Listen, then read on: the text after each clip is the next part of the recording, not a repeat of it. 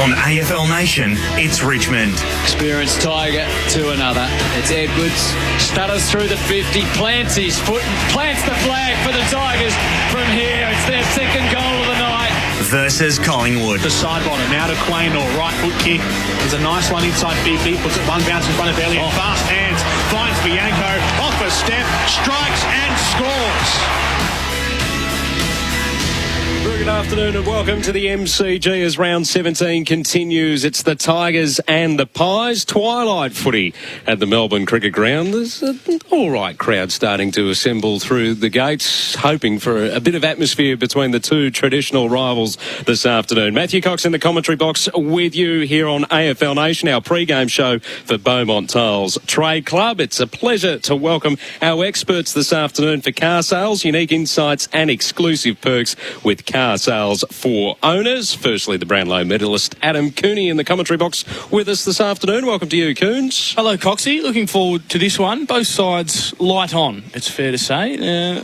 Commanding forward line still on paper for Richmond, but Rioli, Mansell, Garthwaite, Sydney Stack back in the side, Hooley, Vlosten out, and Shane Edwards injured, and Coleman Jones as well. So they've got a few injuries, Richmond. They have been able to win games in the past few seasons when they have had injuries to significant players and been able to keep themselves around that sort of top 6, top 4 position and then strike at the back end of the year. It's not happening at the moment. They've lost their last 3.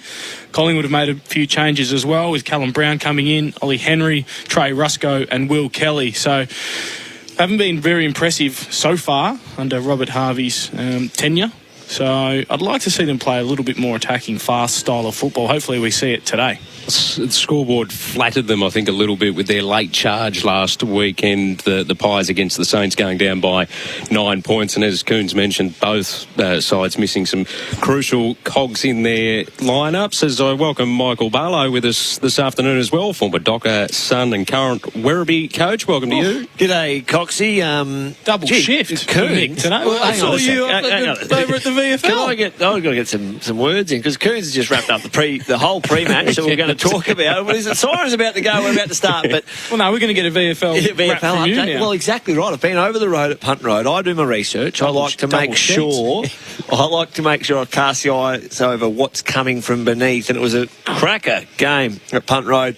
The Pies end up winning 106 to 101 in the VFL. In a very, very, very entertaining match. And some very good performances from some listed players of note. Hey, Max Lynch going well in the ruck for Collingwood. Egg Molessi-Smith was outstanding. Noah Cumberland kicked 5 goals for the Tigers and kicked 3 of those in the third quarter. So it was a great match. But now we shift our attention to the hallowed turf of the MCG. I just tried to surmise or sum up the 22 players from each of both Richmond and Collingwood, and I matched them up to their corresponding positions, and I couldn't find a winner. I found 11 winners on each side, so it's going to be even. You think it's going to be a real seesaw affair. Gun to the head, which I haven't got just yet. I'm going to go Collingwood should be winning this one today. Gee, that's an aggressive start. and we've still got 20 minutes before the bounce of the ball, so we've just used up all of our material. No, we've got a couple. If you have a look at the lineups on the AFL website, there's a big hulking power forward who's been named right in the middle at centre half forward, and that is number 7 for the Tigers, Liam Baker. Yeah. You think Roughhead or Madgen gets the job on him today? Perfect. 173 centimetres, 72 kilos, Liam Baker. The boy from Lake Grace, one of the most famous AFL players, come out of Lake Grace behind Carl Morton, Mitch Morton, and Nathan Fife, I think his name is. So Liam Baker, centre half forward today for the Tigers. Yes, hopefully he'll Who's the last bloke you said? Nathan Fife, yeah. Rings a bell. He had a pretty good day yesterday. Good day. Didn't he, Nathan Fife? Go the Dockers. Top 8, the Docs. Oh, they're in. Their destiny is in their own hands now, Fremantle. After GWS losing today to the Suns, just opened up for them nicely, Fremantle. Let's discuss the news and results from today for the Renault Traffic, built for business. As Coons mentioned, it was a 1-point win to the Gold Coast Suns, so there's a couple on the trot for them now. What do you make of that result in itself? Also from the perspective of the Giants, who they're on the verge of, are they a contender for the top 8? Or disgusting. What the hell are they doing there, Coons? Disgusting performance. They will play a red-hot Melbourne and just stomp them, and then they'll play the Suns and they'll play Collingwood and they'll play the teams right down the bottom and just not show up. So, big win. You always look for the big games, and GWS versus the Gold Coast in Ballarat. I'm surprised they didn't send Coons there today for the call, but none bigger. I've been there before. Actually, did a call down there on the boundary when I was applying my trade as a boundary rider for AFL Nation in my infancy, and Liam Pickering got a hold of me the night before, and we had a couple of functions on in Ballarat. In Ballarat, yeah, the night before we had a little sleepover with Pickers, and we did the game the next day, and it was one of the most horrible experiences of my life. The only saving grace was it was about -5, so I had a nice cool breeze on my face, which just kept me going. But gee, it gets fresh down there. And so the Gold Coast Suns win today. GWS beat Melbourne the week before, and they lose to Hawthorn. They drew to North Melbourne a few weeks before that, and they just keep shooting themselves.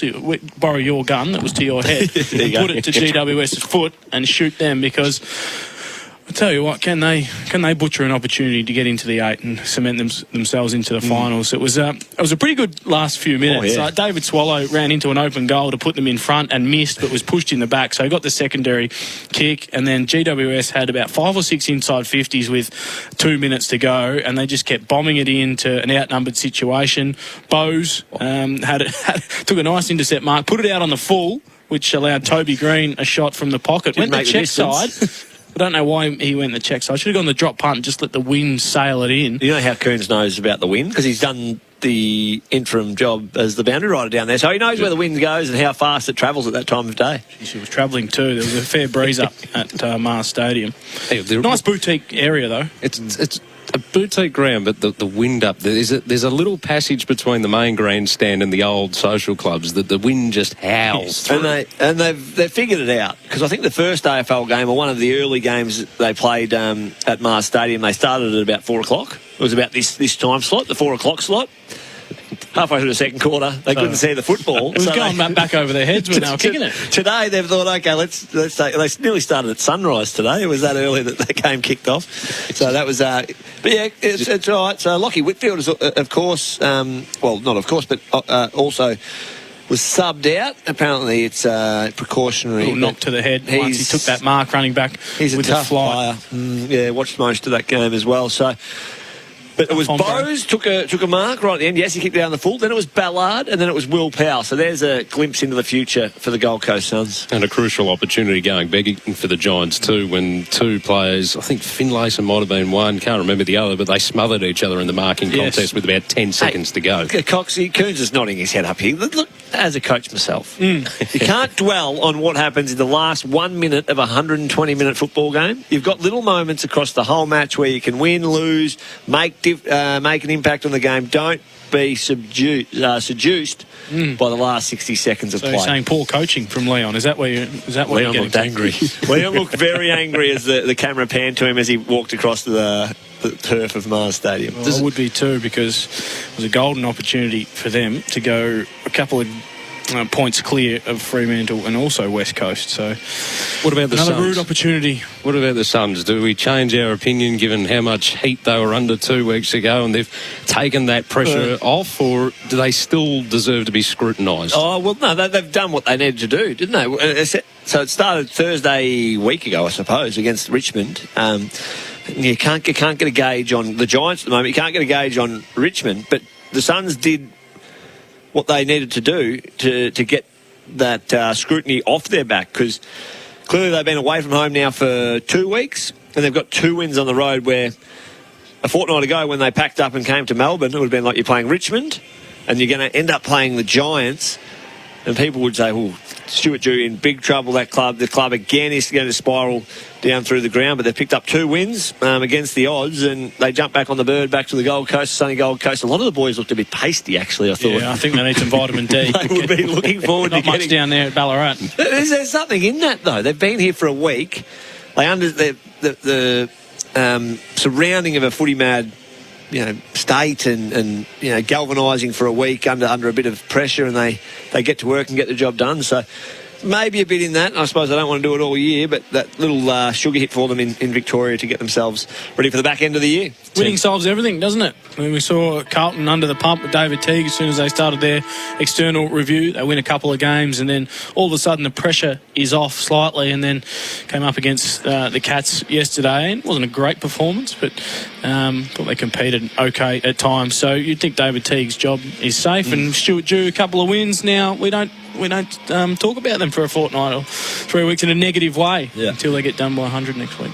10-5, 65-9 at 10-64, the final score from Mars Stadium this afternoon. There's a game also currently underway down the road at Marvel Stadium. It is the Dogs and the Swans at a quarter time in that encounter. It's the Swans by 6 points, 4-2, 26-3 20. That's the news and the results from the day so far for Renault. Business looking good in the new Renault Traffic with a 5-year easy life ownership. Both teams have completed their warm-up for Ream. Install a Ream Australia's favourite in hot water. The weather conditions at the MCG this afternoon for Fujitsu, Australia's favourite air. It's overcast. It's very, very swirly, though. The wind is heading in a southerly direction. But as we know here at the MCG, it'll just swirl inside.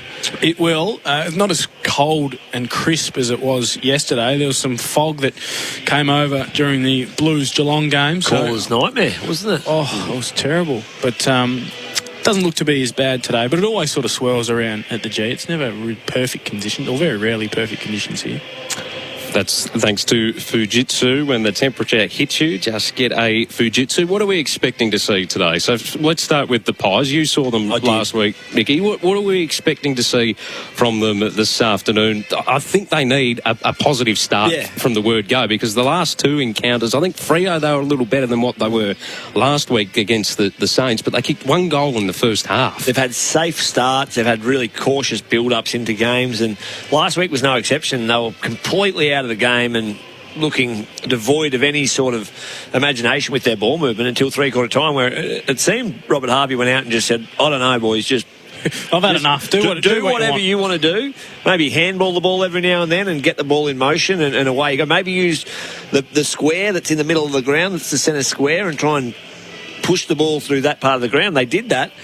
They were very close to pinching an opportunity late to be within a kick with a couple of minutes to go. So I'd just love a great start, and that start doesn't have to be physical content. All that should be a non-negotiable. But then it's with ball in hand, have a bit of dare, have a bit of overlap run, use steel side bottom, get your good ball users into the game early. It's been the tale of their season, though. They've shown glimpses when they do decide to take the risks and take the game on, that they actually look quite strong. It's I suppose whether it's a lack of self-belief coming off half-back at times, or it's a directive to possess the ball, try and go sideways with it before going forward. That's when they look at they're stagnant.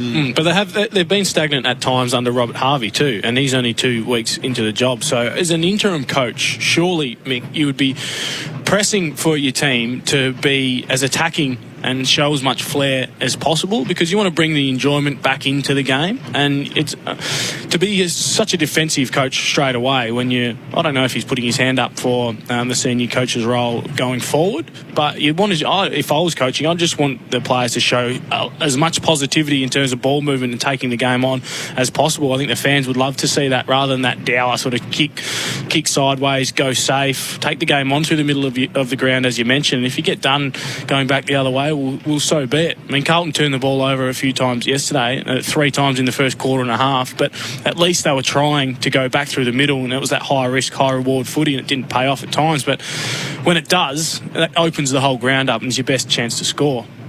And I think on the other side of the coin today is Richmond. David Asprey, 150 games, is it? Coxie? Yeah, 150 games. As Trent Cotchin leads his troops out in their Indigenous Guernsey, being NAIDOC week. So it's, from their point of view, it rarely comes down to personnel with Richmond. For the last 4 years, they've found ways to win, found ways to be competitive and hang in for large portions of the season off the back of their style and the player coming in. Bang, this is the role you got to do. You got to be fierce in the contest. You got to keep the ball in motion.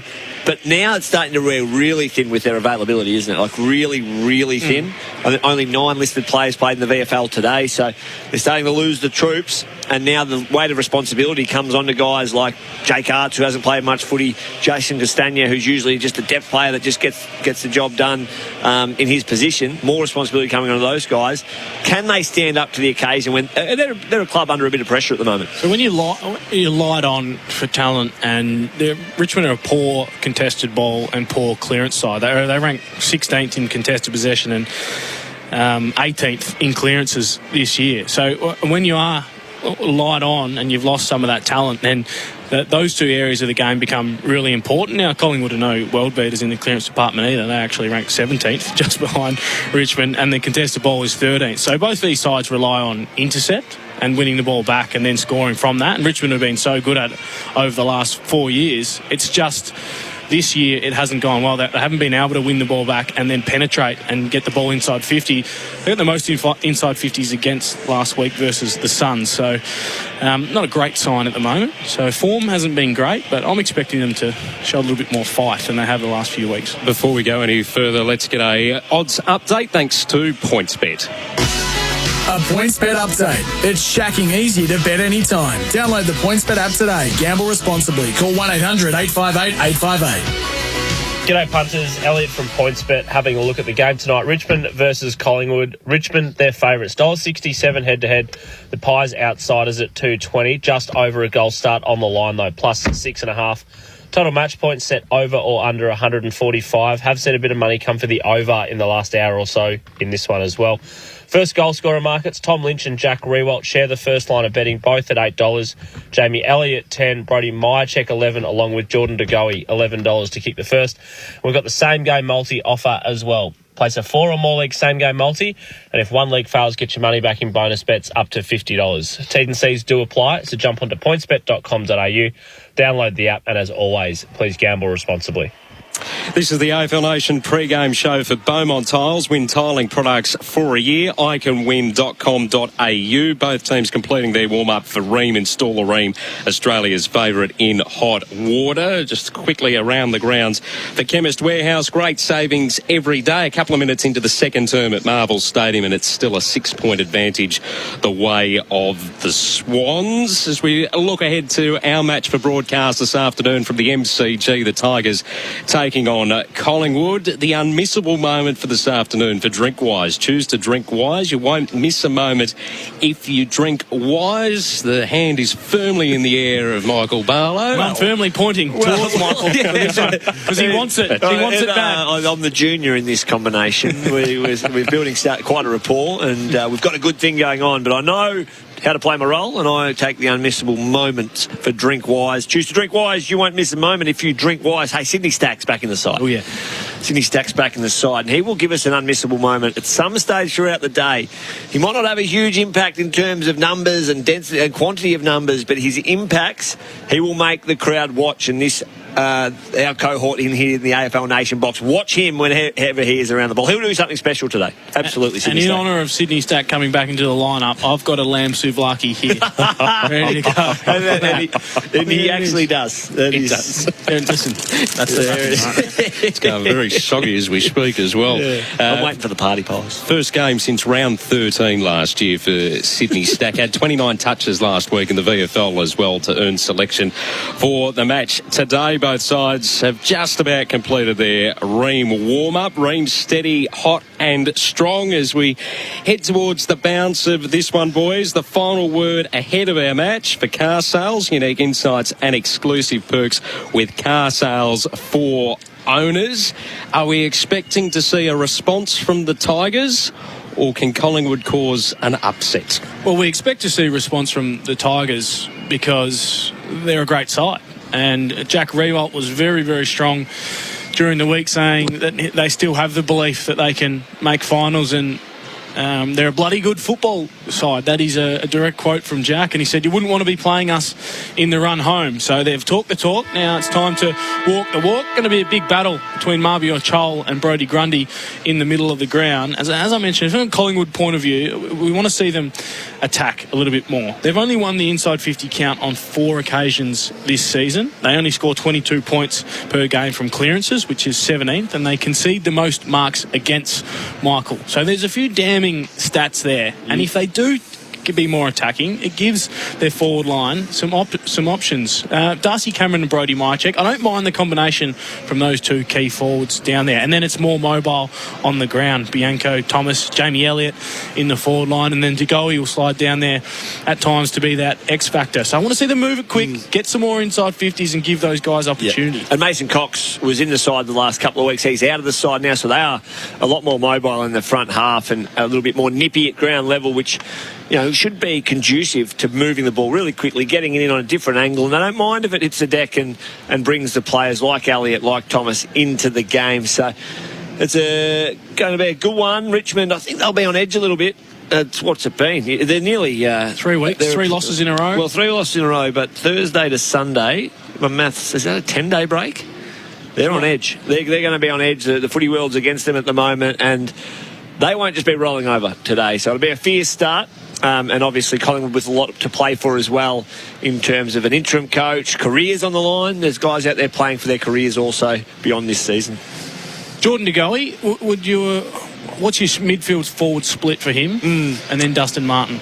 Well, he's been a real protagonist in terms of getting their side back into the game when it's seemed all at sea, hasn't it? He's gone to the middle after half-time. Last week against Geelong earlier in the year, he went in the middle and changed it and actually got some ball and then hit the scoreboard as well. I'd like more time in the middle for him, to be honest. Get your best players, get your most explosive players around the ball for a good chunk of the match, and might be De Goey too, Martin. There's been a little bit of hype and spruik around the comparisons of those two for a long time, of which Dusty's well and truly got the upper hand in the comparison. But Jordan De Goey's having a nice year, but the question on him is to continue that form consistently. Daniel Rioli comes back into the side this week for the first time since round 13, the victory over the West Coast Eagles. He's been trialled at half back the last couple of weeks, so we're anticipating that he'll play that sort of role this afternoon. Do you see that working? Depends who he's playing on, really, to be honest with you, and how dangerous. You'd give him the least dangerous forward, and that's probably Trent Bianco, so he can run off and be damaging. Trent Bianco. Sorry, Trent. Sorry, Mr. and Mrs. Bianco. Sorry, Mrs. Bianco. Who are tuning in live at the ground into AFL Nation. Out of the 6, there has to be the least dangerous one. They used to have 7. Rotating through there. So. Well, whoever's on maybe little Johnny Noble might slide forward and he could be the least David Noble, the coach of the Roos, is going to be he's got bigger problems than what John's doing right now, I think, David. But North Melbourne have been competitive. No, I was only joking. North Melbourne supporters out there. But he's clearly not there to be the intercept marking defender, Rioli. He's there for some drive and that overlap run off half back. So the stand rule certainly should help him in terms of getting that next one and the Basher Hooley type replacement. I just wonder, given that they are missing Hooley, Bolter down there, that's become a regular part of their defensive lineup, they're missing some real key defenders, whether it's the chance because he's still getting familiar with the position, whether it is the right lever to pull at this point in time, and considering how would you describe it? How flat they look inside 50. We spoke before about the fact that Lynch kicked 5 goals last week, but apart from that, their forward line failed to fire a shot. You just wonder whether that was the right lever to pull. Within the last week, Jack Rewalt's gone on the record on AFL 360 as saying, bloody good football side. You don't want to play us in the last 7 rounds. So we're about within 1 minute. We are going to get the first sample size of that, Coxie, as to if that's all just bravado or it's action. Because it's all about action, Adam. That's my coaching word. My last bit of advice towards you as the players make their way towards the benches. You wouldn't believe it. Trent Bianco is starting on the ground. Adam Cooney's giving him the curse. And he is going to half forward. So the matchup will be interesting. Rioli's gone straight to him. The magnets have aligned. The magnets have aligned. That should be a coach. That is as good as you will ever get the insight from Adam Cooney. Final tip from both of you gentlemen. I'm going to go Collingwood by 2 points. Collingwood by 9 points. I'll leave in the ledger. Tigers by Rioli 12. with 30 possessions. Bouncing off half-back. Take us away, Yanko with Coxie. 5. Opening bounce for Tyre Power. 3 votes. Best buys, big brands, sale. We're underway at the MCG. Round 17 between the Tigers and the Pies. Pendlebury. Oh, slipping over was Martin as he attempted to grab it. DeGoey finally gets the clearing kick. It's an up and under ball. Bianco, Rioli, both going forward off hands. Side bottom, quickly got it out to Hoskin Elliott, who puts it into the path of Myercheck. Didn't complete the mark. Ball just inside the boundary line for the Tigers. Desperate stuff. Over the line, short. We'll get a boundary throw in inside attacking 50 for Collingwood. Good early clearance from Jordan DeGoey getting his hands on the footy. And what a one-on-one that was, Rioli and Bianco. Yep. Geez, we're going to see a bit of that today. Neither giving an inch. Shoal with a big fly over the top of Grundy. Straight to the deck, though. No advantage. The quick clearing kick from Bolton, though, is intercepted. Mark taken by Crisp as he drives Collingwood back inside, attacking 50. Again, off hands over the head of Graham. Imagine just double fists it forward. McIntosh got the handball away to Rioli at half back, and there was a high infringement Coming all the way back. Yeah, it's a McIntosh who looks as though he's in a bit of strife. Got a finger in the eye by the looks of things. On his haunches. I'll come back to you with his complete. The hair's looking good though for Camden. So it's a fast start by the Pies. All ground position for them within the first 90 seconds. Early stages in the opening term. High ball. Main flew, didn't bring it in. Martin at the back, the underground handball effective. Got it back to Dustin Martin, centre wing. Broadcast side, the kick to half forward. Quain all panicked as the ball approached. Should have taken the mark and didn't. High free kick though will go his way at half back, and he quickly retreats ground to the top of the defensive 50 arc. The umpire bailed him out there, Isaac Quain, because he just got a little bit nervous under that one. Bounced straight off the chest. Main to DeGoey, half back, southern stand side. Goes up to Hoskin Elliott. The centre wing goes towards half forward with the kick, and it's nicely measured. Myercheck takes the mark, wanted to move it quickly. Collingwood inside 50. No mark paid, no infringement paid either. Thomas now wrapped up, got rid of the handball to Grundy, who's put it straight down the throat of the 150 gamer Astbury. That's not the greatest first disposal from him this afternoon. Awkward bouncing one there for Murphy. Ball over the line and out of play at the top of the 50-metre arc.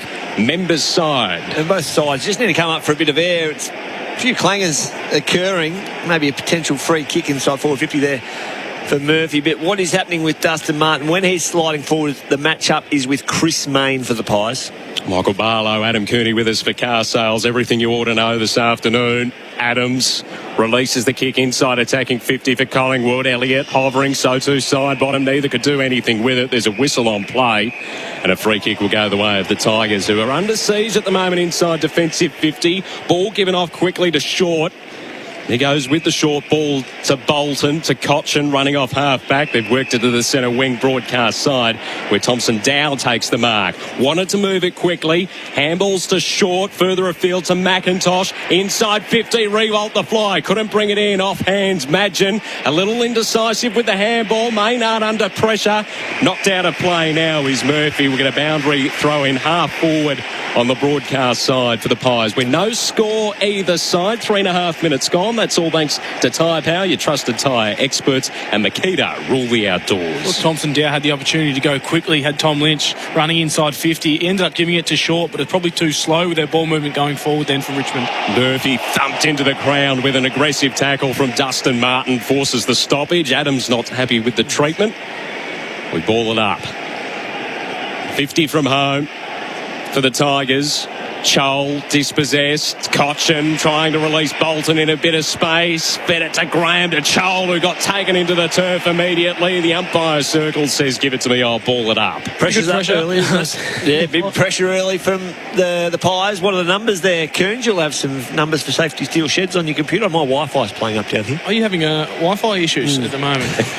2-1 tackles. Pressure's up, though.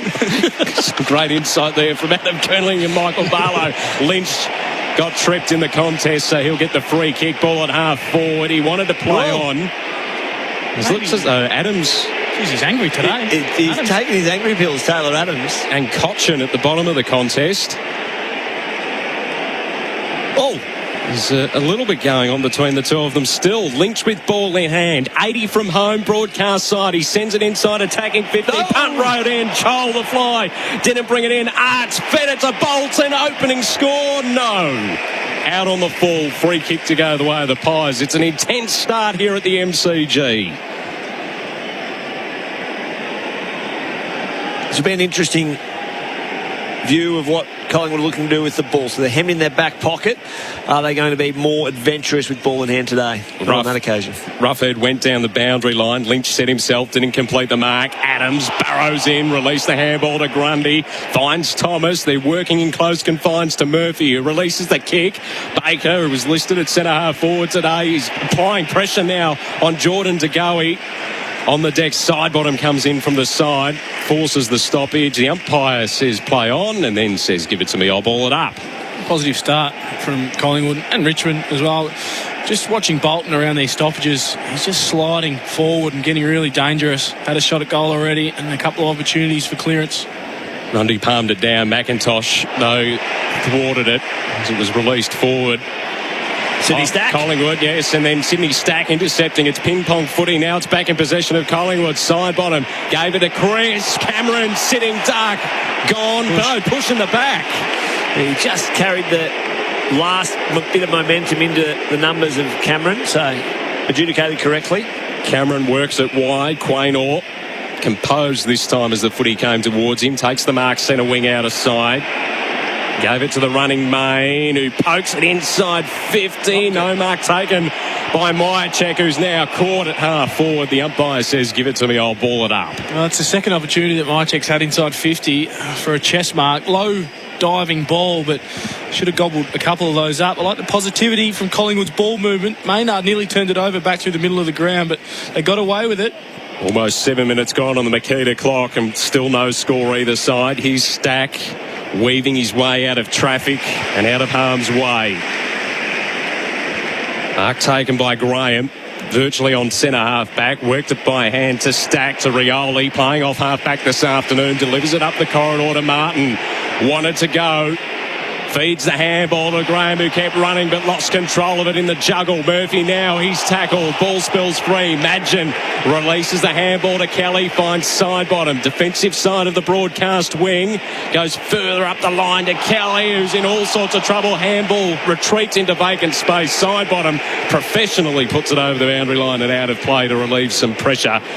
And we'll throw it in for Spitwater. That's what it does. Un-Richmond-like, isn't it? Dustin Martin streaming forward after a nice rebound half-back from Sydney Stack, but then just a fumble. It would have been an inside 50. Lynch running towards goal, but goes back the other way.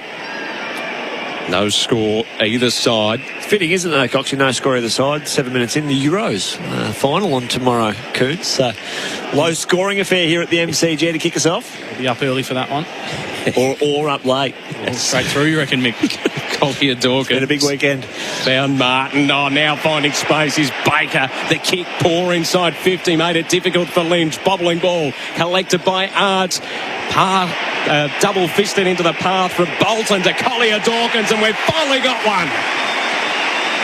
First score on the board at the MCG goes the way of the Tigers. They're 1 straight 6. Collingwood yet to score thanks to Tyre Power. 3 votes. Best Buys Big Brand sale coming at the 8.5 minute mark of the opening term on the Makita. Power through the season with Makita Power Garden. And that's what we expect to see from Richmond. They've been so good at that forward momentum ball to knock it forward to a player that's in a better position. They did that. Bolton running forward again. It was Dustin Martin just extracting the footy, and then from there Baker, I thought he could have maybe run inside 50 and had a ping, but everyone streaming forward. Arts picked up the footy, and then the knock on from Bolton gives Collier Dawkins a window of opportunity and a nice finish from 40 metres out. Boundary update for Spitwater. That's what it does. Marvy or Chol, very ginger, going down the players' race. Nothing wrong with that. He'll probably be coming up a bit more bouncy, I think, if he gets a little bit of assistance. So, Medisub watch. I am on the Medisub watch, of which Medisubs today, please, Coons, you have them? No idea. Jack Ross and Trey Rusco. I'll save the day for you boys as Collingwood will win the clearance out of the middle. Brown takes a bounce, streaming through, pops it on the chest of Myercheck where it bobbled off. Tigers again under pressure at half back. Nash this time worked underneath it. Ball spills free. Collier Dawkins, our only goal scorer so far, put the handball into no man's land where it was wrapped up. The umpire says, give it to me, I'll ball it up. Still sitting back row, though, Jack Ross in the tracksuit, so he's undeterred. He's now up. I'm on boundary update. Watch for Spitwater. As Bolton gets taken into the turf, and a free kick will go the way of the Pies. So a set shot coming up here for Jamie Elliott. Slightly worse than a 45-degree angle, 40 metres out. So Bolton's just dropped away a little bit in terms of his output across the year, Coons. As he's starting, I like his movement around stoppages, though. That'll keep him in the game, but was just unaware that Jamie Elliott was stalking from behind in that last occasion. So they need some reward for effort so far, the Pies. They started with some intensity, but haven't yet impacted the scoreboard. Elliott comes in, and rarely does he miss. Straight over the top of the goal umpire's hat. We're all square at the MCG. 1 straight 6 apiece on the Tyre Power, your trusted tyre experts. Scoreboard, 11 minutes gone in the opening term for Makita. Rule the Outdoors. A relatively even start for the Safety Steel Sheds stats. Inside 50s, 5-6 in the way of the Pies. Disposals 42-38 the way of the Tigers. The tackle numbers they've lifted since we earlier had a bit of a blue about how many tackles were actually being made. And it's 9-8 in the way of the Pies, of which Jamie Elliott, first possession, but he's been fierce around the contest. That was his 3rd tackle for Safety Steel Sheds. That's exactly what you want as a small forward. If you've got an inside 50 stoppage, generally your winger and a midfielder are at the back of the pack as that protection, so you can't roll straight through a stoppage. And Jamie Elliott was straight onto it, pushed up hard as that small forward and laid the tackle after Marlon Pickett dished off the handball to Bolton.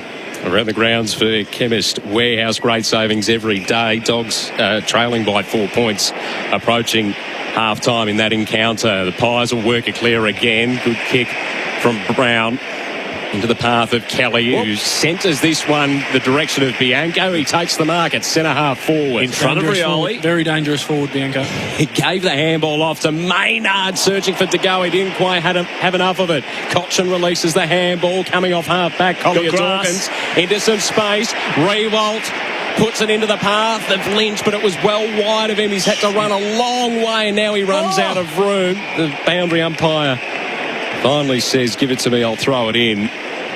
That was not the greatest of kicks there from Jack Rewalt. Just off the instep, it was, yeah. He was out, had grass to run into, and had more time than he thought. So he could have steadied, had a bounce, and allowed Tom Lynch to get to work one-on-one on Roughhead. Boundary throwing inside 50 for the Tigers. Cameron took it straight out of the ruck contest. Maynard burrows in after it. Collier Dawkins went without it. Bolton, the quick snap. Going to fall in a vacant goal square and didn't even need it in the end. Bounced over the line through for the second goal of the afternoon for the Tigers. Bolton on the board.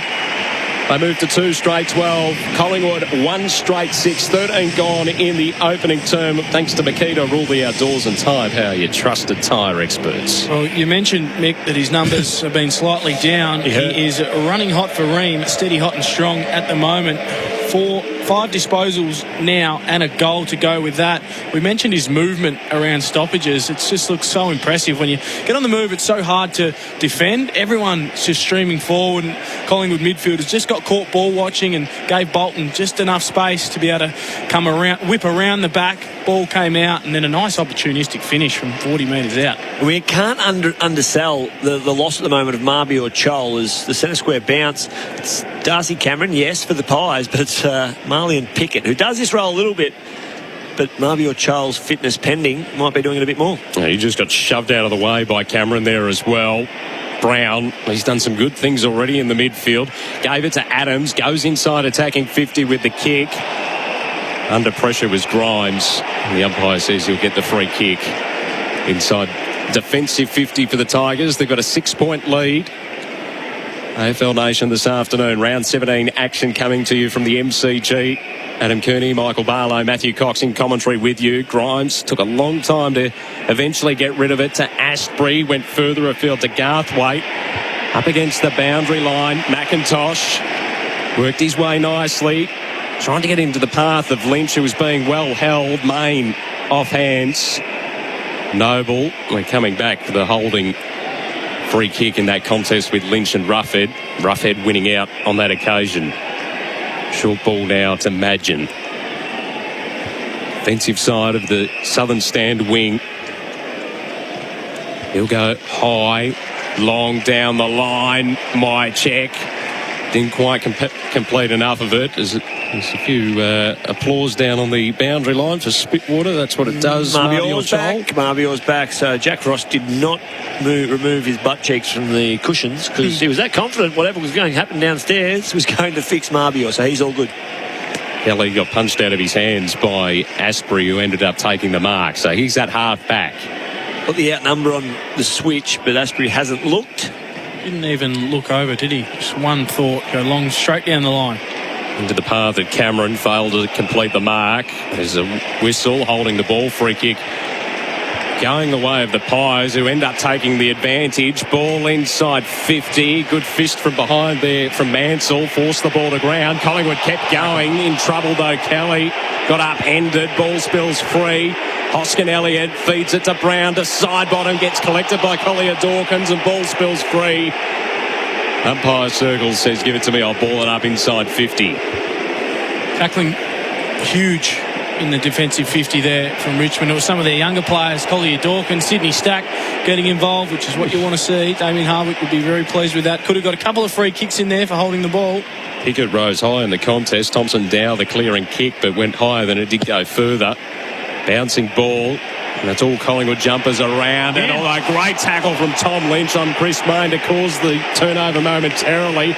Will Hoskin Elliott was able to mop up and feed it to Brown. Still at half forward, out of side. 6-point lead in favour of the Tigers as the Pies go inside, attacking 50. Cameron, another attempt at the mark. Couldn't complete it. Pickett, last line of defence, feeds it to Mansell. And they'll bring it to the broadcast side to relieve some pressure. Mark taken by Graham. And they'll just have to slow it up here as Graham had nothing ahead. Now the world comes across to support. It's a high ball. Rewald and Maynard. Rewald did well with the body pressure, but there were too many Pies around him. Crisp. Fitted by hand to Thomas, to Brown, to Cameron, back to Crisp, who kept working. Feeds the ball by hand to Mayne, who now goes to centre half forward and finds Degoe. Too far out to score. Pies have had a lot of the footy in the last 5 minutes or so, but only have one goal on the scoreboard at the moment. As the ball inside 50. Enough of the mark? No, play on from the umpire. It's a ball dribbled out and it's found its way into the hands of Martin, who now goes long searching for Lynch, but there's no one in front of him. Even if he does make this one before the boundary line, he's pressured over by Roughead. Will throw it in, attacking side of the outer wing for the Tigers. A couple of occasions they haven't looked after Tom Lynch with the entry. That one was just a rushed barrel attempt from Dusty. He had more time again. He could have run, carried, used a bounce and allowed Tom Lynch to work back at the kicker. It was Oliver Henry that didn't take that mark inside 50 or wasn't paid it for Collingwood in their last entry. Ball now centre wing. Asprey kicks around his body. Again, it was an ill-directed and a hoping kick more than anything. Hoskin Elliott fed it to Pendlebury. Short ball onto Degoe. Takes the mark. Defensive side of the outer wing. Goes in search of side bottom. He takes the mark.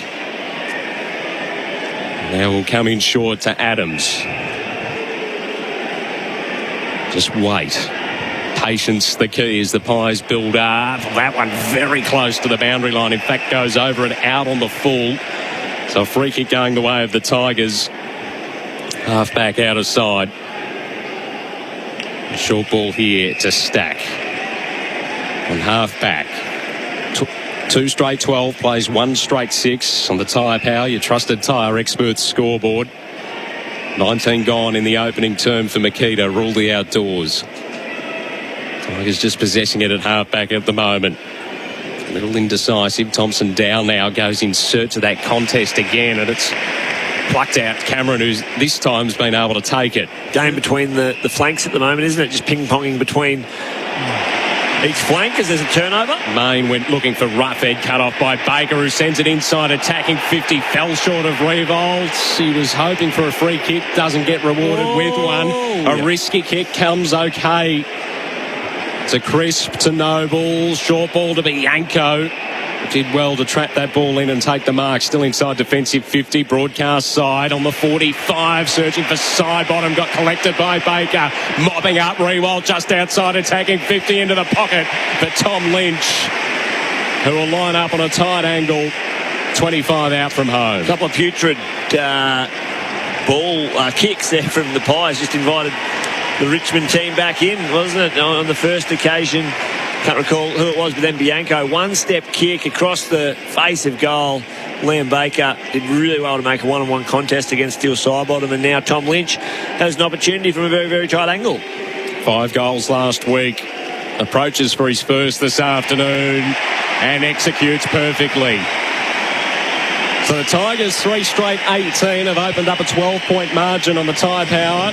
3 boats, Best Buys, big brands sail this afternoon here at the MCG. The Pies stuck on 1 straight 6. We've entered time on the Makita Power through the season with Makita Power Garden Clock. Our experts this afternoon for car sales, everything you ought to know, Michael Barlow and Adam Cooney. Well, they've done well, Collingwood, to force Richmond into a long down the line option more often than not, and they've been able to get some turnover off the back of it. Darcy Cameron has been good down the line.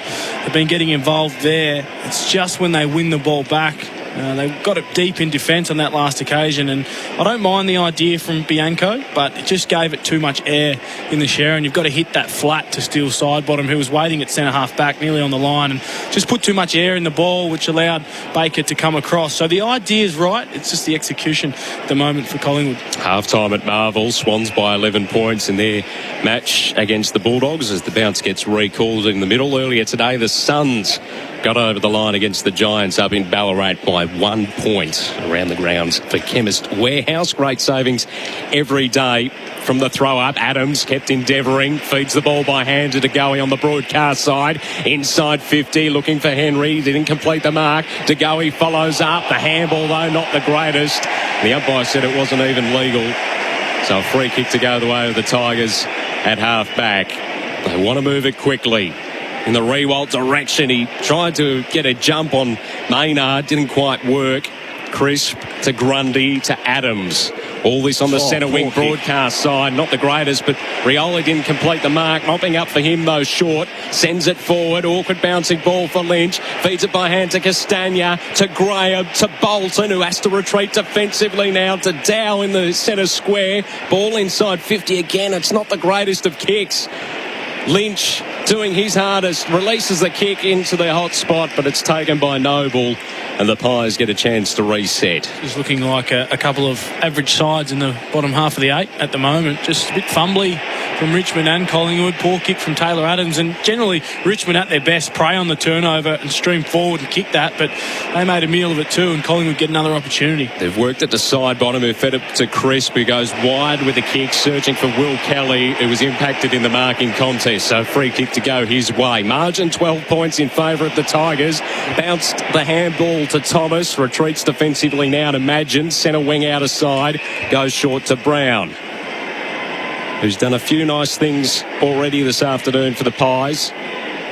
Now he hoists this one long. Chol back out on the ground, and he took the mark. He spotted that one from a mile away. Dustin Martin's just snuck onto the ground from the boundary, so he's one-on-one with Chris Mayne. They should utilise that matchup. Just can't kick there if you're Callum Brown. You have to understand that Mabior Chol and Richmond defenders will get back. They love it, the long ball in to 30 metres out from goal, because they all sift off and they'll allow one spare to take an uncontested intercept mark, and it was Chol on that occasion. They worked it to the centre wing. Pickett now hoists this one long to half forward. Ball off hands. Quaynor taken into the turf by Arts. No prior opportunity, though. Ball up just inside attacking 50 broadcast side. 3 straight 18 plays, 1 straight 6 on the tyre power. Your trusted tyre expert scoreboard. Quaynor this time applies the tackle, and we'll get another stoppage just inside the 50-metre arc. A few safety steel sheds numbers. Will Hoskin-Elliott leading the way. He's into double figures with 10, Brown 9, Crisp 9. Chol palmed it into some space. Crisp mopping up. Madgen loops the handball wide. And it's Bianco off half back.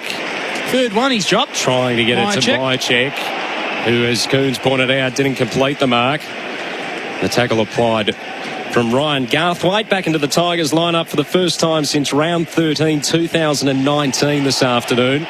Grundy, Main, Crisp from the stoppage. They work it forward over the head of Will Kelly. Time to mop up for Mansell at half-back. Worked it by hand to McIntosh. A long hoping kick. Madgen in front of Naish takes the mark. Defensive side of the outer wing. He goes short to Thomas. Working down along the boundary line. A risky kick again in the direction of side bottom. Mops this one up. Tries to shrug the tackle. Just got a hand to it to release the handball. Tigers fans not happy. The intercept from the Tigers is then caused an intercept by Noble. Centre wing out of side. Short one to Quaynor in the middle of the MCG. He goes short as well to Grundy. They got Bianco wide and Main as well. They go for the Main option. Tries to draw his opponent and then kicks it inside, attacking 50, where Henry takes the mark. No one around him. They were around everywhere there. If it wasn't Henry, it was going to be DeGoey. Myercheck was around Thomas, so it was a plethora of options. Main didn't hit it that well inside forward 50, but it's Oliver Henry with an opportunity to go back and kick his first major on the day, and hasn't touched the football as yet, so important for his confidence to set himself up for the afternoon. Also searching for the first goal of his career as well. Henry, fourth game this season, comes in and pushes this one to the right-hand side. A minus score the way of the Pies. 117 plays 3 straight 18 on the Tyre Power, your trusted tyre experts scoreboard. 26 gone in this opening term for Makita Rule the Outdoors. Tigers from the back pocket put it straight down the throat of Pendlebury. It was touched off the boot, so play on the call. Ball ends up in the hands of Noble. Quick kick inside 50. Kelly made a good attempt at marking. Didn't quite complete it. Short as Pickett in support. Running off half back. Goes long in the Lynch direction. Double teamed again. Roughhead Main. Oh, Lynch battled well. Put the handball into some space. Grundy, desperate effort. It's going to work out the way of the Tigers. Dustin Martin, curls it. Doesn't get enough of it. Top of the goal square. They had no one forward of centre. Imagine now he's pushed on his backside as he got the kick away, and Lynch, after the great effort just down in front of us, takes the mark. Slide angle, 30 metres out. Well, it was a super effort from Tom Lynch, who was 2-1 against on the MCC members' wing. Battled manfully, won the footy for his side. Main and Roughhead dived to the ground, and he got there first and then put his head down, pushed really hard into 50 and got the intercept mark. We'll discuss the Madgen kick after this. Lynch comes in for his second this afternoon and gets it. So the Tigers, as we approach quarter time at the MCG, move to 4 straight 24. Collingwood 117 on the Tyre Power, your trusted tyre expert scoreboard. Yeah, the Madgen kick was just horrendous, to be honest. But what actually assisted the effect on the kick was Paddy Naish. So Naish, he hasn't had a huge impact on the match in terms of numbers, but Martin's rush kick in, Madgen had a bit of time, but Naish put enough pressure on him and corralled him to be able to affect the kick. It went up the chimney and it was marked by Tom Lynch. And it's a real sign of the culture and the care from the Richmond Footy Club when, yes, Tom Lynch took the mark, kicked the goal, but all of the players and teammates of Paddy Naish came over and applauded his tremendous defensive work. He's running hot in that passage of play, Tom Lynch, for Bream. Asking Plummer to install a ream steady, hot and strong. AFL Nation this afternoon from the MCG. Michael Barlow, Adam Kearney, Matthew Cox in the commentary box with you. Grundy fists it forward, collected though by Bolton. The look-away handball behind him went okay to Chol, who found Elliot Dawkins out wide to Rioli. Works it to McIntosh, centre wing as the siren sounds to complete the opening term of footy here at the MCG. And it was the Tigers who, after a sluggish start, the ball was trapped forward of centre for the Pies for most of the opening 5 minutes. They were able to convert on the scoreboard eventually, and at quarter time, they're 4 straight 24. Collingwood 1-1-7. The goal kickers so far. Lynch has 2 goals this afternoon. Riley Collier Dawkins and Shea Bolton with 1 apiece as well. Jamie Elliott, the only goal kicker so far for the Pies. 4 straight 24 plays 1-1-7. Quarter time at the MCG here on AFL Nation. That quarter on AFL Nation was for Tyre Power. Always win with the free 5-minute tyre safety check. So you want a furphy. It's back in 82. Burrows were down by 6. Right on the siren. The mark of the match. 60 metres out. But he booted that ball so hard it split like an old shoe. The leather went through for 6. But the bladder sailed through for an extra point.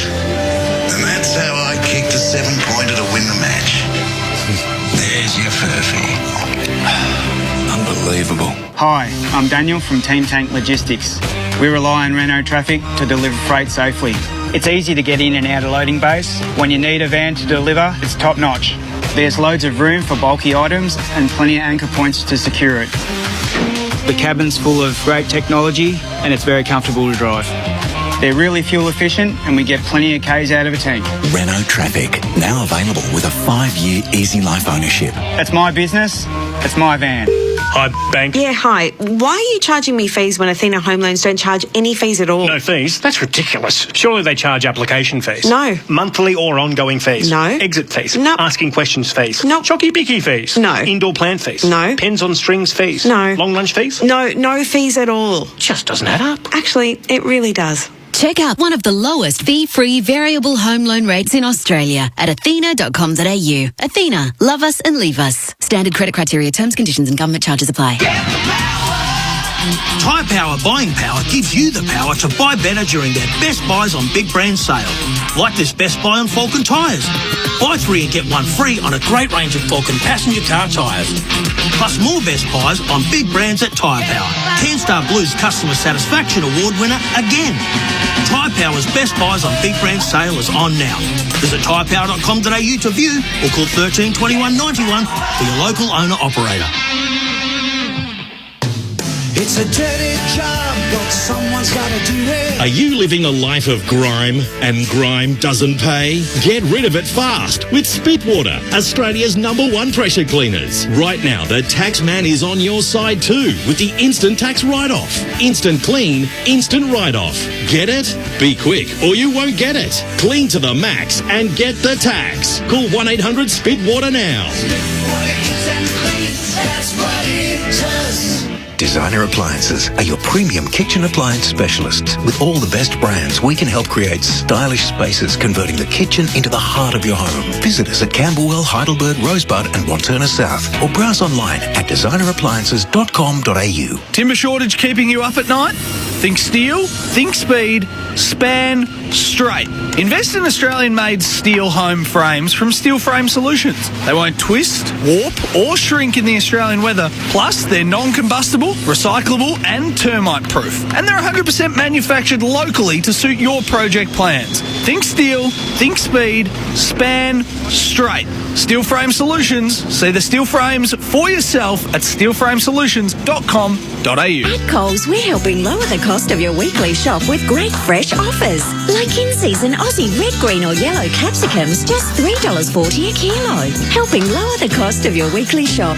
Coles. Value the Australian way. Offer ends Thursday. Do you hump? You can't ask me that. It's not what you think. Thirsty Camel's Hump Club, where members are rewarded for their loyalty with discounts on their favourite drinks and cashback offers on every dollar they spend. Right now, you could be instantly rewarded with $5 off or your entire purchase for free. Free drinks? I like the sound of that. I thought you would.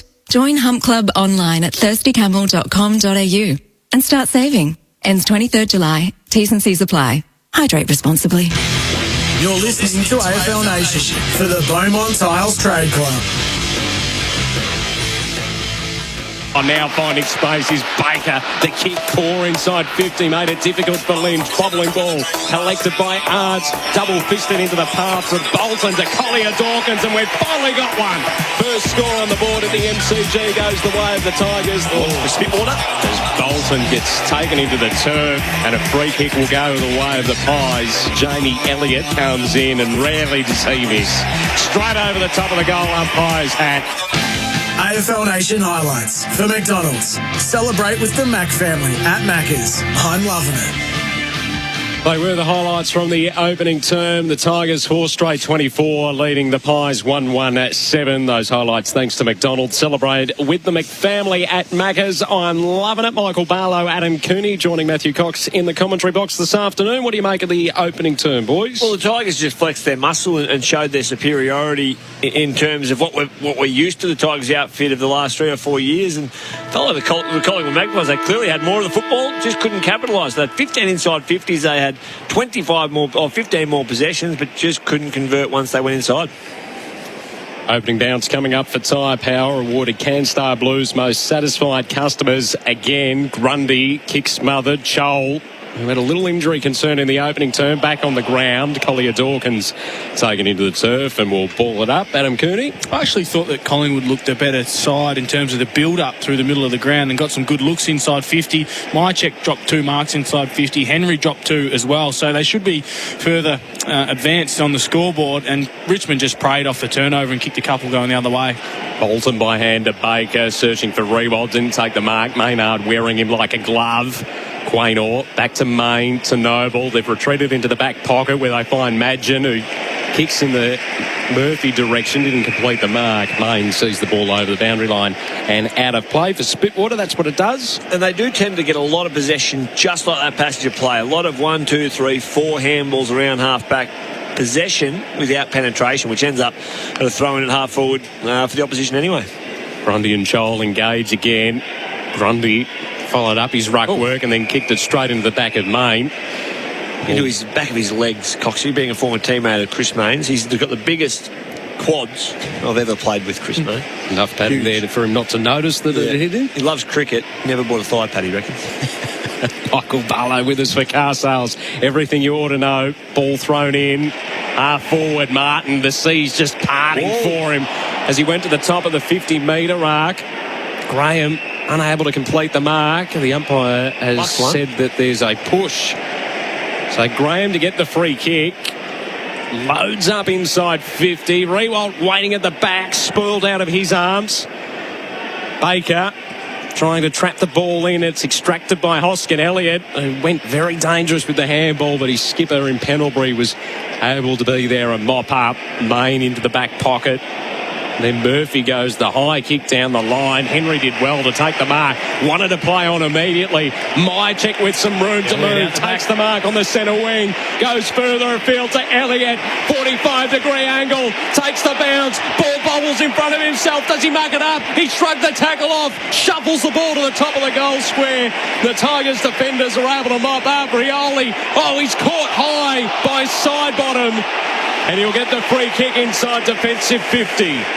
Brilliant effort. Grimes, Asprey, Elliott was out for all money and they just dug in, went hard and just forced a fumble out of Jamie Elliott in the end to cause the turnover. So they never said die on the contest, and now they have the football in the back pocket. It's the quick play on from Henry, which opened the whole game up for Collingwood though, and Elliott should have run into open goal, just bounced the Sharon on its point and completely bobbled it. The high ball from Rioli. Cameron didn't complete the mark. Messy stuff from the Pies. Madgen found Cochin with the handball. Stack fended off Adams. Found Cochin again. Hoping kick in the Rewalt direction. Smart patted it into the path of Arts. Will go short to Lynch. Wanted to avoid the mark. Did so by giving the handball to Graham from 45 metres out. Goes to the top of the goal square. Martin double teamed. Murphy the fist over the line for a rush behind. It was great work from Murphy to get back because Martin was running back to goal. The top of the goal square had the one-on-one. Murphy came in floating, put his head down. Just worked super hard defensively to affect the spoil. There was an opportunity for Martin to come back at the leg, back at the kicker, but he just kept swallowing up his space out the back to the goal square. For 125 plays 117 on the Repco authorised service scoreboard. Pies are still trying to work their way out of defensive 50. They've trying to go the outer side, now the broadcast side. Maynard, it was an awkward kick to Hoskin Elliott, but had some space and time to gather.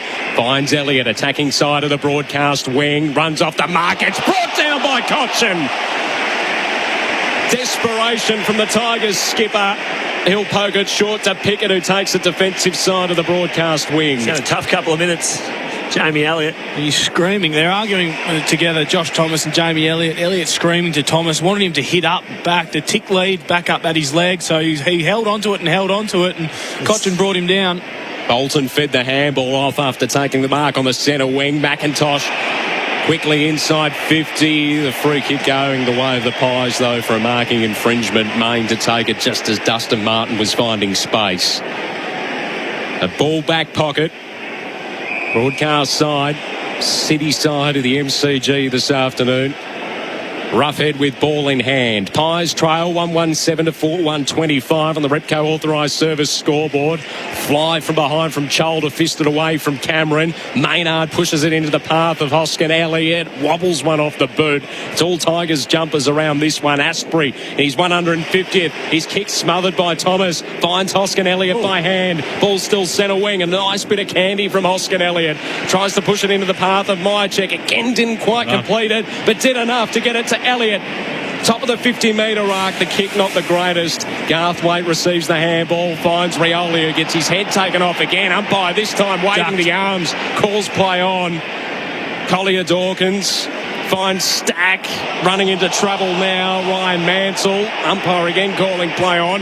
Thomas burrows in after it. Myercheck in strive. Found Elliott. DeGoey. His kick smothered. Ball bobbles inside attacking 50. The stoppage caused Henry sitting over the top and may have given away the free kick as well. Garthwaite sitting underneath that one. I just can't get a decent entry inside 50. Elliott's had a couple of goes at it and just put it between two Collingwood players straight to a Richmond run, and then the entry inside 50 poor. So they're getting opportunities, Collingwood. They're not clean enough with the ball going inside 50 at the moment. Garthwaite's kick intercepted by Maynard, attacking side of the broadcast wing, and he goes long once again in the Cameron direction. Poor kick again. Too wide over the boundary line and out of play. We'll throw it in. It's 18th inside 50 for the game, and I'd say 15 of them have been quite poor.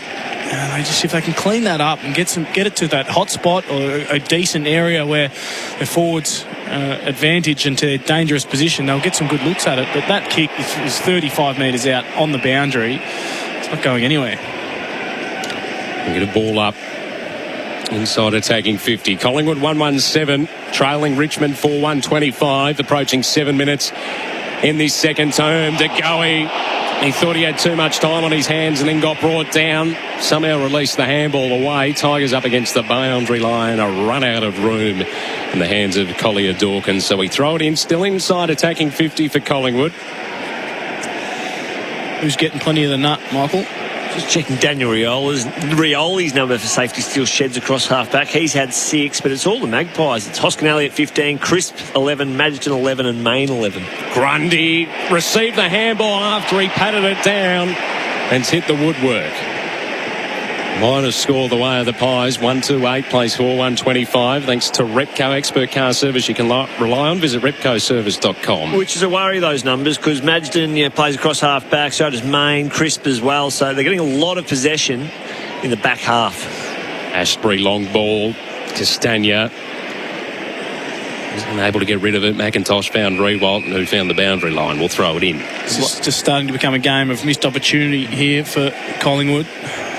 19 inside 50s. Grundy got a really good look at it. Snap from 25 metres out. Clips the post. Elliott's missed opportunities. Some kicks inside 50 that haven't hit targets. When you're coming up against Richmond, who are kicking well, 4 goals, 1. You've got to make the most of them. Ball bobbles into the path of Baker, who releases the handball. Dow, short ball to Lynch. Wants to again move it quickly. Rewalt, the kick too hot for him. Baker's going to do the crumbing though. Tried to centre it. Probably could have taken the shot. Quaynor cut it off. Ball bobbles into the pocket. Baker slaps it towards the top of the goal square. It's desperation everywhere out on the field. Graham finds Martin, who will put it through. And after most of the momentum in the first 9 minutes of this second term has gone the way of Collingwood, Richmond once again break through. 5-1-31 plays 1-2-8 on the Repco authorised service scoreboard. For expert car service you can rely on, visit repcoservice.com. Breaks your heart, doesn't it, for the Collingwood fans? They've just had the ball inside their forward 50 for the last 7 or 8 minutes and haven't been able to capitalise, and Richmond get a nice avenue to goal from the stoppage. They got it out the back. Thompson Dow got it on the run, got it on the burst. He could have blazed away, and Collingwood was set up. They dropped a couple of numbers back in the defensive 50, but Thompson down lowered his eyes. Tom Lynch was smart.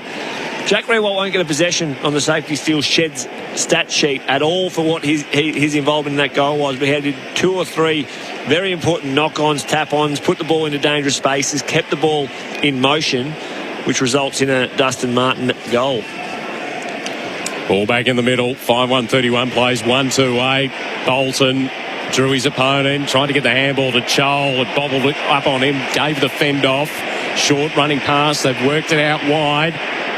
McIntosh, it was a low piercing ball inside attacking 50, cut off by Crisp. Takes the mark in the back pocket out of side for the Pies. Goes with a long and surging ball for Kelly. Had Asprey to deal with in the contest. McIntosh trying to relieve some pressure with the handball, but didn't do that. Bolton takes it. Retreats to Short. Off a standing start. High ball inside 50. Rewalt the fly. Didn't complete it. Martin trying to burst his way through. Gets brought down and pinned. Holding the ball. Free kick to go the way of Maynard inside defensive 50 for the Pies. There's a great individual effort there from Maynard to take down Dustin Martin and went the fend off. Chopped the arm, which is what teams have been training to do with Martin. We've seen it a few times this year. He's been caught holding the ball, but just starting to look really dangerous now. Richmond forward of centre, getting some really nice entries. Kelly goes short to Noble, who was the one that got it to Kelly off half-back. Defensive side of the southern stand wing. 5-1-31 plays 1-2-8 on the Repco authorised service scoreboard. 11 gone in the second term. Thanks to Makita, rule the outdoors. The kick down the line from Nobles, fisted over the line and out of play. Bolton up to 4 clearances now, 11 disposals. Like what he's been doing around stoppages today, really proactive. So he's running hot for Ream, over 80 years manufacturing in Australia. Murphy's kick, not the greatest. Adams with it all to do against Bolton, and he drops the ball. Is there a new technique that the umpires are using to call holding the ball? It's a really low sweep they're doing. They've all got their own individual brand on it. Okay. High ball sweep to the top of the 50-metre arc. Roughhead tried to work it to Maynard, and then he shoveled it to Main and ran out of room. Ball to be thrown in. You go a long way to find that type of insight into an AFL game. We notice the little things here on AFL. Yeah, we do. We do. Carsel's very happy with that. Everything you ought to know with us this afternoon. Michael Barlow, Adam Cooney. And the restart. Pendlebury found Adams, who found Quaynor. Goes straight up the corridor to Elliott. He tries to work it wide for Thomas. Mychek in the pocket. If he went quickly, he didn't. Side bottom offering a lead, ignored. Instead goes into the pocket. A difficult one for Henry. It's fisted over the line and out of play by Rioli, who's playing a different role this afternoon. This is what do we make talking of to us, Adam? Quaynor running straight through the middle of the ground. Elliott with a really strong lead up at centre half forward, and then turns and kicks it wide to Thomas, who kicks it wide into the pocket. Go more direct, please. Off the ground, the quick kick short. Out onto the wing, Dustin Martin gathers, stops, props, assesses, and then just whacks it down the boundary line. One bounce in the Lynch direction. Tried to palm it into the path of Rewalt, who got caught immediately. Where is it? Oh! And there is just a slight little sweep. And he's one of the best, umpire Stevic. I think umpire. He's one of the best, and he might have changed. Could clip a bit of grass, I think, on the sweep through. It's the flexibility. They want to show it all off. Roughhead went short to Crisp, who got called to play on. They to the tackler, got it to Adams at centre half back, and he goes to Brown in the middle. Needed to move it quicker then. They had Will Kelly out at half forward. And this has been the frustration for Collingwood for the entirety of the year. And now the Tigers defenders have had time to get back, although this time Grimes didn't complete the mark. Chol there for support. Finds Asprey at half back. It's a dodgy kick to McIntosh, who has to work it back by hand to Short. Still at half back out of sight. Now the long kick. Rewalt takes the mark in space. Puts it into the path of Baker, who slides, takes the mark. 45-degree angle, 45 metres out from goal. Just a slow entry. They take 5, 6, 7, 8, 9 seconds to kick the ball from backward of centre. Shallow entry. The Tigers just mop it up and they just use it so well. Very calm chain of ball movement from back half to forward half, and the power centre half forward as named in the AFL record, AFL website as well. Liam Baker is going to kick from the numerals. He comes in. The wind blustery this afternoon at the MCG. This one just squeezes in. Geez, the goal umpire milked that for everything. He stood there for an eternity and then walked to the line and gave us the two-fingered salute. Tigers move to 6-1-37. Pies 1-2-8 on the Repco authorised service scoreboard. 15 gone in the second term on the Makita Rule the Outdoors clock. We're beyond halfway now in this second term, Adam Cooney, and it's looking likely that we'll go into half-time with the Pies just the one major on the scoreboard. Yeah, it's pretty ominous, and I'm really frustrated with the way that they're moving the ball. It was Brown on that last occasion, had two players running past for a handball receive, and then they get the quick entry long inside 50. He didn't handball it, slowed it up, a shallow entry which just cut through the paint of 50, which is really easy to defend if you're Richmond. And from there, Collingwood players had set up forward of the footy. So it was a quick turnover. It went back the other way. Martin Riewoldt ahead of the ball. Lynch was all on his own inside 50. They had so many options to kick to, and it was a well-weighted ball from Riewoldt to Baker. Adam Cooney, Michael Barlow, Matthew Cox with you on AFL Nation this afternoon as the bounce is recalled. We'll quickly go around the grounds for Chemist Warehouse. Great savings every day. 12 gone third term. Sydney by 17 points. Down at Marvel Stadium earlier today was the Suns by a point as a quick kick inside 50 from Bolton came off hands. Pies defenders with it all to do. Maynard working it out the back. Imagine finding Crisp. Still inside defensive 50. Broadcast side. Goes in the Hoskin-Elliott direction. Was a little bit airy. He was able to take the mark. Short ball to the goey. Still defensive side of the members' wing. Game high, 5 clearances. Shea Bolton, safety steal sheds stat sheets. Got the last one there, centre clearance. The goey's kick. Grimes almost intercept. Stack lost control of footy. Elliott finding Bianco on the outside. Inside 50. Cameron was swatted out of his arms by Mansell. All over the line and out of play. I've enjoyed his work this afternoon. Yeah, young Mansell. Very good pickup. 8 disposals. Looked really hard at the footy. Great defensive effort. Showed some toe then. Mature age recruit out of the Sandful. So came in ready to play. One of those running hot for Ream and Stallareem, Australia's favourite in hot water. Pendlebury lost control of it. They find Sidebottom who went this way and that, trying to work it by hand to Myercheck. The snap for goal to the right-hand side. Another opportunity goes begging for the Pies. 139 plays 6-1-37 on the Repco authorised service scoreboard. Long kick back into play by Short. Underneath it, Crisp didn't complete the mark. Pickett did well to work it to Arts, who found Lynch, puts it into some space for Martin, who tries to beat Tagoe, who continues to pressure him. Martin kept going, continues to slap it in front of himself, has to retreat defensively to Cochin in the centre circles, goes wide with the kick to McIntosh at half forward. Great creative stuff from Dustin Martin. Creates another opportunity for the Tigers as McIntosh, long ball in the Lynch direction, cut off by Ruffhead on the last line of defence.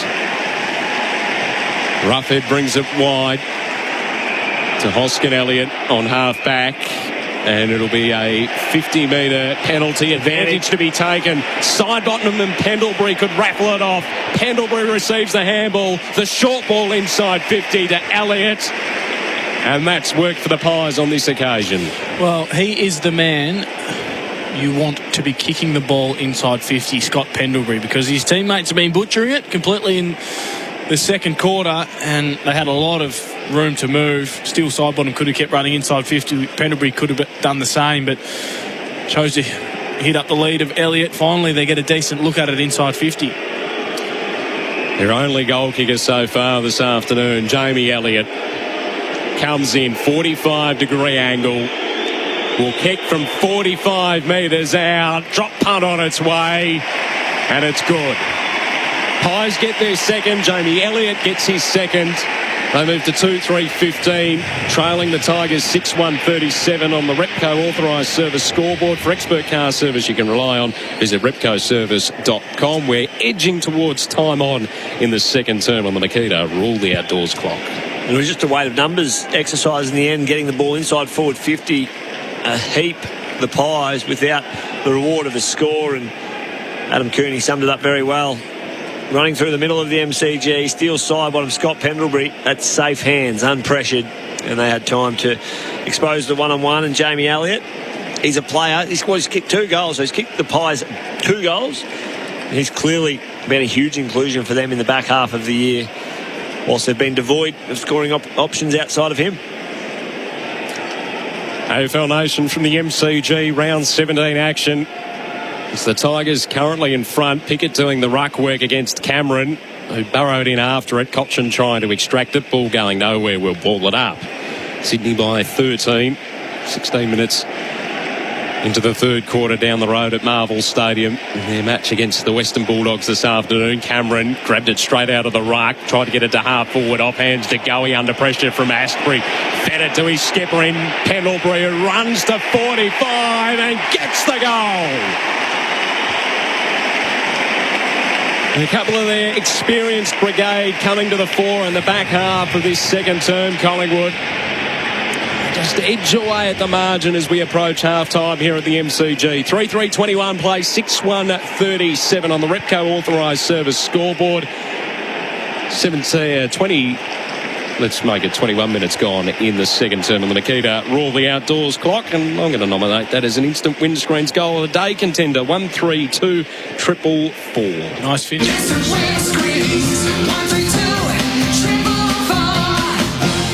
Clean hands and ball use of Scott Pendlebury. There's not too many better running inside 50. He dished the last one off and finished that one himself. Great work from De Goey. Good strength through the upper body to stand up in the Astbury tackle and have the poise and control to handball to Pendlebury, who was on the drive-by. And a couple of quick ones from the Pies. It's provided a good contest now.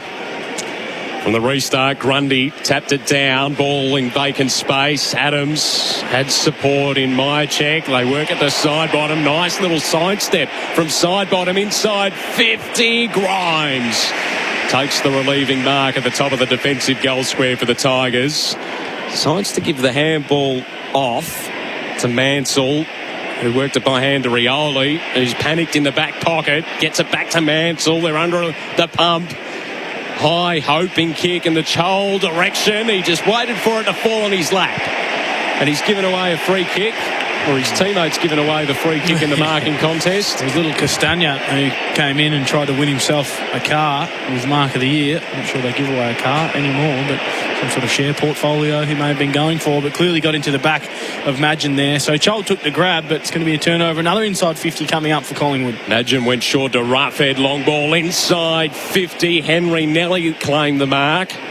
Didn't quite have enough on it. And now it's wrapped up. Ball going nowhere. Can't be released. The umpire says, give it to me, I'll ball it up. He's finding some space inside 50. Ollie Henry, he's had a couple of opportunities that he's grasped. Again, just threw the one paw at that one. But he's playing on Dylan Grimes. And Grimes wants to intercept, but just giving Ollie Henry some space inside 50. Side bottom to Murphy, to Adams.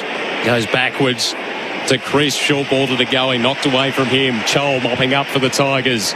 Brings the ball wide. Arts didn't quite complete the mark. Oh, and then two Tigers run into each other. Hoskin Elliott, his kick smothered by Stack. Martin on the spot as well. The side step. He's under pressure from Myercheck. Got the quick kick away. Madgen came from nowhere to take the intercept mark on the centre wing broadcast side.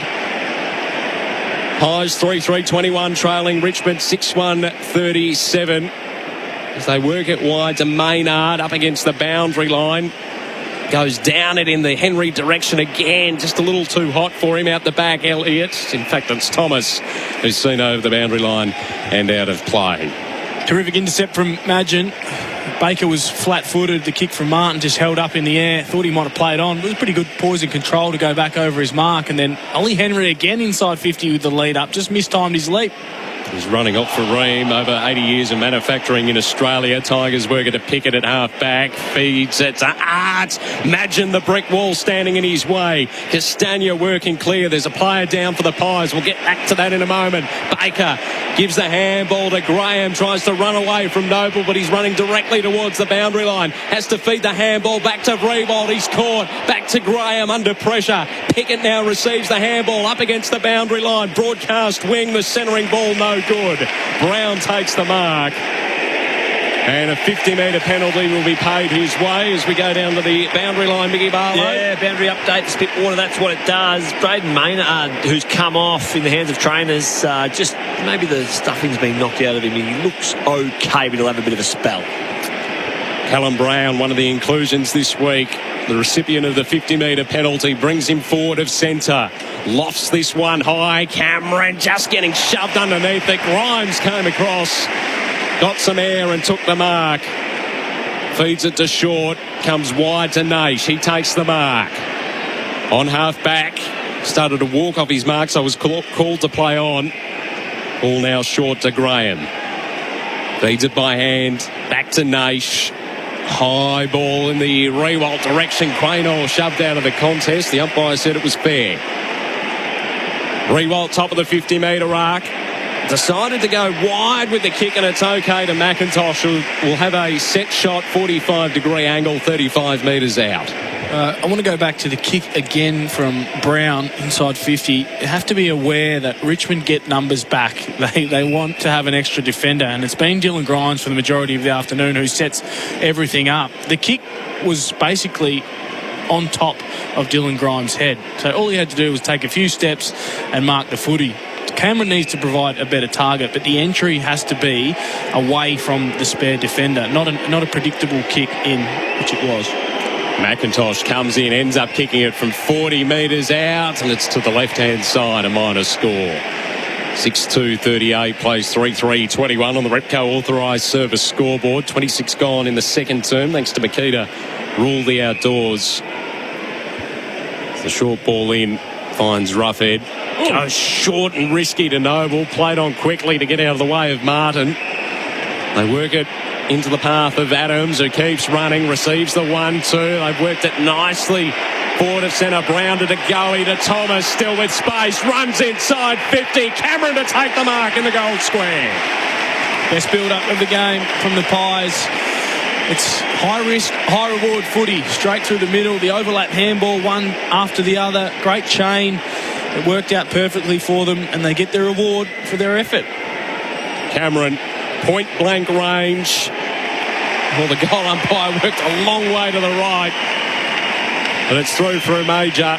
So 4-3-27 plays 6-2-38 on the Repco authorised service scoreboard this afternoon. Our experts for car sales, everything you ought to know on AFL Nation today, Adam Cooney and Michael Barlow. And it was a great build-up. It was all via hand, so it was run and gun between the edges of the centre square from back flank to forward flank. And it was a necessity because they looked up. Taylor Adams had the football, look up, and the Tigers had folded back, and they had a spare 2 to 3 defenders just waiting for a dump kick right into the forward 50 of the Pies. But they worked it. It was a bit risky, but they changed the angles with handball and run and carry. And once you do break the double circles in the middle and open up into grass, it puts that back six under all sorts of pressure, and they have to become accountable, and they couldn't locate their opponents. They've been threatening today, Collingwood. That's one of the few occasions where it's gone right for them. And again, they just chip away at the margin as we head towards half-time. Less than a minute left in this second term. Adams roving the contest. Gets around Chol in the middle. That was clever play from Adams. Inside 50. Henry lurking again. Didn't complete the mark. Short. Put it straight into the path of Myercheck. Bouncing ball in the direction of Grundy. Didn't complete the mark, and the Tigers are able to repel off half-back. Graham going to work it wide in the Lynch direction. Tried to give the fend off to Roughhead. Up against the boundary line. Arts there in support. Will poke it short. The mark will be taken by Collier Dawkins. Got to go in quickly here. Dying seconds. One last crack. Feeds the handball off to Pickett. Long inside 50. Riewoldt the fly and the grab. Takes the mark. Will kick on a slight angle 25 metres out. So disappointing from a Collingwood perspective. Great run and leap. Perfect kick from Pickett. Saw Jack at the back of the pack. And Jack in the box takes the wind out of the sails if you're Collingwood, because Grundy just fumbled. Should have been another inside 50 to the Pies. Tried to give it off before taking the footy. And it comes back with interest the other way. Steadier before half-time for Jack and the Tigers. Hasn't got a major so far this afternoon. Jack Riewoldt comes in, slide angle, kicks from 30 and puts it through. That's a nice little confidence builder heading into the main break at the MCG for the Tigers. 7-2-44. They lead the Pies 4-3-27 on the Repco authorised service scoreboard. For expert car service you can rely on, visit repcoservice.com. An entertaining half of footy. There's plenty of mistakes, plenty of errors. We'll recap all that in the halftime show on the other side of this here on AFL Nation. It's the Tigers 7-2-44 leading the Pies 4-3-27. That quarter on AFL Nation was for Repco Authorised Service. For expert car service you can rely on, visit repcoservice.com. Did you know right now you can get free drinks at Thirsty Camel? All you have to do is join their Hump Club loyalty program and you could be instantly rewarded with $5 off or get your entire purchase for free. That's on top of the great member discounts and rewards, including cashback offers on every dollar you spend, all exclusive to Hump Club members. Best of all, Hump Club is free to join. Just visit thirstycamel.com.au, join and start saving. Membership has its perks. Ends 23rd of July, T's and C's apply. Hydrate responsibly. Tilers, want to win your tiling products for a year? Thanks to Beaumont Tiles and their partner DTH Australia, simply go in-store or jump on iCanWin.com.au. To celebrate 50 years of Macca's, we're bringing back the custard pie and introducing a new birthday McFlurry. Creamy custard pie pieces mixed in with caramel fudge and sprinkles, but only for a limited time. Available after 10:30am. When you're a tradie, time is money.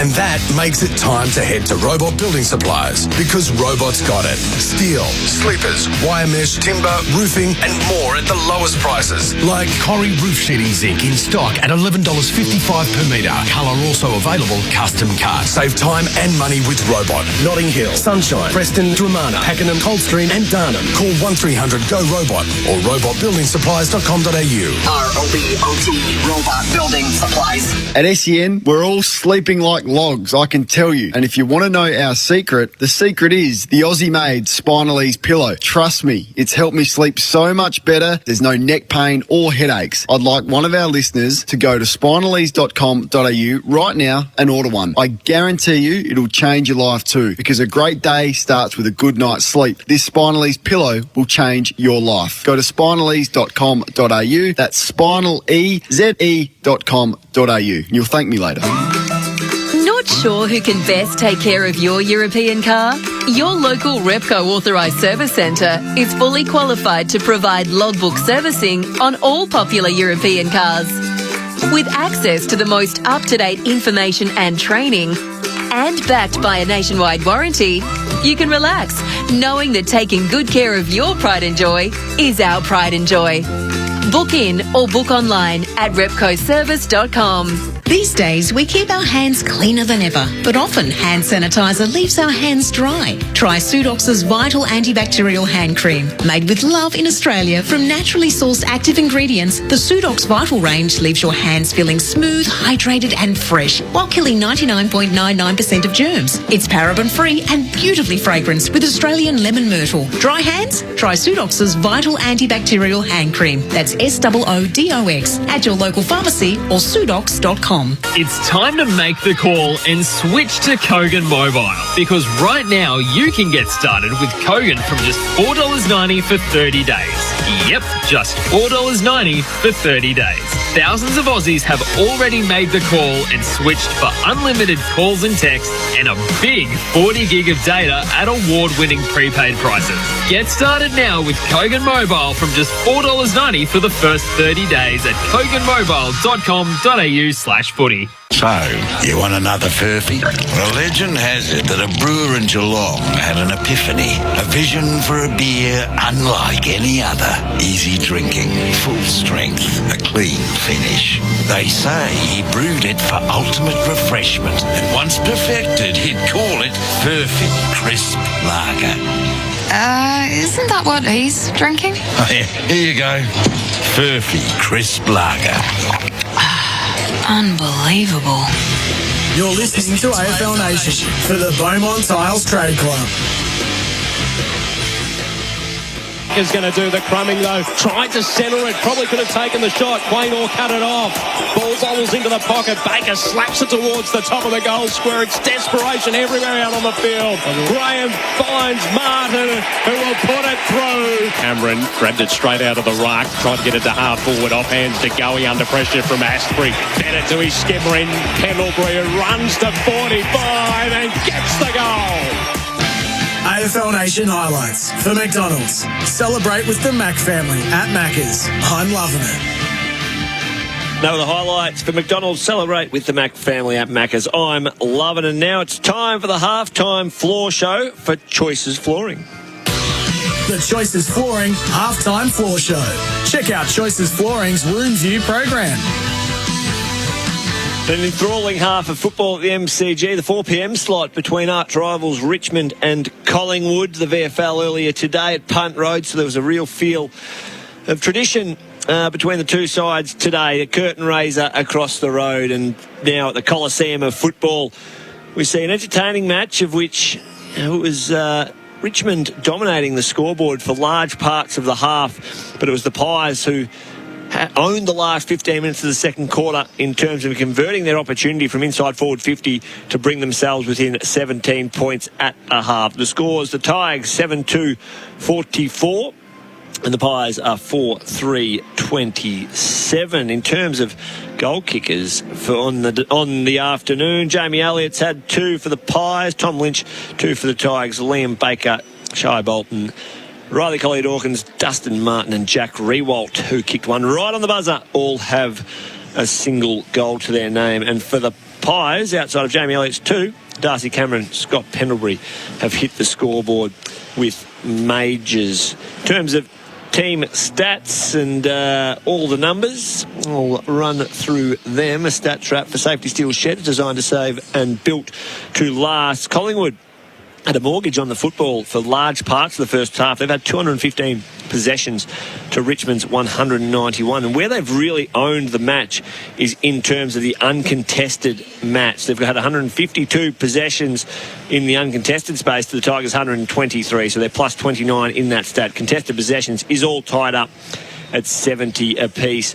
Collingwood have marked the ball 68 times compared to Richmond's 30. So a clash of two styles in terms of the way two teams want to play. Richmond want to keep the ball on the ground, keep it rolling ahead and keep it a bit frenetic, whilst the Magpies are still trying to control the ball like they did under Nathan Buckley, Robert Harvey's short term as interim coach. They're still trying to own the ball and march the ball down the field. Where they've run into troubles, as Adam Cooney and myself have pointed out throughout the first half, is that last kick inside forward 50, which they've really struggled to isolate a good one-on-one matchup or find a free player inside forward 50 to give a clearer avenue towards goal, of which the inside 50 numbers for Safety Steel Sheds, well, relatively even in the end in terms of what they are. 23 for Richmond, 31 for Collingwood. So Collingwood have had the ball in their forward half, and in particular their forward 50, a lot more than the Richmond Tigers, but haven't been able to capitalise. As I mentioned, the last 15 minutes they got to work and were able to hit the scoreboard and bring the margin back within 17 points. Right on the horn, though, of half-time was Jack Rewalt. His goal right after the buzz. When they came from everywhere, the Tigers, they showed a lot of care for each other across the first half, and Rewalt kicked the goal on the siren, and even the 4 players from the bench ran out and joined in the celebration. So they've still got the buzz and the attitude of which they are very well renowned for over their recent dynasty of 3 premierships in 4 years. Running hot for Ream. For Ream, ask your plumber to install a Ream steady, hot and strong. Some of the individual stat gatherers that are burning up the MCG this afternoon into this evening as the lights take full effect over the Auskickers at half-time. Will Hoskin-Elliott has 18 possessions. Jack Crisp with 16. Camden McIntosh with 16. Callum Brown, an inclusion this week for the Pies with 15. Jaden Short, 15. And Bolton for the Tigers with 14. In terms of tackling, there's Taylor Adams is getting his hands dirty. He's at the 5 tackles. Riley Collier-Dawkins has 4 for the Tigers. Some smart plays in the first half for Australian made. It's important to buy Australian right now. And there was a very smart passage of play that led to a Richmond goal throughout that second quarter. It was Dustin Martin's goal. Yes, Dustin Martin gets his name on the score sheet in terms of the major, but Jack Riewoldt, he's not a high possession gatherer, Jack, and he's the ultimate team man. He tapped the ball into dangerous spaces, not once, not twice, but 3 times, with an eventual parry to the top of the goal square, which resulted in the goal to Dustin Martin. Jack Riewoldt, as I mentioned, not a huge gatherer of possessions nowadays. He does have the one major of which he jumped and launched and took a nice mark at half-time. He's only had the 6 possessions, but he's involved himself across the match very, very nicely inside the forward 50. So that is our smartest play for the first half for Australian made. It's important to buy Australian right now. We might come back after the break and continue on with the halftime floor show for Choices Flooring with Adam Cooney and Matthew Cox. You're listening to AFL Nation for the Beaumont Tiles Trade Club. So you want a furphy. It's back in 82. Burrows were down by 6. Right on the siren. The mark of the match. 60 metres out. But he booted that ball so hard it split like an old shoe. The leather went through for 6. But the bladder sailed through for an extra point. And that's how I kicked a 7-pointer to win the match. There's your furphy. Unbelievable. Paracetamol, vitamin D, cough syrup, first aid, fragrance, vitamin C. Chemist Warehouse is making shopping more convenient with its click and collect service. Visit chemistwarehouse.com.au, click to order items, and within 4 hours it's ready to be picked up. It's quick, easy, and best of all, it's free. Click and collect. Try it today. Chemist Warehouse in the middle of our street. The 8-seat Hyundai Palisade is our most spacious large SUV ever, boasting 16 cup holders and 7 USB ports for convenience. The Palisade is also loaded with advanced safety features like blind spot avoidance assist to help keep growing families safe. Your kidults will love it. It's pretty good, I guess. And for a limited time, the Palisade comes with $3,000 of bonus genuine accessories. The Hyundai Palisade, kidult approved. Test drive the Palisade today. Offer won't last forever. Excludes Palisade Highlander. T's and C's apply. At Rolled Vietnamese, we don't mind how you eat as long as it's fresh. We're talking Vietnamese dinner, like Mum made, without the messy kitchen, but all the love. So go on, bite into banh mi, crunch soldiers, slurp pho. Eat bao with your hands. Talk with your mouth full of gai. Keep your elbows on the table. That's how we roll. Rolled, fast, fresh Vietnamese. Download the Rolled app to order now. Timber shortage keeping you up at night? Think steel, think speed, span straight. Invest in Australian-made steel home frames from Steel Frame Solutions. They won't twist, warp or shrink in the Australian weather. Plus, they're non-combustible, recyclable and termite-proof. And they're 100% manufactured locally to suit your project plans. Think steel, think speed, span straight. Steel Frame Solutions. See the steel frames for yourself at steelframesolutions.com.au. Hi, it's Doug the tradie. If you're a tradie like me, you need the correct insurance. It's easy with IMAR. They offer competitive premiums, instant cover and no paperwork. Go online, get an instant quote and pay the premium, or call an expert now on 13IMAR. You'll be covered in a few simple steps and ready to get on with the job. Visit imar.com.au today or call 13IMAR and get a quote, get covered, get working. Now the trade is mate. That's IMAR. Hello, bank. Hey, I've had enough of being treated like I don't matter. I'm leaving. Huh, and where would you go? Athena, they actually help customers pay off their home loan faster. Oh, not Athena again. Okay, look, don't go. We'll drop your rate. Too late. We'll give you a mouse pad. No thanks. And a pen that clicks in 4 colours. I've got that. It's got one in green. See how Athena actively helps you pay down your home loan faster at athena.com.au. Athena, love us and leave us. Standard credit criteria, terms, conditions and government charges apply. Do you hump? You can't ask me that. It's not what you think. Thirsty Camel's Hump Club, where members are rewarded for their loyalty with discounts on their favourite drinks and cashback offers on every dollar they spend. Right now, you could be instantly rewarded with $5 off or your entire purchase for free. Free drinks? I like the sound of that. I thought you would. Join Hump Club online at thirstycamel.com.au and start saving. Ends 23rd July. T's and C's apply. Hydrate responsibly. You're listening to AFL Nation for the Beaumont Tiles Trade Club. Half time, Pies just making their way back out onto the ground, not making their way into the commentary box. They will be soon, Coxie, don't worry about that. We've sent Adam Cooney on a little bit of a mission to get us some party pies. It's a different story in itself. 7-2-44, the Tigers leading the Pies 4-3-27 as we continue our half-time show. The big moments of the first half for Bendix Brakes. Put your foot down with confidence, fit Bendix Brakes. None bigger than right on the buzzer. Jack Rewalt launches, takes a mark and breaks the hearts of the Collingwood faithful. With a goal on the hooter that takes the Tigers out to a 17-point lead, and they all got around him. And they showed an enormous amount of character as they make their way out onto the MCG for the second half. Now, I noticed Trey Rusco is warming up, of which the Party Pies have made their way into the AFL Nation box. Thank you, Adam Cooney, which is great. But yeah, we'll get to that now for the injury wrap for Sudox Pain Relief Cream. Follow the directions for use. Braden Maynard did go down quite heavily on the cusp of half time. He's out there though warming up. Trey Rusco is in his playing Guernsey, so as Will Kelly, I've got the eyes on it. He's talking to Nick Maxwell down there and walking relatively gingerly. Sorry, Adam, as he tucks into that party pie sausage roll at once. So it's quite remarkable. That's the only injury update in terms of for Sudox Pain Relief Cream. Yes, it is. Chol had a minor issue in the opening term, but it's continuing to play out the game, so no issue on that front. The player power ratings for Red Energy is 100% Australian-owned.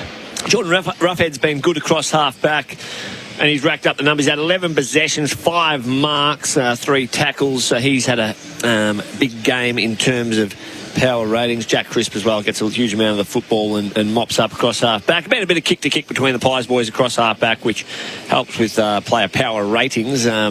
But yeah, Crisp and Roughhead leading the way in that aspect. Well, the unmissable moment from the first half for Drink-wise. You won't miss a moment if you're Drink-wise. Well, the first half, we're still waiting for Sydney Stack to really explode on the match. But I think an unmissable moment, you couldn't have scripted it. You come to the game and you're waiting for the big matchups, and Rioli goes to half-back. Adam Cooney tells me how big of a revelation this is.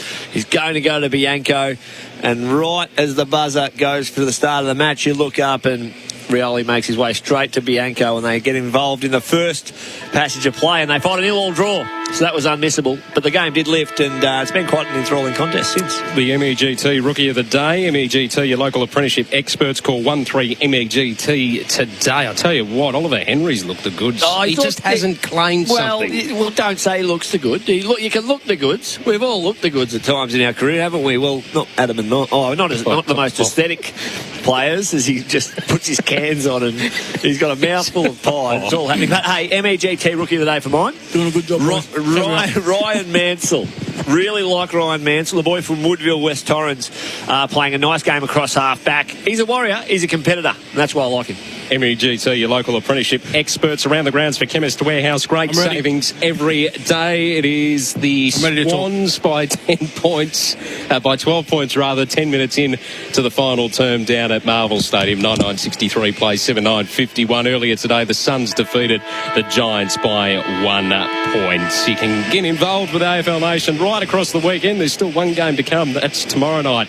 The Eagles take on North Melbourne, and right across the weekend on the Open open line thanks to Southern Phone. Get great value NBN broadband offers from Southern Phone, southernphone.com.au. That was a very nicely done halftime floor show. Thank you, Michael Barlow, who's now just having his own halftime here at the commentary box. Thanks to Choices Flooring, the second half coming our way right now. Adam Cooney, where do you see this one going? Well, Collingwood had +8 inside 50s for the half. They've gone at an efficiency inside 50 of 22%. So they're in this game. They just need to clean up their disposal forward of centre. I love their last passage of play where Darcy Cameron kicked the goal. It was a chain of handballs straight through the middle of the MCG. They've had some good looks at it through the middle of the ground, but then they've chosen to go wide with the entries inside 50. If they can go a bit more direct, they're right in this game. You just got to steer clear of Dylan Grimes. But Richmond's starting to get back to their best football in terms of that forward momentum stuff, scoring from turnover, and Jack looks good forward of centre.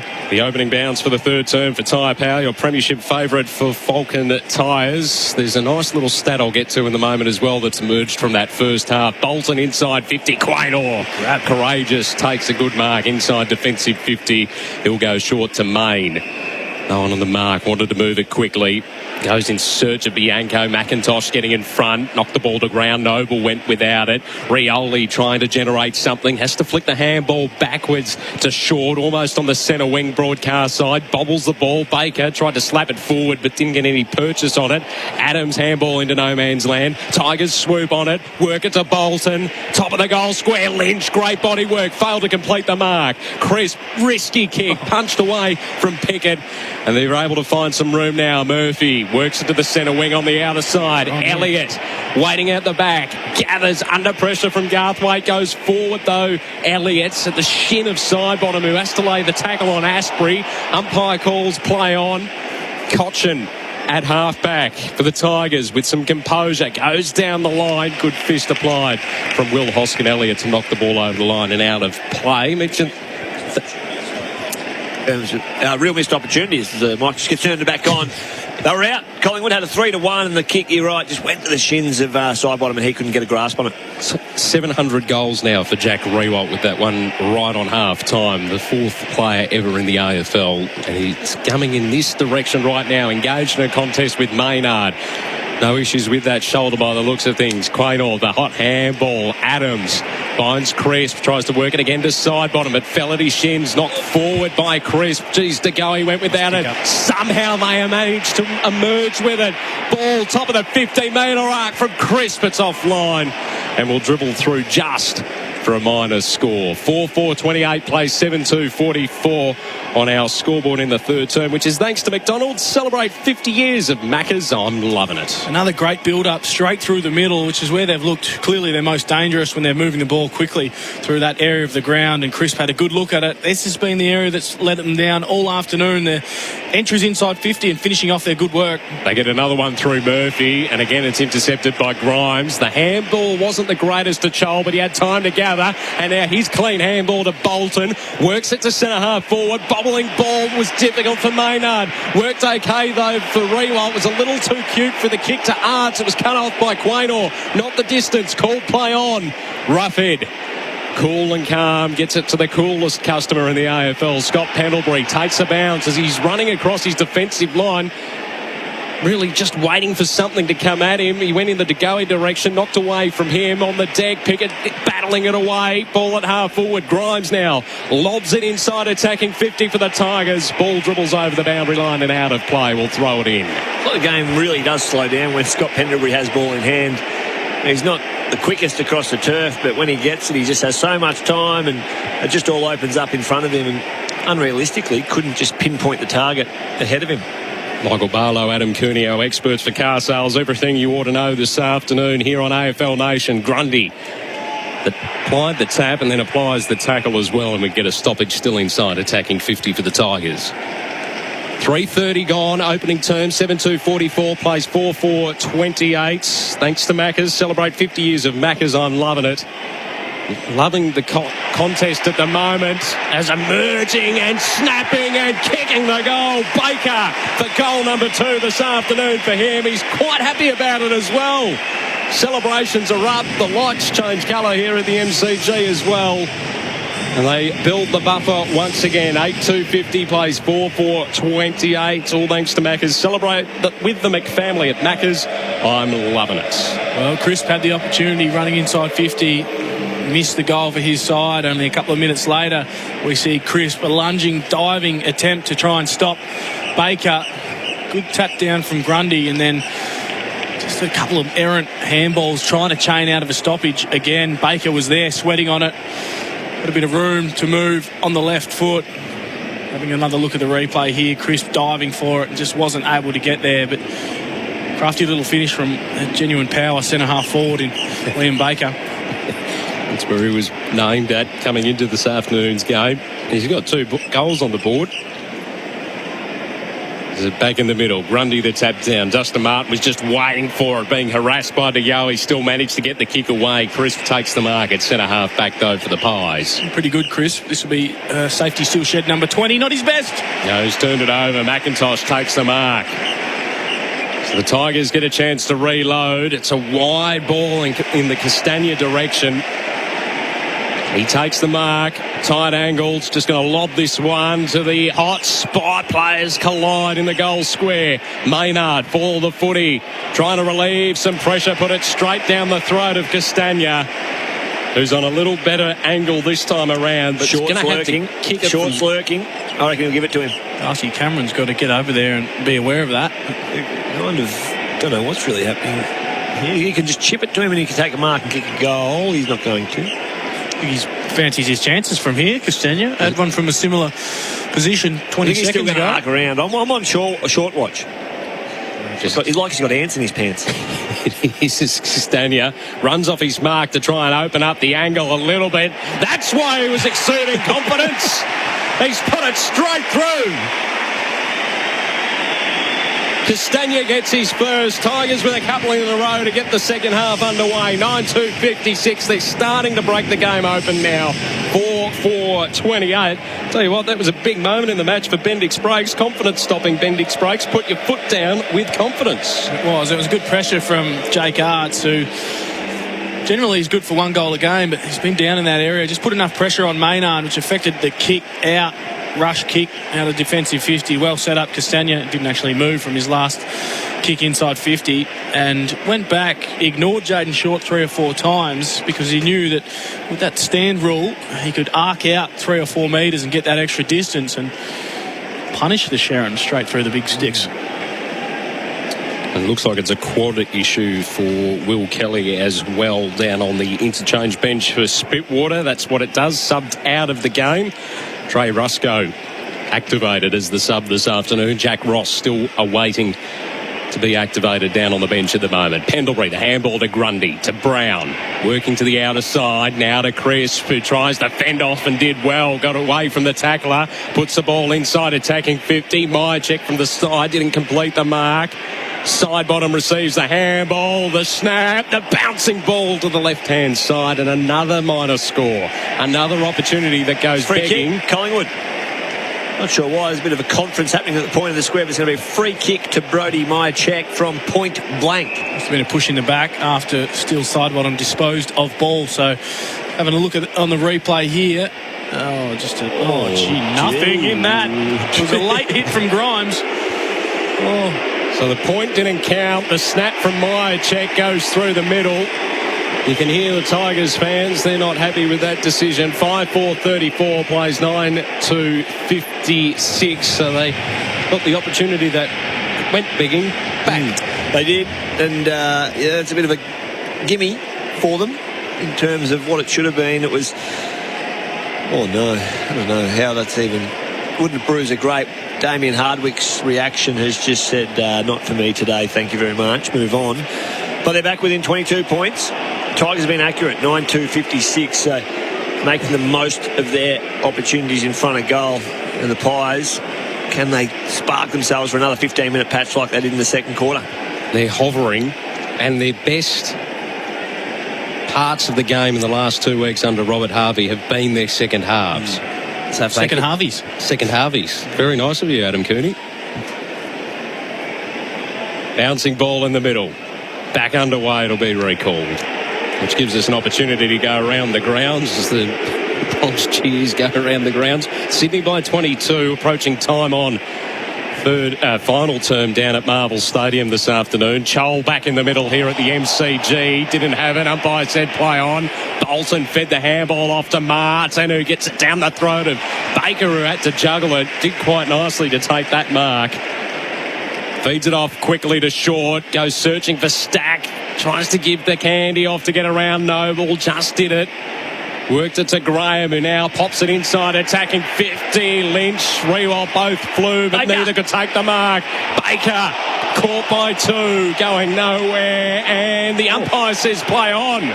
So the ball just emerged as he was shaping to call holding the ball. An absolute eternity to get that out, Liam Baker. He tried to fend off, got tackled by 2 Collingwood players, and umpire just let it go. Oh, Quaynor put it straight into the path of Pickett, who puts it through for the quick response from the Tigers. So from the contest, Quaynor had it. He just tried to deflect it away from the corridor, and it was straight into the path of Marlon Pickett, who scores his first goal of the afternoon. And as I said, the quick reply from the Tigers, 10-2, 62 plays 5-4, 34. All thanks to Macca's. Celebrate 50 years of Macca's. I'm loving it. Scoreboard. 10 minutes into the third term on the Makita. Rule the outdoors clock. An aggressive tap from Brodie Grundy. He knocked it 4 metres directly into the path of Richmond's goal. So that's not where you want to be hitting it, with no genuine midfielder sweeping around. It was Quaynor, who's a defender, looking after his forward, with trying to chase the footy down. But there was just a disconnect between midfield and ruckman there, and the hit was way too aggressive towards Richmond's goal from Grundy. Tell you what's one of my favourite parts of the match day experience. When you see a player kick a goal, the camera follows him all the way back to his position, and the opposition player that's on him always tries to be as far away from the still shot as possible. John Noble would like that moment again. From the restart, Collier Dawkins with the clearing kick to half forward, which becomes half back. The mark paid to Crisp, even though there was a couple that had laid claim to it.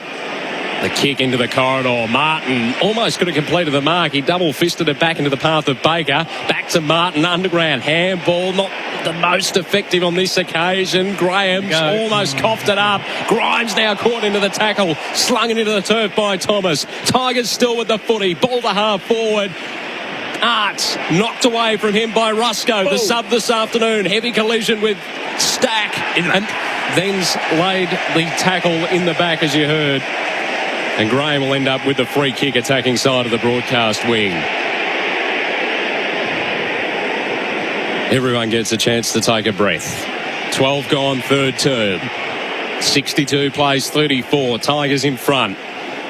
Graham gives the handball off to Shorts. Run himself into trouble. Able to get the kick around Myercheck. Inside 50. Arts almost had it. Lost it. Baker to Rewalt. Bobbled out of his path. Side bottom. Gave it to Elliott, who went searching for Noble. Sydney Stack found it instead. Kept the ball in play. Brown fed it by hand to Noble. The kick towards the centre wing on the broadcast side. Knocked away from Grimes, who got it to Garthwaite. Ball back inside, attacking 50. Chol the fly. Couldn't bring it in. Madgen to Crisp. He'll work it out wide, and the mark will be taken on the outer side by Will Hoskin-Elliott. Half-back flank will go short to De Goey. Still defensive side of the outer wing. Elects to play on. Dangerous. Side bottom. He hesitated and pulled out of the contest because Asprey was coming at a rate of knots. He feeds it back to Stack. Now to Grimes, inside defensive 50. Just great anticipation, Coons, by David Asprey. He read the play. He was able to impact and effectively turn the ball over at half-back. Yeah, he was in a really good position, just floating across half-back. We've mentioned on a number of occasions I'd love to get that one, but just overcooked the kick. Jordan De Goey on that occasion. Shorts kick to the centre wing, cut off by Quaynor, takes the intercept mark on the 45 into the middle, was searching for De Goey, knocked away from him by Graham. Graham lost where it was, De Goey didn't, fed the handball to Thomas, who slammed into the turf and pinned for holding the footy. A slow sweep. It was my first eyes on umpire number 17 with his slow sweep. It'll be John Holworth, I think it is. Short ball to Rioli. Still at centre half back for the Tigers. They lead 10-2, 62 to 5-4, 34 on the Maccas. Celebrate 50 years of Maccas. I'm loving it. Scoreboard. Tigers work into the centre wing out of side.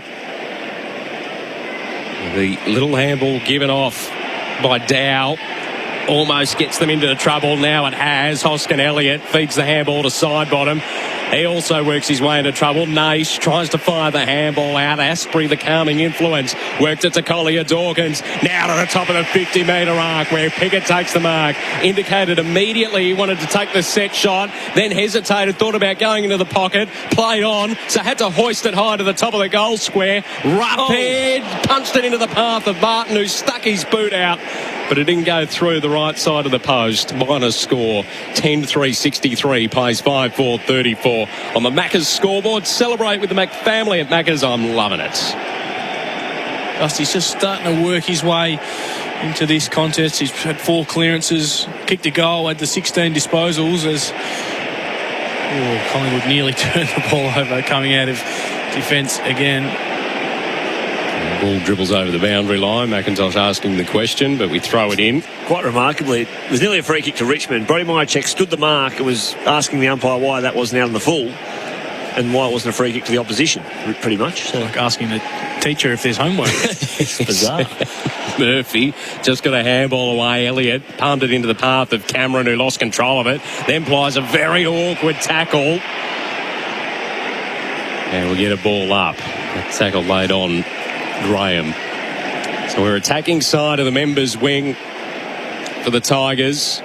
They lead 63-34. High ball to the wing. It's going to be intercepted by McIntosh. We'll feed the ball by hand to Mansell running past. Up and under kick. The fly uncompleted there from Castagna. Quaynor mopping up. The handball too hot for Roughhead.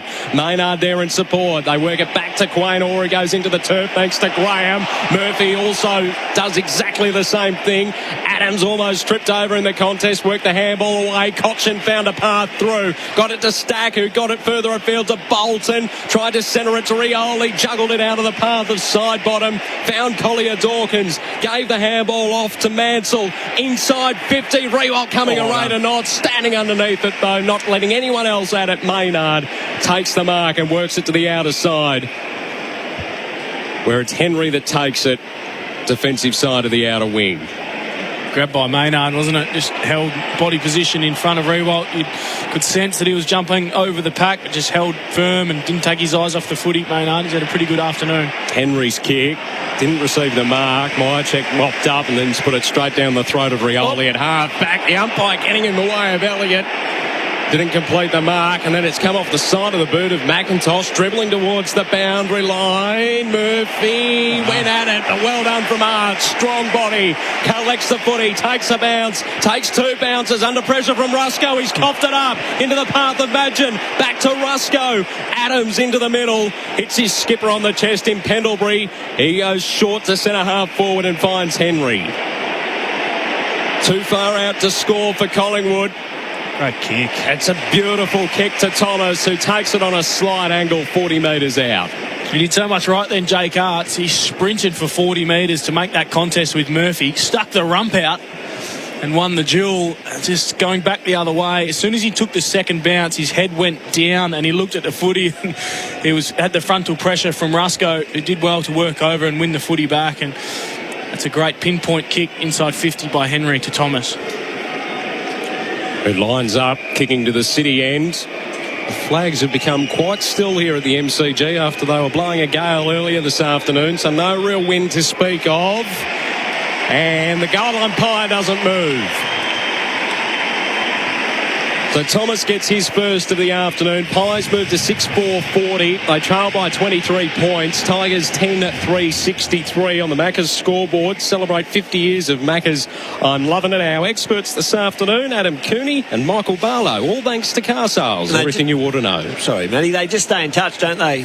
The Pies. It's threatened a couple of times for the Tigers to put a couple on and put this game beyond doubt, but they just hang in there, and as we've alluded to, they're a good second half side, in particular under Robert Harvey, and they'll come and they'll stick with their game plan that they've brought to try and get the result today, and see if they can get the run on in the last quarter. But bridging it at 23 points, love to see a lift out of Tagoe. He's threatened at times today. He's been inefficient by foot, He spent a lot of time through the middle of the ground as he lines up in the centre square bounce on this occasion as well. Around the grounds for Chemist Warehouse, great savings every day. Final siren is blown at Marvel Stadium, and it's a 19-point win to the Sydney Swans against the Bulldogs.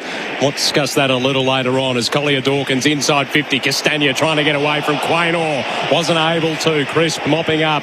Found Madgen. Worked it to Maynard. The non-officiating umpires paid a free kick. It's going to go to Murphy at half-back for Collingwood. They lose 20 metres in distance. Just as they were starting to find some space. Dish the handball off to Maynard. Goes in the De Goey direction. Knocked away from him by Stack. Ball over the line, out of play between centre wing, half forward. Outer side of the MCG, the southern stand side of the ground. Pretty good return from Sydney Stack. He's looked sharp when he's had the footy, hard at it, made some good decisions. He's got some good agility on him too, so been impressed with his return. First game since round 13 last year. Sydney Stack. Grundy won it out of the ruck, went forward with the footy off hands. Brown mopping up, trying to navigate his way through traffic. Finds Elliott, tries to get it further afield. Bianco in trouble with Asprey bearing down. Ball over the line and out of play. The ball to be thrown in, half forward, outer side of the ground. 10-3-63, play 6-4-40 AFL Nation this afternoon from the MCG round 17 clash between the Tigers and the Pies. De Goey roves the contest, sweeps it inside 50, ball bobbling in the goal square. Mansell happy to be collected and taken over the line and into the fence. A smart play. It looked like the ball might roll through from De Goey. I'd love to see him pin the ears back and belt that one through from 55. Jordan De Goey, he's got the distance, but smart, poised play from Mansell. I've enjoyed his game today. The kick coming out of defensive 50 wasn't the greatest. Baker did well. Insufficient. Umpire Stevic, bang. And called beautifully by Michael Barlow. Jack Rewalt not happy. Maynard the recipient of the free kick. Not much to argue about there for Jack. So just the attacking side of the broadcast wing in front of the interchange bench for Spitwater. That's what it does. The update from there this afternoon is the fly from Elliott. Didn't complete it. Henry grappling with it. Pickett there as well. De Goey emerges, pins the ears back, but he's well off target. Been his day. Has summed up his day. Had opportunities. Had the last entry inside 50, and then on the left broke the tackle. He's got to start finishing his work. Jordan, you want big bucks, you got to finish those. High ball again in the Pickett direction, knocked out of his arms by Main, and then's wrapped up, and he's thrown the ball away. Umpire had already called for it. So we'll toss it up almost at half forward for the Pies. His sub has already been activated this afternoon. Trey Rusco into the contest. Will Kelly out with a quad. Up and under kick to Goey. Fists it forward into the path of Pendlebury. Naish got there first. Sweeps the handball defensively. It's okay to Mansell. Worked it to short. The advantage taken for a high free kick that was given away. Into the middle. Dow takes the mark. Little too slow. They had some players out. One of them was Stack. He now has to wait. Slipped at the crucial moment. Main worked it by hand to Crisp. Now to Rusco, short delivery to Brown, not the distance, so called to play on. Rusco receives the handball, tried to work it to Madgen. Centre wing broadcast side. Rusco again follows up. Shrugged the tackle off to Noble, who fell over with Cochin bearing down. And the umpire says, give it to me, I'll ball it up. Centre wing on the broadcast side in front of the interchange bench for Spitwater. That's what it does. There's a little bit in the crowd's reaction there. Thompson Dow took maybe 2 seconds to make a decision on what he wanted to do with the ball. And the Richmond fans, that comes off his shin and goes out in the full. The Richmond fans were up in arms because they want quick ball movement. Imagine if the shoe was on the other foot. The Collingwood Magpies, they take an eternity to put the ball inside forward 50. Adams, high ball, out the back, Asprey. Couldn't lay claim to it. Thomas fed it to Grundy, who's spinning his way through and receives a high tackle and a free kick for his efforts. So he's on slightly worse than a 45-degree angle. Wanted to dish it off, but nothing really being made. Now it is by a Hoskin Elliott, I think it is, or is it Myercheck? It's Myercheck that's taken the mark. In the forward pocket, it's a slightly worse angle, but slightly closer to goal. Could have raffled it. Yeah. Thomas or Myercheck, and For an instant there, I reckon Brody Myercheck thought, I'm going to get a little bit of leverage on top of Josh Thomas here, but looked after his teammate right at the end. He's going to go the left foot snap. No, he's not. The right foot banana in the end, and it's hit the post. That could have been one of our crucial moments of the afternoon for New Farm Australian through and through. Another minor score, 6-6-42, plays 10-3-63, thanks to Maccas. Celebrate with the McFamily at Maccas. I'm loving it. Approaching 24 and a half minutes, third term on the Nikita. Rule the outdoors clock. It's a high ball. Bolton flew and took a good mark. They take the mark and they just go. Hit it to Naish. Wanted to move it quickly. Quaynor and Arts engage. Arts wins out. Feeds the handball to Martin. Almost fed the handball to Bolton, and then's worked it incredibly wide to Stack. Doesn't complete the mark, but time to gather. Centre wing out aside. Short ball to Graham. Knocked away from him by Murphy. Pies with numbers, although the tackle laid on by McIntosh. Is it going to be rewarded? Yes, it is. The Tigers get the free kick. Half forward, Southern stand side of the ground, heading towards the punt road end in this third term. McIntosh told to come around on his mark. Got a couple of numbers in the middle. He's ignoring those and going to go searching. High in the direction of Rewalt. Coming over the top was Murphy. Ball's locked in. Throw it up. Forward pocket out of side for the Tigers. They're 10-3-63, leading the Pies 6-6-42. Approaching 26 minutes in this third term. Pendlebury, Rusco. Either able to extract it. Rusco was laying over the top of it. Pendlebury now with the opportunity. Happy to see the ball over the line and out of play. We'll throw it in. So you to get some dominance and time in forward half. 14 inside 50s this quarter to 8 Richmond's way, so they're starting to even up that count. It's fair dominance in the first half from Collingwood. Grundy down to Adams, who fed it back to Grundy, to Main, to Madgen, still in the back pocket out of side. Now the releasing kick, a high ball intercepted by Dylan Grimes. Turns around quickly, gets it to McIntosh, the diving mark taken just outside attacking 50. Again he awaits. Again they line up in the corridor. And some numbers inside 50. Long ball, Rusco the fly. Chris probably impacted his contest. Lynch almost had the shot, fed the handball straight down the throat of Pendlebury, who found Hoskin Elliott, who finds Madgen at half back. Just got to wait to get the numbers back. They had every player bar one inside defensive 50 for Collingwood. None of the shocking kick. And it was from Cameron, who took that mark at half back. Collingwood still end up with a footy on the centre wing. Bianco works it wide with the handball to Sidebottom, who was running out of room. Got the quick kick away down the line. Asprey impacting the contest to hold the ball up momentarily. Almost they get it away. Elliott now does. Finds DeGoey at attacking 50. Calls a play on. Centering ball to Myercheck. He takes the mark directly in front. 45 metres out.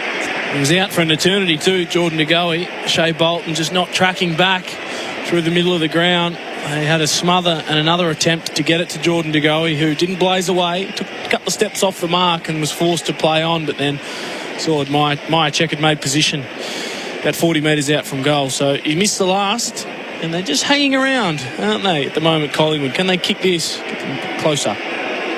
Myercheck lining up for goal number 2. He's pulled that to the left-hand side. Oh, good.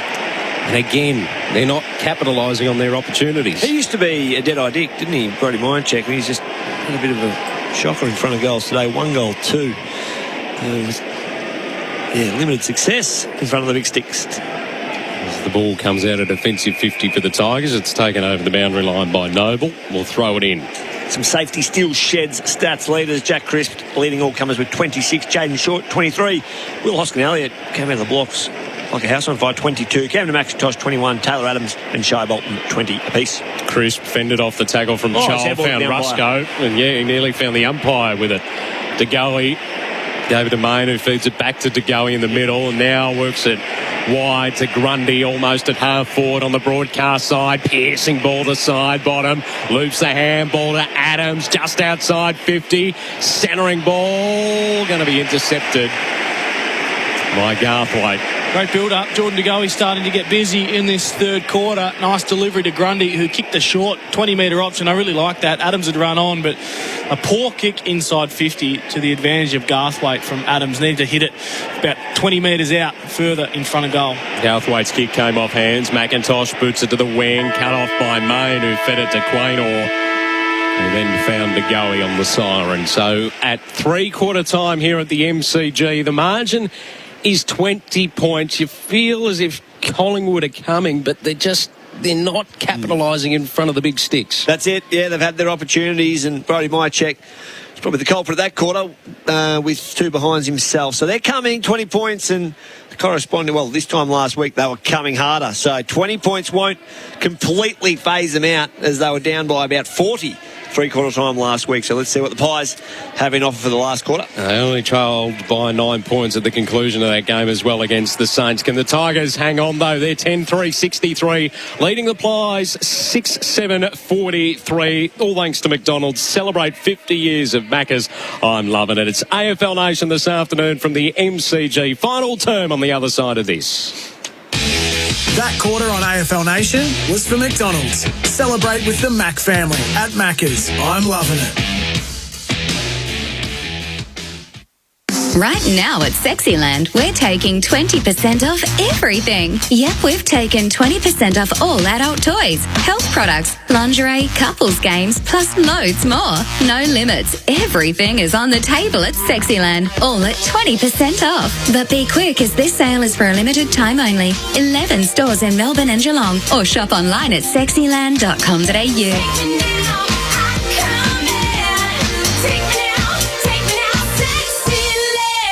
G'day, Kane Corns here. Now, if you wake up with a sore neck or headaches and you snore too much, it's either too much booze or the bloody pillow. I can solve the problem. The Aussie-made Spinalese pillow. I've made the switch to the Spinalese pillow, and I have to say, I love it. And I love the fact that it's Aussie-owned and made. We spend a third of our lives in bed. If you're not sleeping on a Spinalese pillow, well, you're kidding yourself. To order your Spinalese pillow now with free delivery, just go to spinaleze.com.au. That's spinaleze.com.au. Did you know right now you can get free drinks at Thirsty Camel? All you have to do is join their Hump Club loyalty program, and you could be instantly rewarded with $5 off, or get your entire purchase for free. That's on top of the great member discounts and rewards, including cashback offers on every dollar you spend, all exclusive to Hump Club members. Best of all, Hump Club is free to join. Just visit thirstycamel.com.au, join and start saving. Membership has its perks. Ends 23rd of July. T's and C's apply. Hydrate responsibly. Sustained performance in footy is more than just one great game. It's about playing consistently, game after game, season after season. It's the same with your super. Because if you're with Host Plus, you're the super fund with a history of long-term top performance. Host Plus, we go with you. This is general advice only. Consider the relevant Host Plus PDS available at hostplus.com.au before deciding if Host Plus is appropriate for you. Past performance is not a reliable indicator of future performance. Hey, it's Jordan Lewis here. I was lucky enough to win 4 premierships, but I still remember my first game as a rookie. I needed all the advice I could get. So, if you're after an apprenticeship but need the same kind of expert help, you can't go past MEGT. MEGT is Australia's largest and only national apprenticeship network provider, making them your true local apprenticeship experts. With MEGT, a winning career could be yours. So check out their free job board today. Just go to MEGT.com.au or call 13MEGT. Experience heavy-duty performance with the all-new Navara Pro 4X, available now at Werribee, Western and Footscray Nissan, featuring unparalleled off-roading capabilities, including a 3,500-kilogram maximum brake towing capacity. The Navara Pro 4X is ready for a weekend away or to be your workhorse. We have you covered in the West. Be quick, limited stock available. Experience a life without limits by booking in your test drive today at Western Nissan in Caroline Springs, Footscray Nissan and Werribee Nissan in Hoppers Crossing. Tell them Jono sent you. LMCT 8938 and 10856. Hi, I'm Dr. Nick Coatsworth, infectious diseases physician. Over 6 million Australians have taken the next step and received a COVID-19 vaccine. Thousands of GPs and vaccination clinics are currently providing services across the country. It's free, simple, and the best way to protect ourselves and our community from COVID-19. Remember, we're not safe until we're all safe. To find out when it's your turn, visit australia.gov.au. Authorised by the Australian Government, Canberra. Hello. Frank Walker from National Tiles. At National Tiles, we continue to permanently reduce our prices on Australia's most popular wall and floor tiles, like Stone Code, which we've crunched down to just $19.95 per metre every day of the year. You heard right. These ever-popular large format stone floor tiles down to $19.95 every day of the year. But only, yes, only at National Tiles. You're listening to AFL Nation for the Beaumont Tiles Trade Club. But it's straight into the path of Pickett, who puts it through from the quick response from the Tigers. So from the contest, Quaynor had it. He just tried to deflect it away from the corridor, and it was straight into the path of Marlon Pickett, who scores his first goal of the afternoon.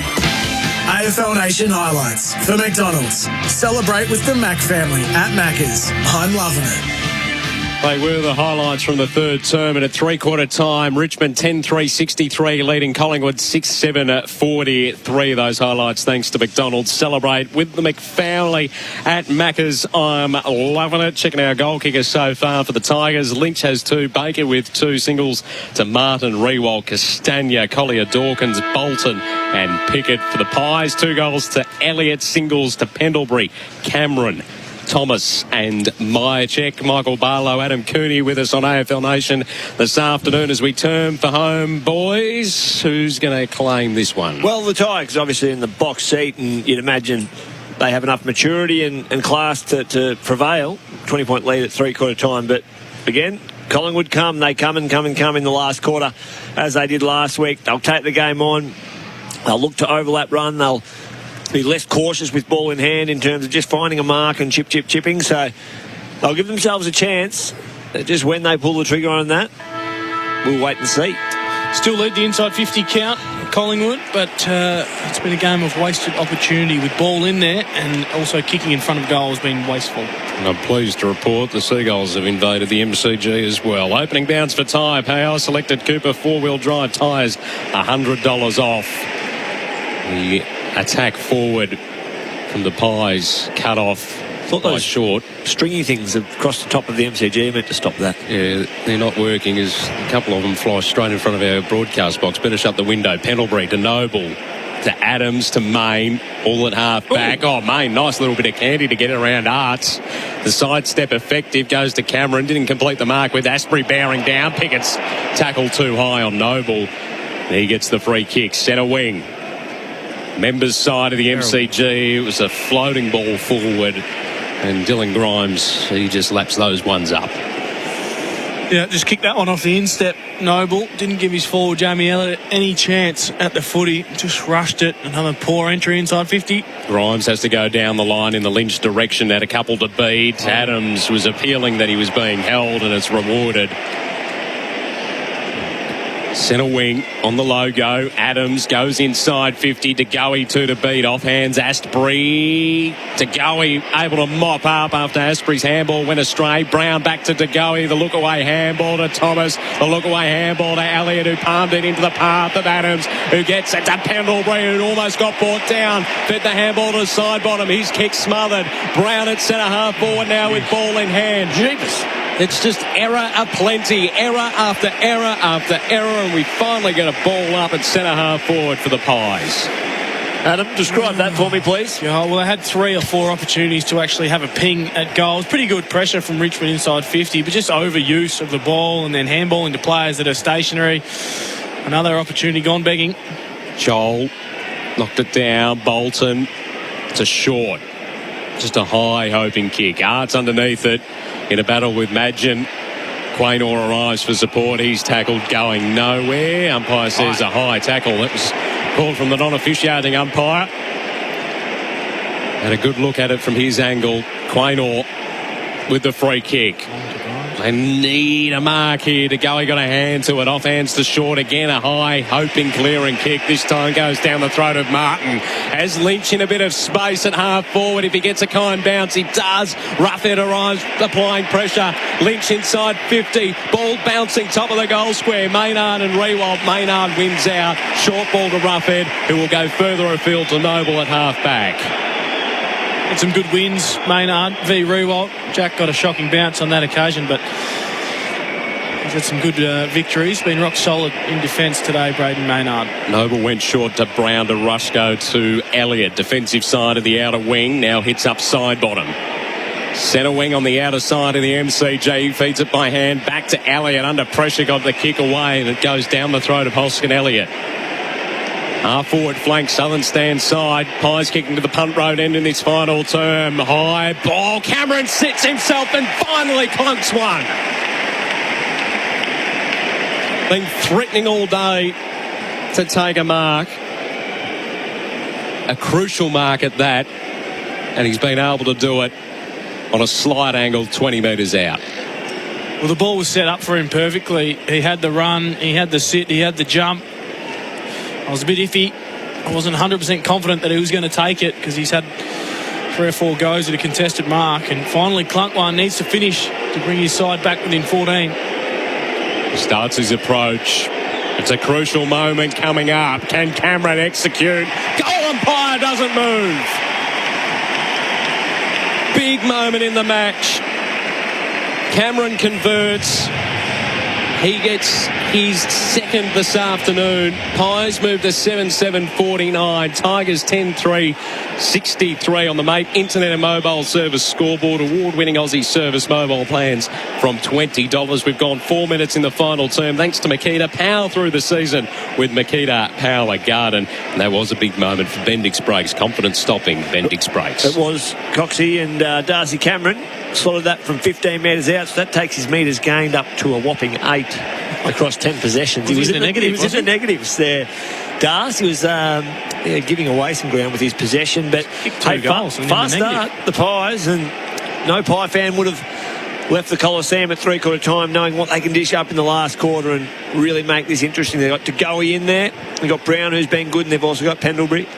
It's a healthy crowd given it's twilight footy on a Sunday. The MCG. Cochin clearing kick inside 50, coming late. Rewalt didn't complete the mark. Graham worked it to Castagna, cut off by DeGoey inside defensive 50. The ball turned over. Cochin releases Bolton, who snaps, and it goes out on the full. Free kick to go the way of the Pies inside defensive 50. 10-3-63 plays 7-7-49. Thanks to Mate Internet and Mobile. Short ball now to Maynard. Half back out of side.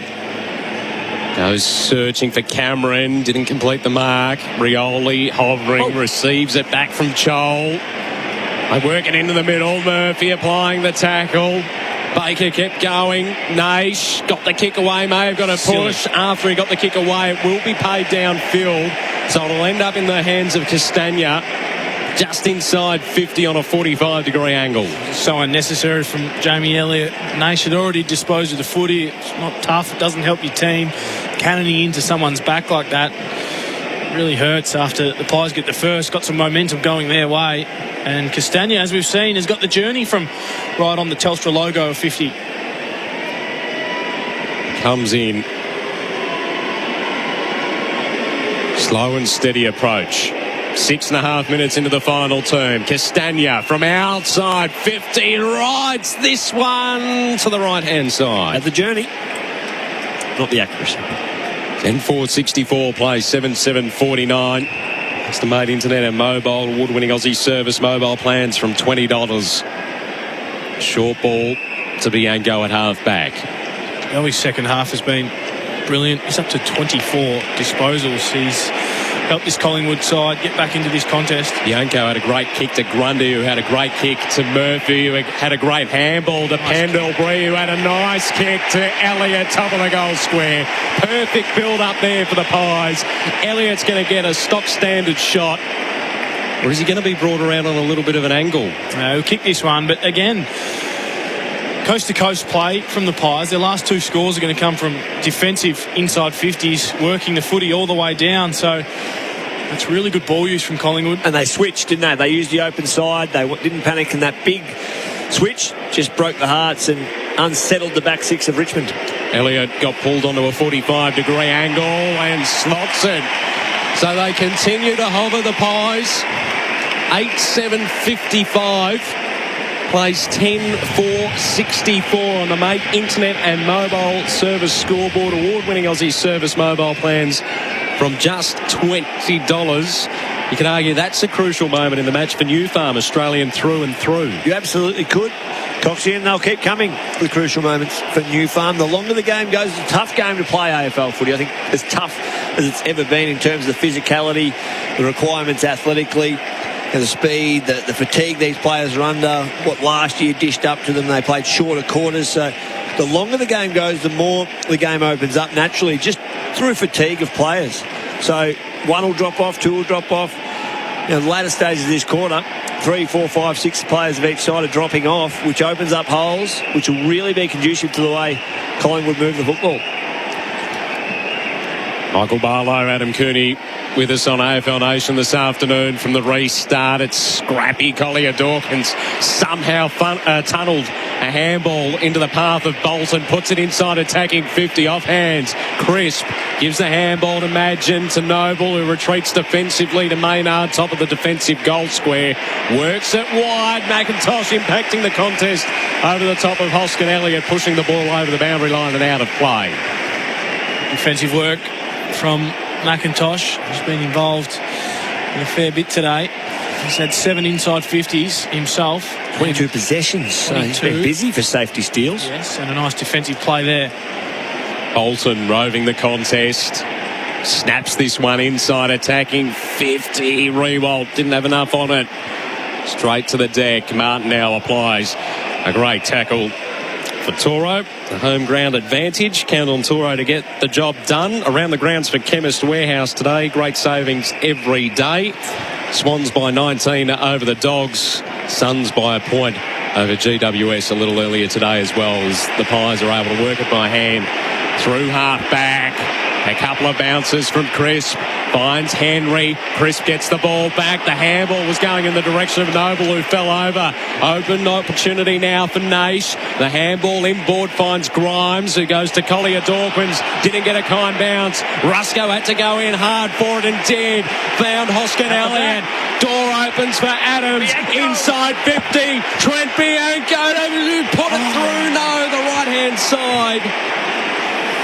Minus score for the Pies. 8-8-56, plays 10-4-64, margins 8 points at the MCG. What was he thinking?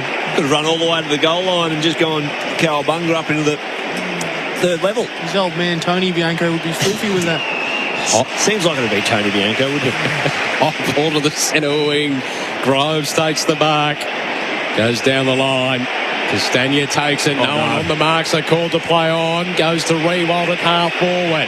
Up against the boundary line. And the calling, you can hear the crowd. Lynch was out the back. He's going to go in that direction anyway. Top of the goal square, though. Hoskin Elliott's going to punch it through for a rush behind. Well, the crowd are upset because Jack could have turned quickly and kicked it to the top of the square where Lynch had position on Brodie Grundy. So Roughhead tried to impact the contest, which left Jack out the back, and he just needed to turn then, was a bit too cautious with ball in hand, went on the left, and it gave Hoskin Elliott enough time to come over and punch the ball through. 10-5-65, plays 8-8-56, thanks to Mate Internet and Mobile. Pies have worked it to half back. Henry goes in the Noble direction, was being confronted by Mansell, but still takes the mark. Approaching 12 minutes, final term on the Makita rule, the outdoors clock. Noble's kick short to Henry's good. Give it. Yep, that's it. Does just that. Back to Noble. Drives it inside, attacking 50. Stacking front spot. Punched away from him by Pendlebury. Baker now caught. And the umpire says we're going nowhere. I'll ball it up inside, attacking 50. 31 now. Jack Crisp. He's leading all comers on the safety steel sheds stat sheet. And some good drive from half back from him. Ball padded into the path of Adams. The handball too hot for Pendlebury. The umpires picked out a high free kick, and it's going to go the way of Adams. He hasn't kicked the ball particularly well today, Taylor Adams. He's had 8 clearances, 27 disposals coming up. This is a genuine Bendix Breaks big moment here. Confidence stopping Bendix Breaks.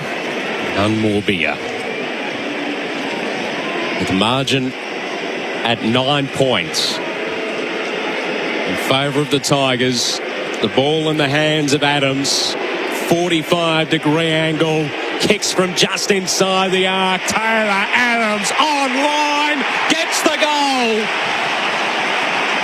Margin cut to 3 points at the MCG. 9-8-62. Plays 10-5-65. That's all thanks to Mate Internet and Mobile, award-winning Aussie service. Mobile plans from $20. We're 13 minutes into the final term. Thanks to Makita. Power through the season with Makita Power Garden. Our experts this afternoon here on AFL Nation, Michael Barlow and Adam Cooney. Thanks to Car Sales, everything you ought to know. Yeah, he's been a team driver for a long time for the Pies. Missed a lot of footy with an injury earlier in the year. They love having him back at the source. He's a clearance king. He's had 9 tackles for safety steel sheds. So he's been in everything. And the longer the game goes, he just throws his body in. They're right for the picking here, yep, Mick, Richmond. Collingwood have all the momentum here, just 3 points the difference. It's theirs to lose from here, I reckon. So 3 points. Some inexperience in the Richmond centre bounce as well. 65 plays 62, and it started with Pickett going up in the ruck. Cameron applies the tackle. Ball going nowhere. Umpire was shaping, let things go, and Brown emerges with it. Ball inside 50 again for the Pies. DeGoey in a whistle takes the mark over the top of Garthwaite and will line up slightly worse than a 45-degree angle, 35 metres out. It was just strength in the contest from DeGoey and also the midfielders to wrench it out. I thought it was going to be a stoppage. Collingwood players through the middle of the ground. You mentioned that experience. Pickett in the ruck against Cameron. Just extracted it from the bottom of the pack, and a great kick inside 50. To put them in front as we cross the halfway point of the final term. Jordan DeGoey nails it. Pies in front by 3 points at the MCG. 10-8-68 plays 10-5-65 on the Mate Internet and Mobile Service scoreboard. 15 gone, final term on the Makita Rule the Outdoors clock. Well, Jack said during the week that they're a bloody good football side and you wouldn't want to play them on the run home. Well, they've got 9 minutes and 21 seconds to show what they're made of in season 2021, because they're out of the 8. They've been struggling. They've lost their last few.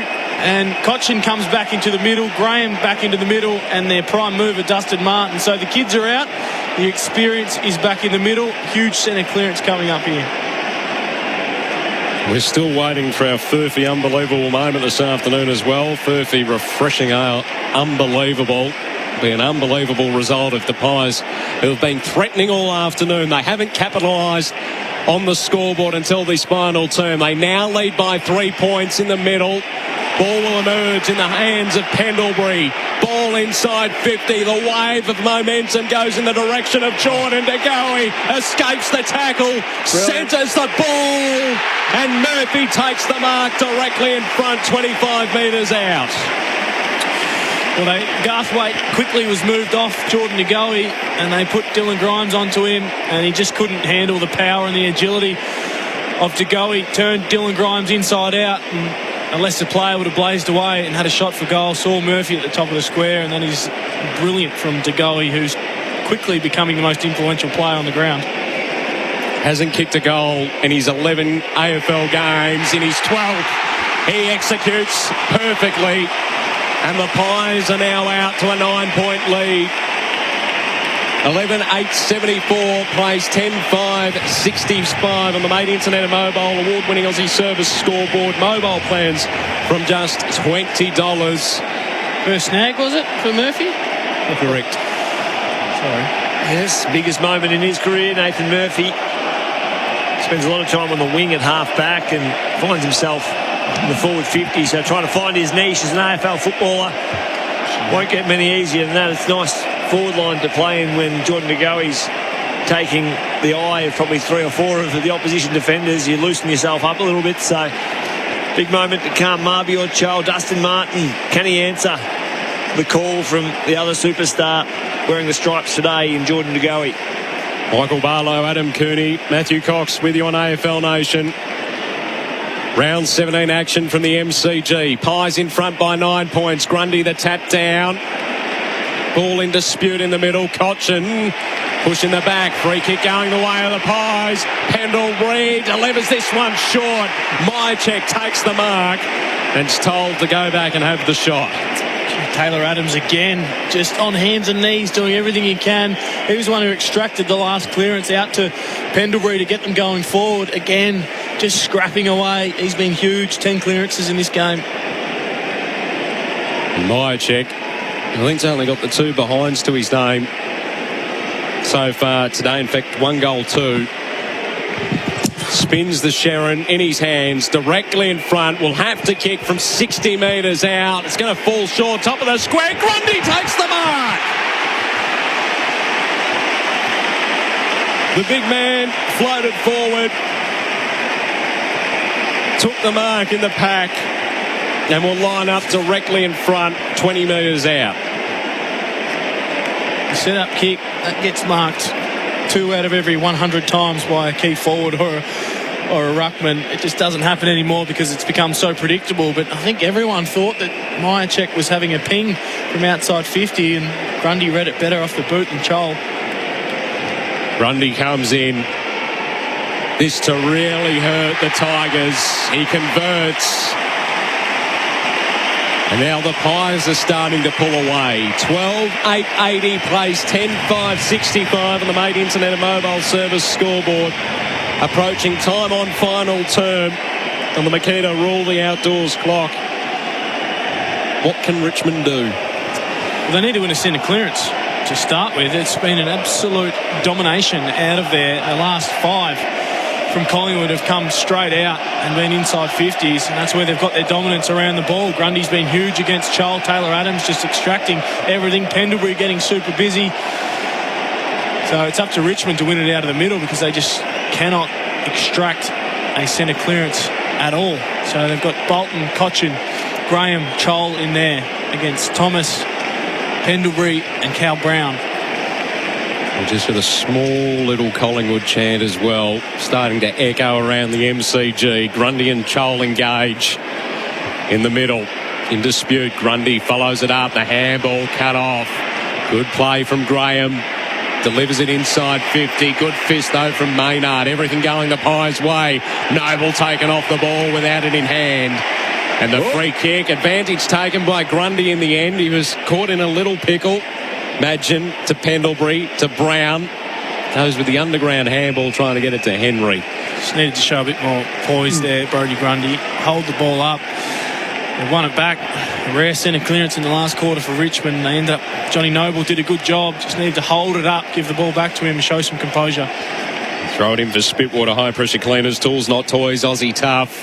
Elliott roving the contest. Ball nearly Falcon Noble. Thomas mopping up. Feeds it back to Elliott. A burst of speed through the middle. Delivers it perfectly to Cameron. Oh, that's 50. Still inside the centre square. Not paid. So we go inside 50. Pickett did well in the contest and releases a kick long in the Lynch direction. Ruffhead got a fist to it but went to ground. Lynch mops up. Rusco on his hammer. He evades him, does Lynch. High ball in the Rewalt direction. Maynard impacted it. Rewalt enough in the contest to take the mark. Goes short to Madgen, who will work it to the broadcast side where he finds Noble. Still inside defensive 50. Short ball to Grundy. Half-back members side. 10-5-65 plays 12-8-80. Pies in front. We're into time on now in the final term. Grundy goes short to Crisp. Still inside defensive 50. 28-7 marks this quarter. Safety still sheds in the way of the Pies. Crisp's kick to the line is going to be knocked over and out of play after Myashek failed to take the mark. So throw it in. Uncontested possession, 18-60. Yes, so they've just stacked it on this quarter in terms of possessing the ball. But it has been the trend the whole of the first three quarters. Richmond have been able to hang in. But now it's starting to become too much for the Tigers.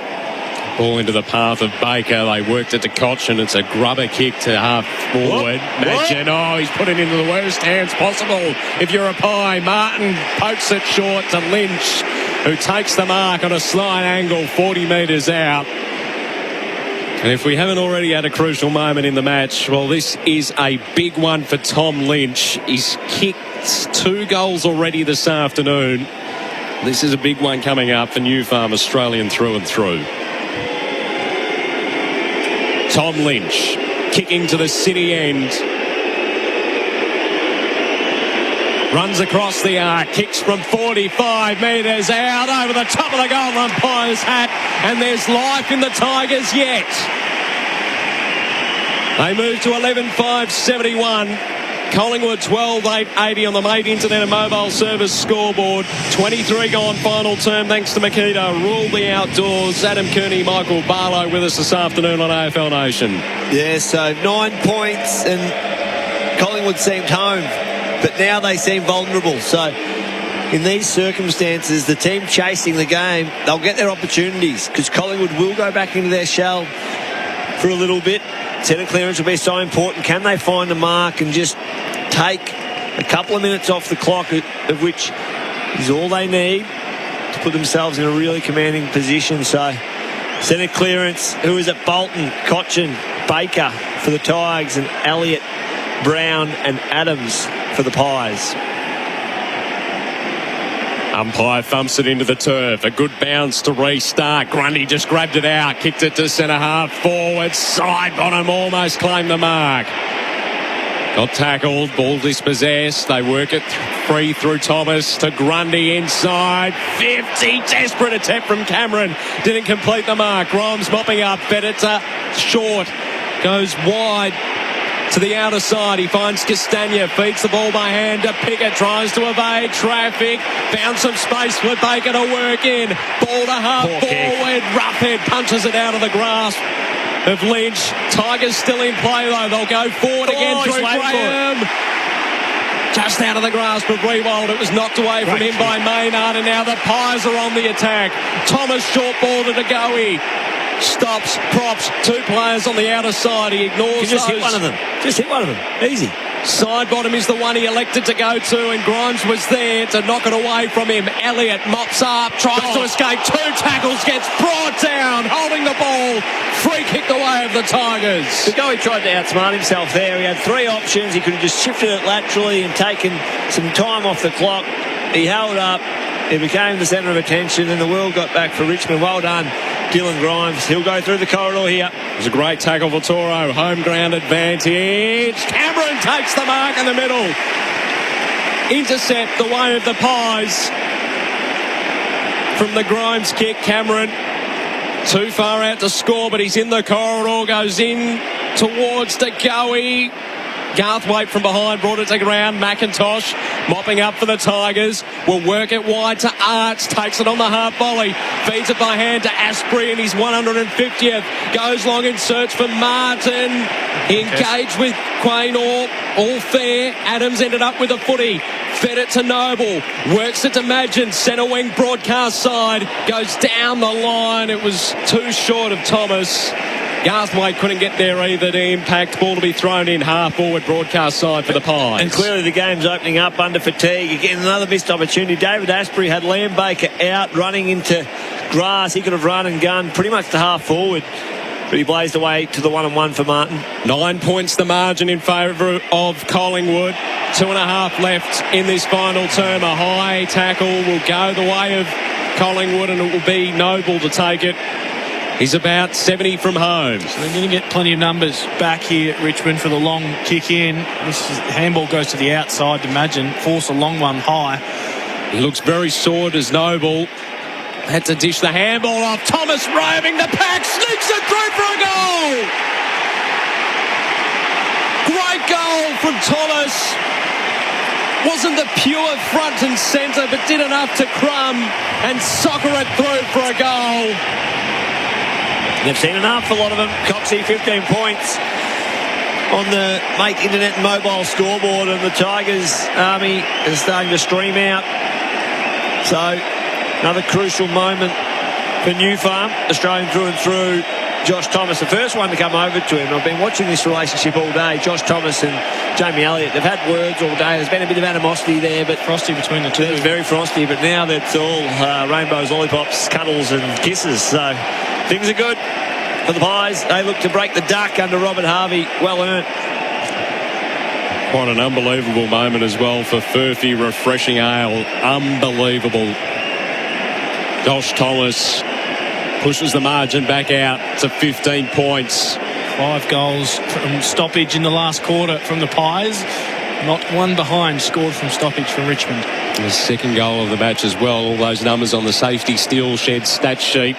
Tigers try to work it forward. Graham takes it on the half volley. Oh, he's coughed the handball up to Adams inside 50. Henry takes a nice one-handed mark. Half forward, Southern stand side of the ground, and indicates he's got a fair bit of confidence in his kicking. He's just happy to take 30 seconds off the clock. He could just chip it sideways here to Brody Mychek as well. But now they're telling Brody Mychek to go back and be the +1. Stop trying to chase kicks. Kick on the right boot will fall in the goal square. Cameron had about 4 to beat. Ball gets knocked out the back and through for a minor score. So the Pies move to 13-9-87. They lead the Tigers 11-5-71 on the Made Internet and Mobile Service scoreboard. And with just over 60 seconds to play, it's just about done and dusted at the MCG. Asprey works it to Arts. Centre wing, dish the handball off to Graham. Goes to half forward. Lynch impacted the contest, didn't take the mark though. Mychek kicks it out on the full. And a free kick to go the way of Bolton. Played on immediately. Launched it to the top of the square. Rewalt the fly. Came to the fall of the ball. Noble worked it by hand. They find Quain Orr, who puts it straight down the throat of Bolton, who will chip it into the corridor, but had too much on it for Naish. And Scott Pendlebury takes the mark in the harder defensive 50 for the Pies. Kicks it short to DeGoey, who's happy to soak up the clock now. At centre half back. Great second half from Jordan DeGoey. He lit up for the Pies in the third and fourth term, as has Taylor Adams. Scott Pendlebury been brilliant through the middle of the ground and some sort of effort to get themselves back into this contest and win it. I haven't heard this chant as there's a free kick to be paid the way of Adams on the centre wing. Collingwood break the duck under Robert Harvey. They beat the Tigers by 16 points in Sunday afternoon footy at the G. They know how to play the game. Side by side they stick together to uphold the Magpies' name. See the barricades are shouting as all barricades should. Oh, the premiership's a cakewalk for the good old Collingwood. 13-9-87 Collingwood defeating Richmond 11-5-71. 3 goals to Jamie Elliott, 2 to Darcy and Thomas, singles to DeGoey, Pendlebury, Adams, Murphy and Mychek. The goal kickers for the Tigers, 3 to Tom Lynch, 2 to Baker, singles to Martin, Rewald, Castagna, Collier Dawkins, Bolton and Pickett. Importantly for Robert Harvey, he gets his first win as the interim coach of the Collingwood Footy Club. Collingwood forever. They know how to play the game. Side by side they stick together to uphold the Magpies' name. See the barricades are shouting as all barricades should. Oh, the premiership's a cakewalk for the good old Collingwood. Collingwood by 16 points, and the question marks start to get bigger for the Tigers as well as we start to debrief this here on AFL Nation. Our post-game begins. Adam Cooney, Michael Barlow. How do we assess that one? Well, the Pies have done it again in terms of storming home and looking less than flattering or desirable for large parts of the match, but they give their fans something, don't they, in terms of something to believe. They would walk away last week from the performance against St Kilda thinking, why can't we play like that for at least 3 quarters, like they played in the last quarter? And today they probably shifted it up to 2.5 quarters and got a result against an underwhelming Richmond. So they stayed in the match, and it was weight of possession, wasn't it, Coons, in terms of uncontested marks. They dominated the clearances the longer the game went, and eventually that weight just told on the Richmond Tigers, and essentially Richmond had more passengers than Collingwood across the 4 quarters. Well, it was plus 24 in contested possession, plus 86 in uncontested possession. They were absolutely smacked out of centre bounce in the last quarter. Richmond, they just could not get the ball out of there, and it was the ease in which Collingwood were able to float through from centre bounce and get scores off the back of it, which was the reason why Richmond lost this game. Once they had the momentum, Collingwood, it is really hard to stop any team, but there was just too much for a Richmond side who have been to the well over the last 4 years, and it looks like it's starting to dry up. So where was it then for the first 3 quarters for Collingwood? They kept pushing, they kept grinding away, but they just couldn't convert on the scoreboard. Yeah. Is that purely what went wrong for the first 3 quarters? Well, I think, it's just that last entry inside forward 50. And probably like 2 to 3 seconds is an eternity in AFL football. And especially when they got the ball between 60 metres and 90 metres, they would turn and be very considered in what was next, and potentially they're overthinking a little bit. On the other hand, you see Richmond, when they get the ball past halfway, it's just automatic. What do? Turn. What have I got? Yeah, I've got an open player there. I'll kick it to him, or handball it to him, and away you go. So that last entry inside forward 50, which, again, I called it early, Coons, so I was a bit ahead of the game in terms of fatigue. The fatigue opened the game right up for the Pies in the last quarter, and that last kick and the composure they had compared to Richmond entering forward 50 in the last quarter just it was the difference in the end. Yeah, Jagowi was huge, I thought, in the second half. Grundy got his hand to everything and started to work Marby or Chol over. Finished with 22 disposals, certainly ran him into the ground. Taylor Adams on the bottom of every pack, extracting it, and then you get the ball to Scott Pendlebury on the outside and good things happen. Braden Maynard's job on Jack Riewoldt was superb, I thought. They got some good use out of their back half from Chris, some good run and gun, and look, they had plenty of opportunities in the first half, as you mentioned. It was Mick. It was just that last kick inside 50 and the finishing work, which left a little bit to be desired, but they got it together, and in the last quarter particularly, and they really dominated Richmond. So where to now for the Tigers?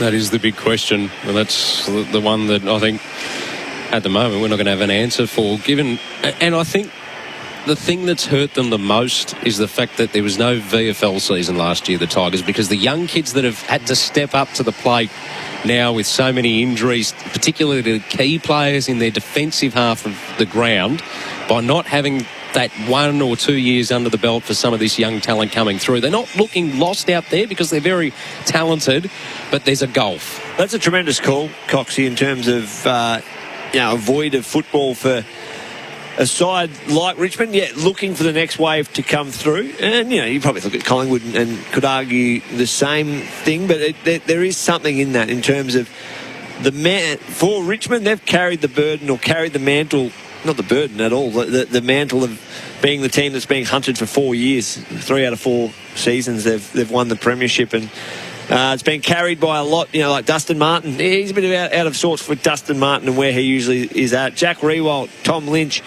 So that just adds up, and the responsibility needs to be shifted, and the guys coming through are just tying their bootlaces up on that a little bit as we speak. We'll hopefully head down to the rooms in a moment to hear the song fair to suggest, given it's one of the old rivals for the Collingwood Footy Club, they'd be pretty happy to belt this one out. So we'll try and take you down to the rooms very shortly. They've only just departed the ground here at the MCG. So we'll begin our awards while we wait that. We'll start with the Furphy Unbelievable Moment for Furphy Refreshing Ale, born in Geelong. Unbelievable. Just near where Coons lives. Geelong. Unbelievable, isn't it? Furphy Refreshing Ale. What is it again? Batesford. Batesford. It's got a horror in it. It's good. It doesn't sound like the most aesthetic joint. You're not welcome down there. What did you say? Not unwelcome? You're very unwelcome.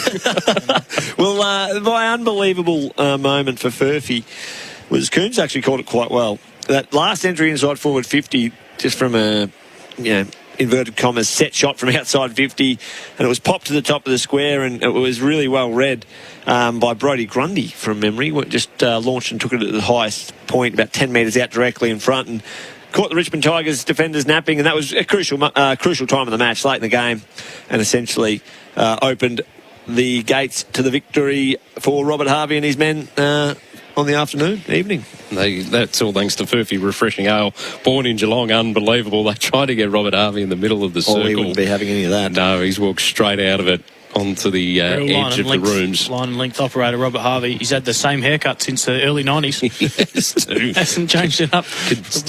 Consistency.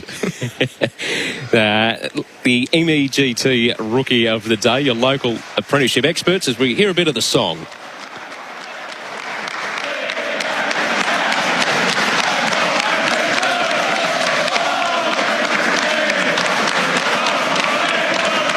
Could hardly hear them belting it out because of their rapturous applause, given that they can't link arms to arms at the moment. What a massive day for the Pies. Keep their social distancing, of course, because they have not gone anywhere near each other for the last 2 hours, so you better social distance at the end of the game. Nor are they going near each other now, congratulating each other. So now they hug each other after being 1.5 metres apart for the song.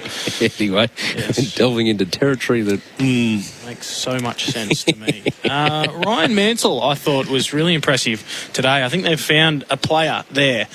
He was hard. He provided some really good contest work and some good rebound defending and running off. So I thought he was had a pretty good afternoon. Henry showed some spark and some glimpses of brilliance. Took a nice one-handed grab in the last quarter. And I think he might be a player too. He's one of those players that just finds pockets of space inside 50. But I think Mansell was pretty impressive today. And he's always happy to take it on too, from what we noticed from Henry. Even though he wasn't clunking, particularly in the first half, he was always willing to go at it. His dad Thierry said that he wants him to take the game on. Say that again? His dad Thierry said he wants Now, Coxie, we've just got to validate. Coons has worked, I think it's 16 days in a row. Yeah. This is uncharted. Yes. He's never done this before. And he's got tomorrow off? We've got tomorrow off. So what are you going to do? He needs the day off. So we've got 10 minutes left. I'm going just to get us through 10. Go home. Get us through 10. 84 beers, and I'm going to try and stay up for the Euros final. Right, that's the way to go about it. I need a vodka Red Bull to get me through. Drink responsibly, of course. Yeah. MEGT is supporting employers and apprentices for over 40 years. The goal of the game this afternoon for Instant Windscreens. Broken windscreen? Call Instant Windscreens 132 444. You can do the rest, Mick. No worries. He's just nodded off there in the back. He's been good. He's been really good to the company. So anyway, the goal of the game, Josh Thomas late in the game, keeping it very, very recent. Just a little check side along the ground dribbler to seal the game. Again, the moment of it and the difficulty, and then his mate came over, Jamie Elliott. They celebrated together, and it was just a really heartwarming moment. After a couple of sprays from each, they were back and forth to each other throughout the game. Goes home tonight, exhausted physically, mentally, and he has no voice left because he was arguing with absolutely everybody out there today, including his own teammates. The crucial moment for New Farm Australian through and through. I'm going to say that the crucial moment was the Cameron goal in the fourth quarter to bring it back to 14 points and really give them a sniff in the contest. And geez, they were away from there. You felt if they didn't convert that, then I think they would have started to lose a bit of hope and confidence, and it would have just tore them apart. Yeah, given crucial. It was very crucial. Crucial moment, that one. It was. Thanks to New Farm. The tackle or tackler of the game for Toro, the home ground advantage. Count on Toro to get the job done. He does it every week, and he's a warrior, and he's a spiritual leader. He's not the captain of the football club, but I reckon he will be very, very soon. Taylor Adams for Collingwood was my Toro tackler of the game because he had double digits in the tackle statistic line. Are you going to put him in your votes, Taylor Adams? That means I'm doing the votes, does it? Correct. Just to look away. Just make sure you put him in there. That's people all I'm would saying. think that we are, we plan this a couple of days in advance, which we do talk, and we're quite adapted. We adapt to each other's lifestyles, but we 2 minutes out from doing the votes, we decide who does the votes. You can do them. Digging a bigger hole as we go. Bendix breaks big moments. The confidence-stopping Bendix breaks. There's fingers going everywhere in here. I reckon the Bendix breaks big moment was when Jordan De Goey took a very, very good contested mark, went back and put the Pies in front, and the Magpie Army lifted, as did Jordan De Goey in the second half. I thought he was good. Maybe slides into Mick Barlow's votes today as well. Put your foot down with confidence. Bendix breaks. Michael's furiously going through his phone trying to get the stats.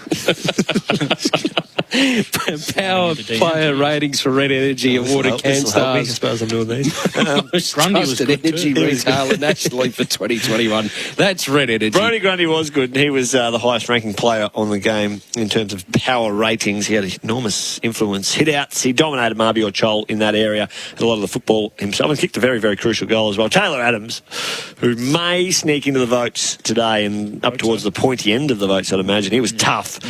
He was our tackler of the day, had a lot of football, and was also involved highly in the player ratings. The sustained performer for Host Plus, we go with you. Rinse and repeat. Taylor Adams just kept going, kept driving his team back into the game despite the lapses from some of his teammates. He was a consistent performer across 4 quarters. Shout out to Scotty Pendlebury as well, who, when he goes back into the middle of the ground and got the ball forward of centre, they just looked a completely different team when he has Sharon in hand. Host Plus, official superannuation partner of the AFL. The unmissable moment for Drink Wise. Choose to drink wise. You won't miss a moment if you drink wise. Don't have anything written down for this. That's terrific. Just when the boss texts you and says you have a good day on the call. 16 days into the shift. Oh, no. That's a good stuff. But the other Mr. I was waiting, and I called it in the pre-game around Sydney Stack having a moment. And he didn't have any moments that were unmissable in the end. And they've got a few of them at the moment that are just going and trying to find a way, and a couple coming in and out, a bit of revolving doors in terms of selection. But in terms of an unmissable moment, I think Jordan Roughhead, he had a couple of big moments in terms of one-on-one contests with Tom Lynch. It was an intriguing battle across the afternoon. And he just stands up. He's unfazed, and he's incredibly reliable, is Jordan Roughhead for the Pies. The injury wrap for Sudox Active Muscular and Joint Pain Relief Cream follow the directions for use. Will Kelly was subbed out of the match, we believe, with a quad issue. That's what's being reported on Twitter. So he went out of the game at half-time. Trey Rusco was activated as the sub. It's a clean or relatively clean bill of health for the Tigers, which is a positive given their current injury list concerns. Marby Chol did come off in the opening term but played out the game quite strongly, so you'd think that there'd be nothing wrong with him, and it proved quite crucial because for the period of time that he was off the ground, their depth was being tested in the middle, with Pickett having to do most of the ruck work while he went missing. Absolutely. Can you just discuss with Coons on that as I just get I'm just scribbling down my 3, 2 and 1. We're not scribbling, but I'm just going through my head if I've got in the right order. What do you reckon, Coons? Well, Jack Crisp had a pretty good game. He had 10 intercepts for the match. More impact on the game. Braden Maynard also had 11 intercepts. In terms of score involvements, he had Pendles with the game high double figures with 10. He was terrific. 18 contested possessions for Taylor Adams. Jordan De Goey with 12, I thought, turned the game for them. Grundy with 40 hit-outs was terrific. Dylan Grimes was rock solid in the back half as well. So there's a lot to choose from there for you. And while you're making your final decision there, Michael Barlow, the ladder for United Forklift and Access Solutions. No forklift is as tough as a cat forklift from United. So with still one game to play in round 17, the Eagles and North Melbourne tomorrow night over at Optus Stadium. The night footy. Top 8 looks like this. The D's are now a game clear in front of the Bulldogs after their loss today to the Swans. The Cats move into 3rd position. The Lions drop down to 4th, a game behind the Cats and the Bulldogs. They're level, but in front on percentage over Port Adelaide. The Lions, the Swans are going behind them. And then you've got the logjam at the bottom part of the 8. So the Dockers are in 7th. They're equal on points with the Eagles, with, of course, one game to play tomorrow night, who are also level with St Kilda. The Giants, 2 points behind, had an opportunity to leapfrog all of those sides. They sit 10th. The Bombers lurking. Richmond have now dropped to 12th, level on points with the Bombers, but their percentage is worse. The Blues, 13th. Suns, 14th. Pies up into 15th on the ladder. Crows dropped to 16th. Hawks and North Melbourne round out the ladder. All right, get the drum roll ready. Before we do that, a quick Sudox injury wrap. Connor McKenna looks like he's going to be out for the best part of 12 months after doing the tib-fib break. Snapped his leg in this fight with Dustin Poirier today. So anyone can laugh. Conor McKenna or Conor McGregor? Conor McGregor. Did I say Conor McKenna? I think you may have. I wouldn't make a mistake. Coxie again. 16 days in a row. It's unchanged. Cook my brain. Conor McKenna's okay, though. He's playing a bit of... Tune in to Coxie tomorrow morning on the Tradies Hour at 5. Yeah, that's good. That's an early start. I might call up, actually, when I'm watching the Euros. Yes, please do. The votes. Here we go. Now, hey, Coots, yeah? What's wrong? Is it unreasonable to have 3 Collingwood players in when they're down by 20 points? I had my 3 players were Collingwood. Yeah, and that's where I've landed. No, I think a really consistent performance across the 3 quarters. Had 33 possessions. A huge amount of football, 10 marks, and was very, very good across half-back. Jack Crisp, he gets the 1 vote. Jordan De Goey changed the game. Second half, I probably at some stage, half-time or just afterwards, we were a bit... pessimistic about his output and his influence on the game, and he's got 2 votes, Jordan De Goey. And 3 votes, Taylor Adams. Huge performance, 31 possessions, 10 tackles, and a swag of clearances, 10 clearances also, so 3-2-1. Not bad. Thanks to Safety Steel Sheds, designed to save, built to last. Very impressive performance at short notice too, Michael Barlow, I'll just say. Pat on the back. Well done to you, Coons, for making it through after your big couple of weeks on Brecky Radio, and enjoy the day off tomorrow. Courage comes in all forms. It certainly does. Adam Kearney, Michael Barlow with us this afternoon here on AFL Nation. That's been the post-game show for Beaumont Tiles. Win tiling products for a year at iCanWin.com.au. It was the Pies this afternoon, 13-9-87, defeating the Tigers 11-5-71. Earlier today, the Swans defeated the Bulldogs. The Suns defeated the Giants up in Ballarat. One game to come on AFL Nation this weekend. It's the Eagles and North Melbourne tomorrow night. But from the MCG, it's bye for now.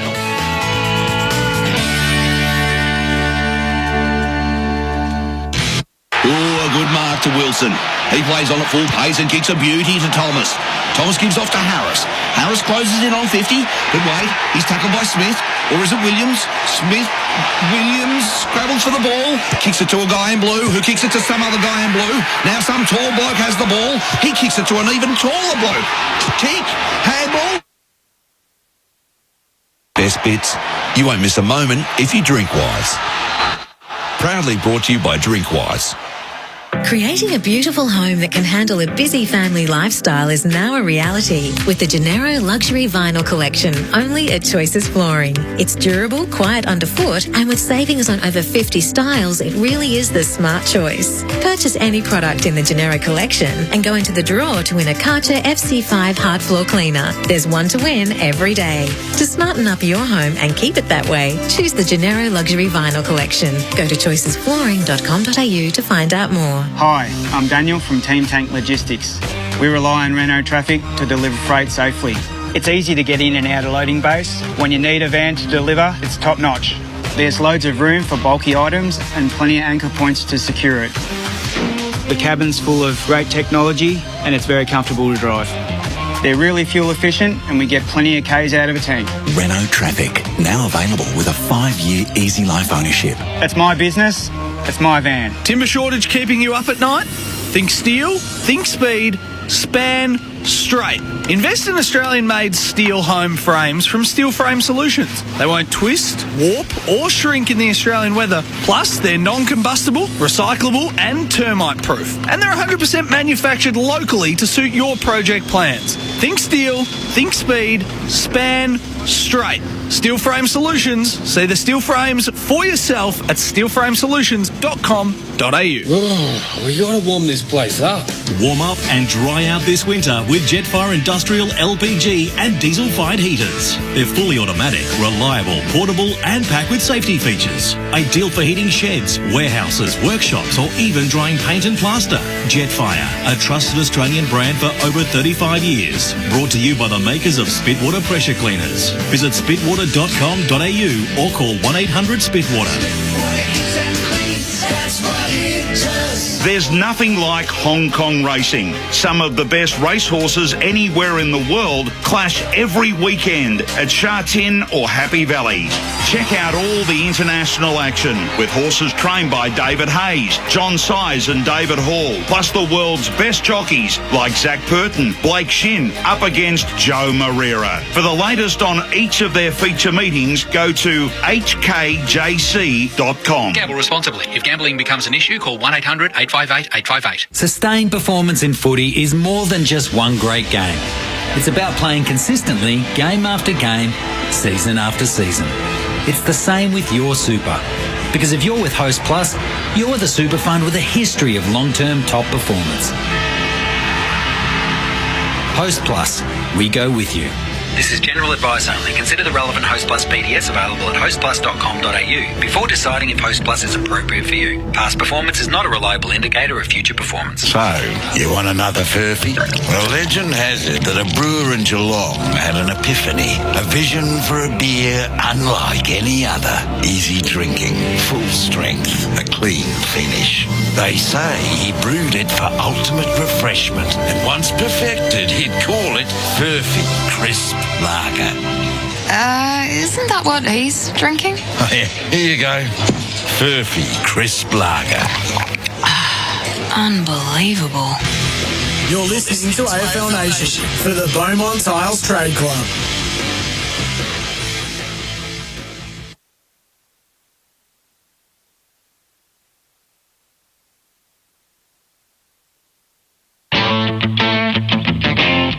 Live on SEN.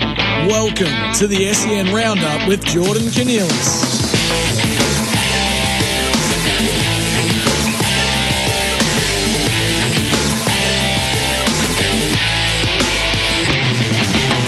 Good evening. Welcome to the SEN Roundup. Jordan Cornelis with you here on SEN. What a day of football that was after what was a pretty underwhelming day yesterday, let's be honest, of football, where all the games, well, most of the games felt like they were about 10 goals the margin, including Friday night. Today, we had a much better day of football. We had some upsets as well. We had a 1-point game to start off with. We had Sydney upsetting the Dogs, and we had then Collingwood upsetting the Tigers. The results today: the Giants 9-10-64 lose to the Gold Coast Suns 10-5-65, a 1-point win for the Gold Coast Suns. The Western Bulldogs 8-12-60 lost to the Sydney Swans 11-13-79 at Marvel Stadium. The Swans 19-point winners against the top of the ladder Bulldogs coming into the round. They are not that anymore, but they were between last week and this weekend. And then just then, as you heard on AFL Nation, wonderfully called, of course, by Coxie, Coons and Barlow, 11-5-71, Richmond to Collingwood, 13-9-87, 16-point win, come from behind from Collingwood. And then one more game to come tomorrow, West Coast and North Melbourne. That's at 7:40 p.m. Eastern Time over in Perth at Optus Stadium.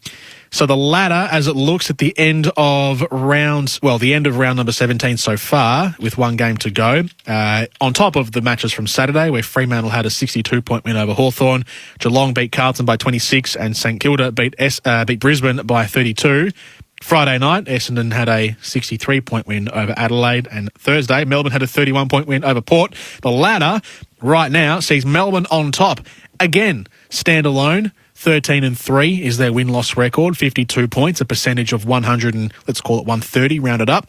Western Bulldogs 12-4, the Cats 12-4, separated by a percentage of about 18%.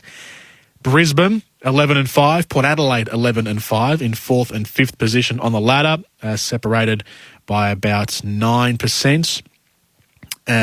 Sydney 10-6 now on the ladder on 40 points, so one game behind both Brisbane and Port Adelaide on 115%. Fremantle into 7th after their win against the Hawks yesterday, 8-8 on a percentage of 97.3. West Coast at 8-7, so on the same points as Fremantle, but have a game in hand with their match tomorrow, 95.3%. And then the bottom 10, St Kilda 8-8 as well. They are 11% behind Fremantle. Sorry, as you can tell, I'm trying to do the maths in my head while looking at the ladder. The Giants are 10th, 7-8, and 1 with one draw. Essendon are 7-9. Richmond are 7-9 as well, and their percentage is inferior to the Bombers. So the Bombers on 103, the Tigers on 99. Carlton are 6-10 in 13th. Gold Coast are 6-10 in 14th. Collingwood are 5-11. Adelaide are 5-11, 15-16. Hawthorn in 17th on the ladder, 4-12, and North Melbourne 2-12. The Coleman Medal at the end of round 17. Oh, beg your pardon, one game to go. Harry Mackay had 2 goals yesterday against Geelong, so he's on 48 goals. Taylor Walker didn't play this week, so he's on 41 still. Josh Bruce kicked just the 1 goal today against the Swans, so he's on 40. Those are the 3 players 40 or above. The next best, Ben King, after he was scoreless earlier today against the Giants, so he stays on 38. Likewise, Tom Hawkins, he was goalless for the first time this season in a match yesterday against Carlton, so he's on 37. Jack Riewoldt, 36. Toby Green moves up to 35 with his 3 goals in a losing performance against the Suns today. And then Lance Franklin and Aaron Norton both on 33 as well. That's about the top 10-ish. There you go. That was your Sunday of football. You can give us a call, 1300 736 736. You can send us a text, 0433 98 11 16. Thanks to Temper, a mattress like no other. Coming up on the program, as we normally do on a Sunday night, we'll recap the round so far with Nick Negropontis. We'll chat to BP later on as well, Brett Phillips, to preview the Wimbledon men's final coming up between Novak Djokovic and Matteo Berrettini from Italy, and recap last night's extraordinary performance from Ash Barty to beat Karolina Pliskova to be the first Australian female to win, the first Australian woman to win or to make a final at Wimbledon since Yvonne Goolagong did it back in 1980. So 41-year drought broken by Ash Barty in an amazing performance. We'll do that later on with Brett Phillips on the program. Your calls, 1300 736 736, as I said. In the meantime, so the matches today, we had a 10-point or a 10-goal game yesterday, Hawthorn and Freo. We had 2 5-ish goal games. Geelong over the Blues, and St Kilda's upset win over the Brisbane Lions. Isn't it funny how this week we were talking about, and rightly so, all of those really close matches, or evenly billed matches heading in to this week. We had Port Adelaide and Melbourne on Thursday night, which turned out to be a pretty good game, and Melbourne got the win. That was not an upset, but I guess an important win for Melbourne, given they had been a little poor in the last month or so, just dropping a few results here and there, not looking as sharp as what they did in the first half of the season. But they get that win, and they especially get it away in Adelaide.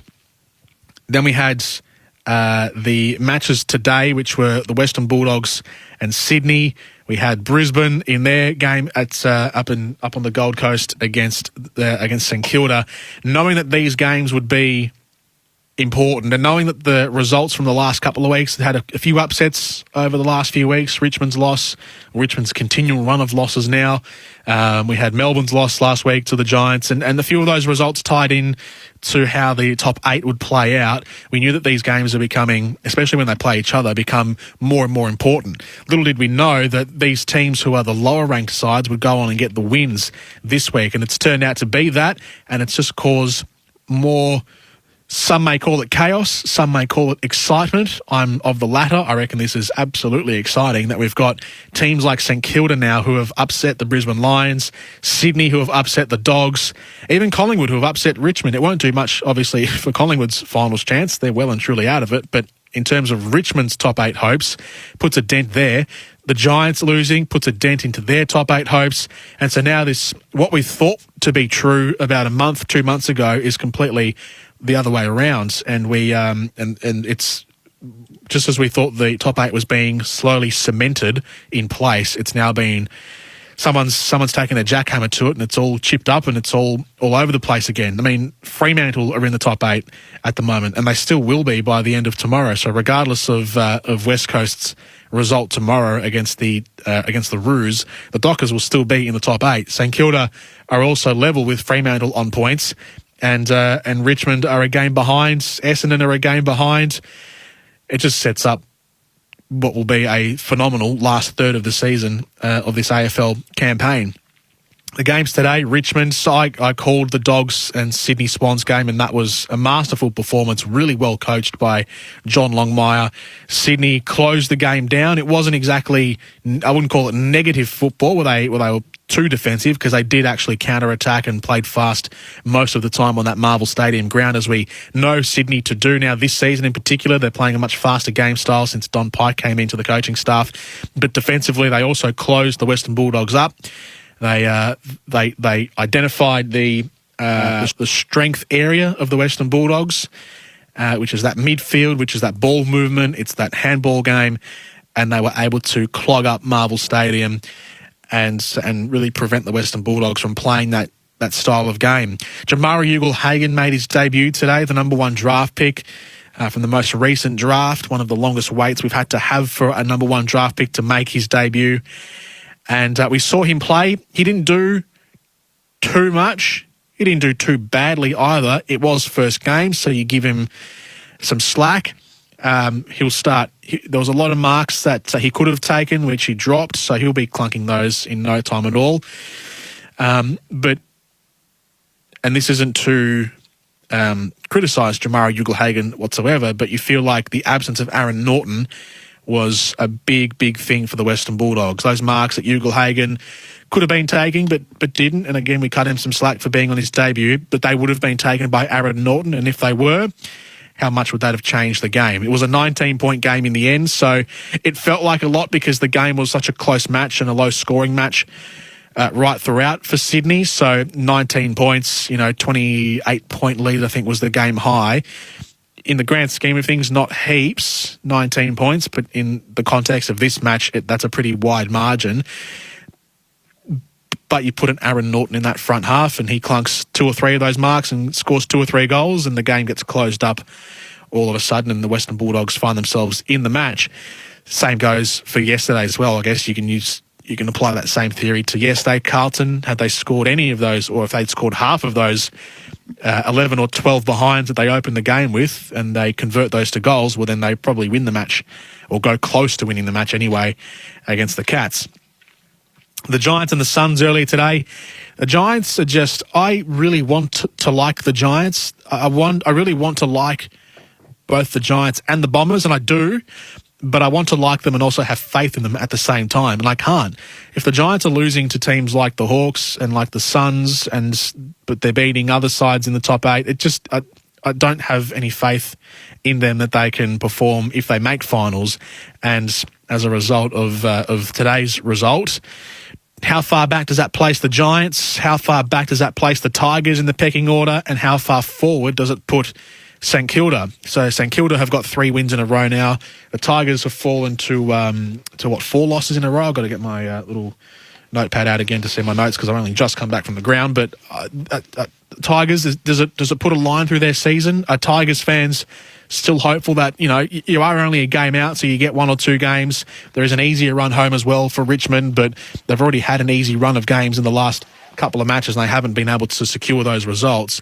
How far back does it put the Tigers in the running for the finals now? And if there is a team to make finals, who are you putting your faith in? Do you have faith in the Saints? Do you have faith in the Dockers, for example? So St Kilda have now won 3 games in a row. Richmond, that loss means they've lost, 4 games in a row, and they've lost 5 of their last 7 matches, which doesn't read at all good at all, does it? With Brisbane and Geelong coming up, and then an away trip to Fremantle, who are tough to beat over at Perth. 0433 98 11 16 if you have any thoughts on the day of footy so far. Tigers fans, Pies fans, give us a call. Dogs fans, give us a call. Dare I say it, Suns fans, give us a call here on the SEN Roundup this Sunday night. Jordan Canellis with you. We'll speak to Nick Negroponte shortly and Brett Phillips not long after that here on SEN The Roundup. Drive with Bob Murphy and Andy Marr.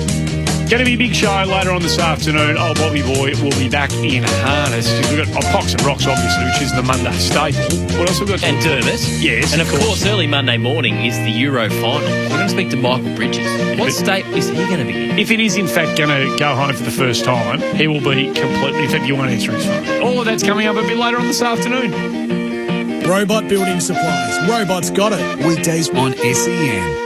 Safety Steel, time to get real. Servicing all of Australia, Safety Steel is renowned for getting the job done no matter the size. Industrial, commercial, domestic and rural, Safety Steel helps local business move forward. Garages, carports, massive warehouses, barns, farm sheds, whatever your project or development, everything is designed with advanced engineering. Safety Steel, over 50 years and still going strong. Safety Steel, time to get real. SafetySteel.com.au. Oh, we got to warm this place up. Warm up and dry out this winter with Jetfire Industrial LPG and diesel-fired heaters. They're fully automatic, reliable, portable and packed with safety features. Ideal for heating sheds, warehouses, workshops or even drying paint and plaster. Jetfire, a trusted Australian brand for over 35 years. Brought to you by the makers of Spitwater Pressure Cleaners. Visit spitwater.com.au or call 1-800-SPITWATER. The Kogan Money credit card is full of value with no annual fees, amazing rewards and a complimentary Kogan First membership giving you cheaper deals and free shipping at Kogan.com. And right now you can earn up to $400 Kogan.com credit when you meet the spend requirements. Plus earn up to 2 cents worth of Kogan.com credit for every $1 of eligible spend. So make the switch to a better value credit card today at koganmoney.com.au/footy. Offer ends August 2nd, 2021. T's and C's credit criteria apply. Product issuer and credit provider Citigroup Pty Ltd. Red Energy has partnered with Breast Cancer Network Australia since 2014, helping raise awareness and funds for better care, treatment and support, with major events like the annual Pink Lady match at the MCG. Now there's a way that you can support BCNA. Every month you're a residential customer on the Red BCNA Saver Plan, Red contributes up to $10 directly to BCNA, $5 for electricity and $5 for gas. Call Red Energy on 131 806. Eligibility criteria and conditions apply. Energy fact sheets available at redenergy.com.au/EFS. You know what rhymes with tradie? Maybe. Maybe we'll get you to do our new kitchen. Maybe we'll get you to add solar to our roof. Maybe we'll pay you on time. If you're a tradie who's sick of maybe, close the deal faster with Bright. Bright's zero interest finance means your customers can afford to say yes. And you get paid now, not later. Become a partner and join thousands of tradies selling with Bright today. Visit bright.com.au/tradies. Bright with an E. There are different kinds of love. You can love your partner, your sport, your car. It's all different. But if you can't say, I love my pillow, well, I feel sorry for you. People who sleep on the Aussie-made Spinalese pillow can honestly say they love their pillow. Neck pain, headaches, snoring, the Spinalese pillow changes the way that you sleep forever, but make sure it's not an imitation. What you need to do to grab your Spinalese pillow now with free delivery, just go to spinaleze.com.au. That's spinaleze.com.au. It'll change your life. Hey, it's Jordan Lewis here. You don't get to play in 4 AFL Premiership teams without starting somewhere. And as a rookie, I was mentored by some of the best footy brains around. In business, it's easy to find your gun rookie just by calling MEGT. As Australia's largest and only national apprenticeship network provider, MEGT is your local apprenticeship expert. Whether you're an employer wanting an apprentice or you're looking to kickstart your career as one, MEGT's got you covered. Visit MEGT.com.au or call 13MEGT. You're listening to the SEN Roundup with Jordan Cornelius.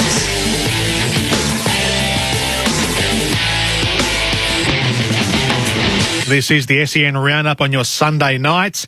You can give us a call, 1300 736 736. You can send us a text, 0433 98 11 16 for temper. A mattress like no other. Michael off the text says, evening, Geordie. I think we can put a line through the Lions. The hip-wood injury, Danaher and Cameron out of form, can't win the flag. Your thoughts? I think you're a bit extreme there, Michael. I know Eric Hipwood will be a very big loss for them.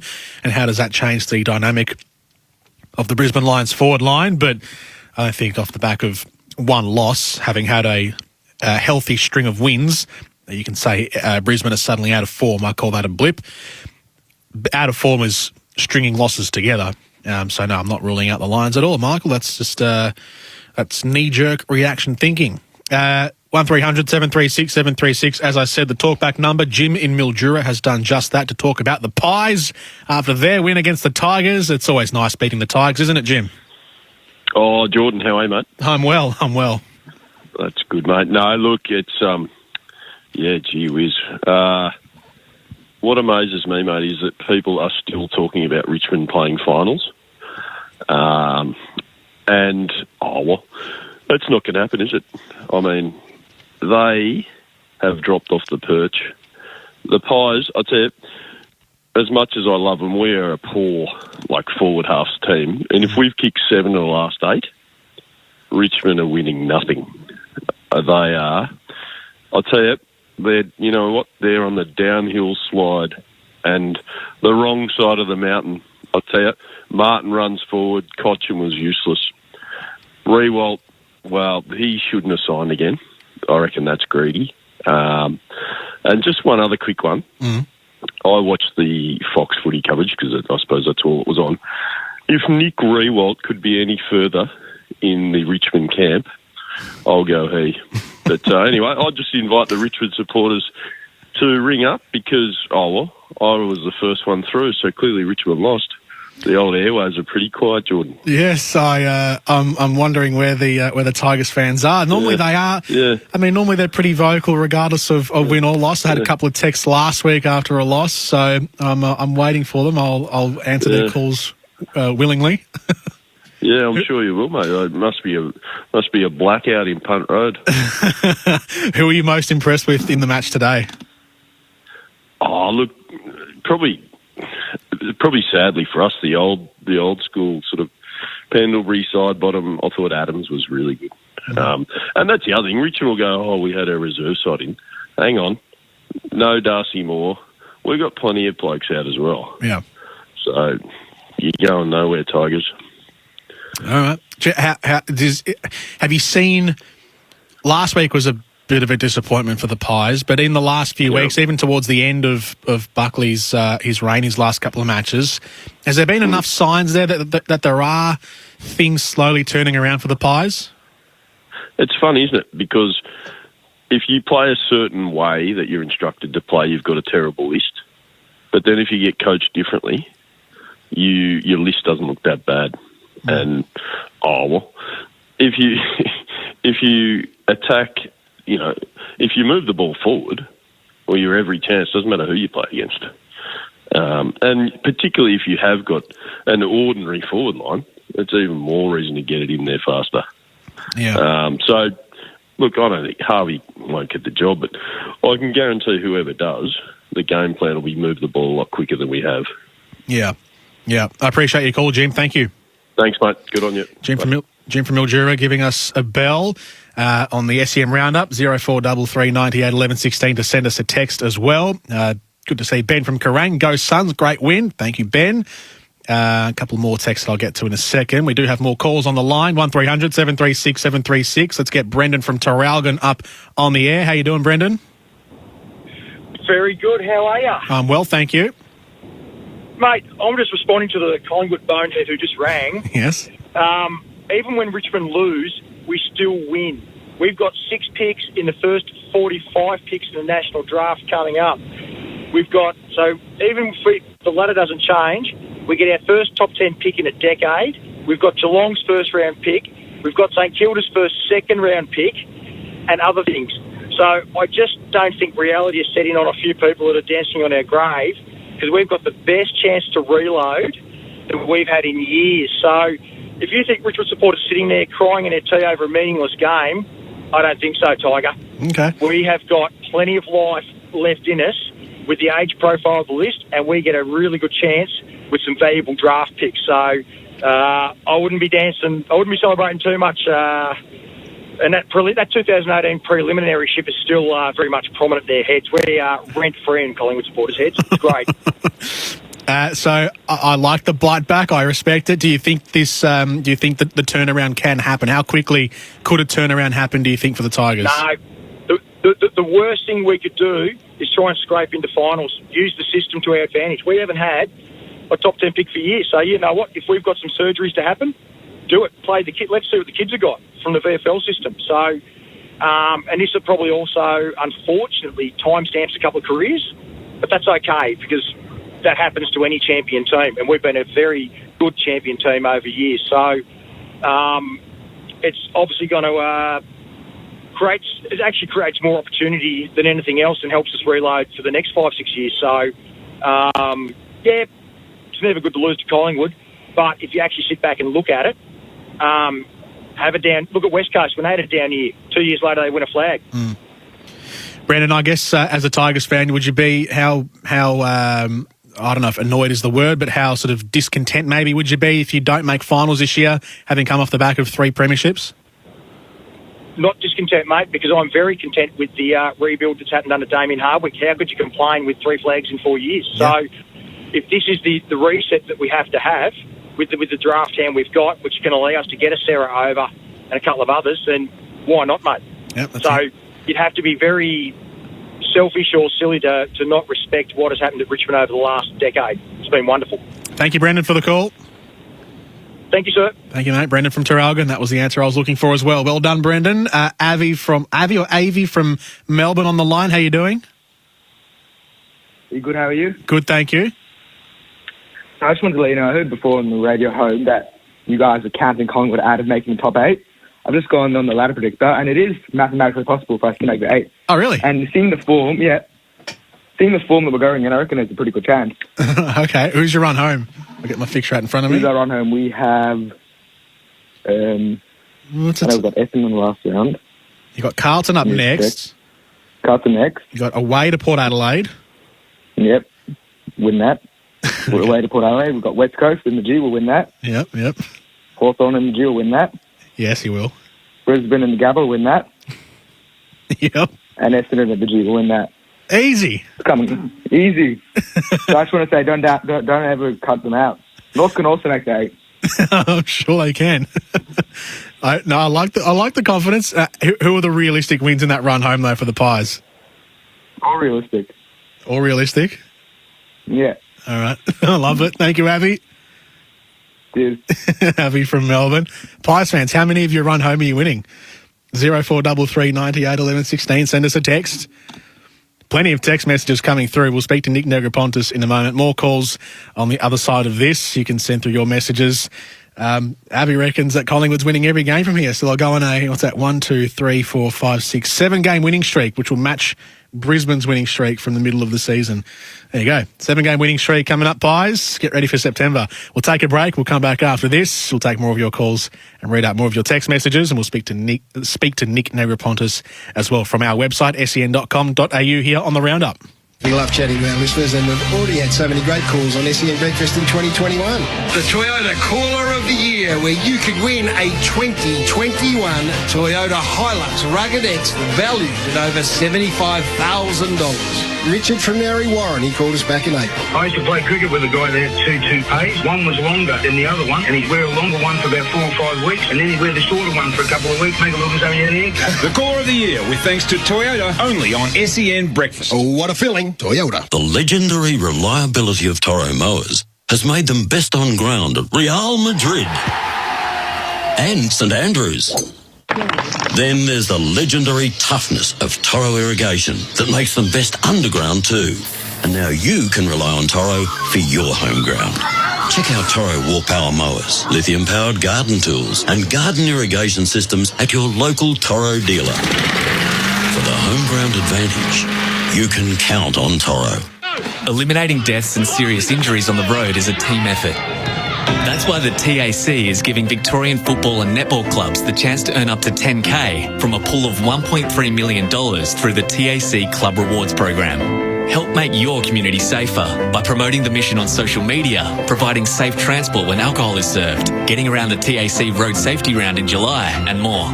It takes all of us. So get your club involved at aflvic.com.au/TAC Club Rewards. If you've come off the field feeling sore in your joints or muscles again, it's time to try Sudox Active. Sudox Active Pain Relief Cream uses only naturally sourced ingredients, assisting with mild pain relief, and it's fast to apply with the massage roll-on applicator. Sudox Pain Relief Active Cream, now available at Chemist Warehouse from just $19.99. That's SOODOX. Always read the label and use only as directed. If symptoms persist, see your healthcare professional.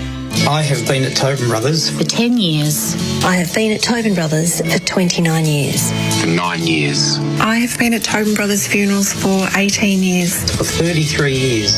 For 3 years. For 9 years. Hi, I'm James McLeod, Managing Director of Tobin Brothers Funerals. Our people are our strength. They can speak over 30 different languages and are always there to assist client families in their absolute time of need. Get to know us at tobinbrothers.com.au. Tobin Brothers Funerals, celebrating lives. Serious outdoor work requires serious outdoor tools. And this season, Makita is helping you rule the outdoors.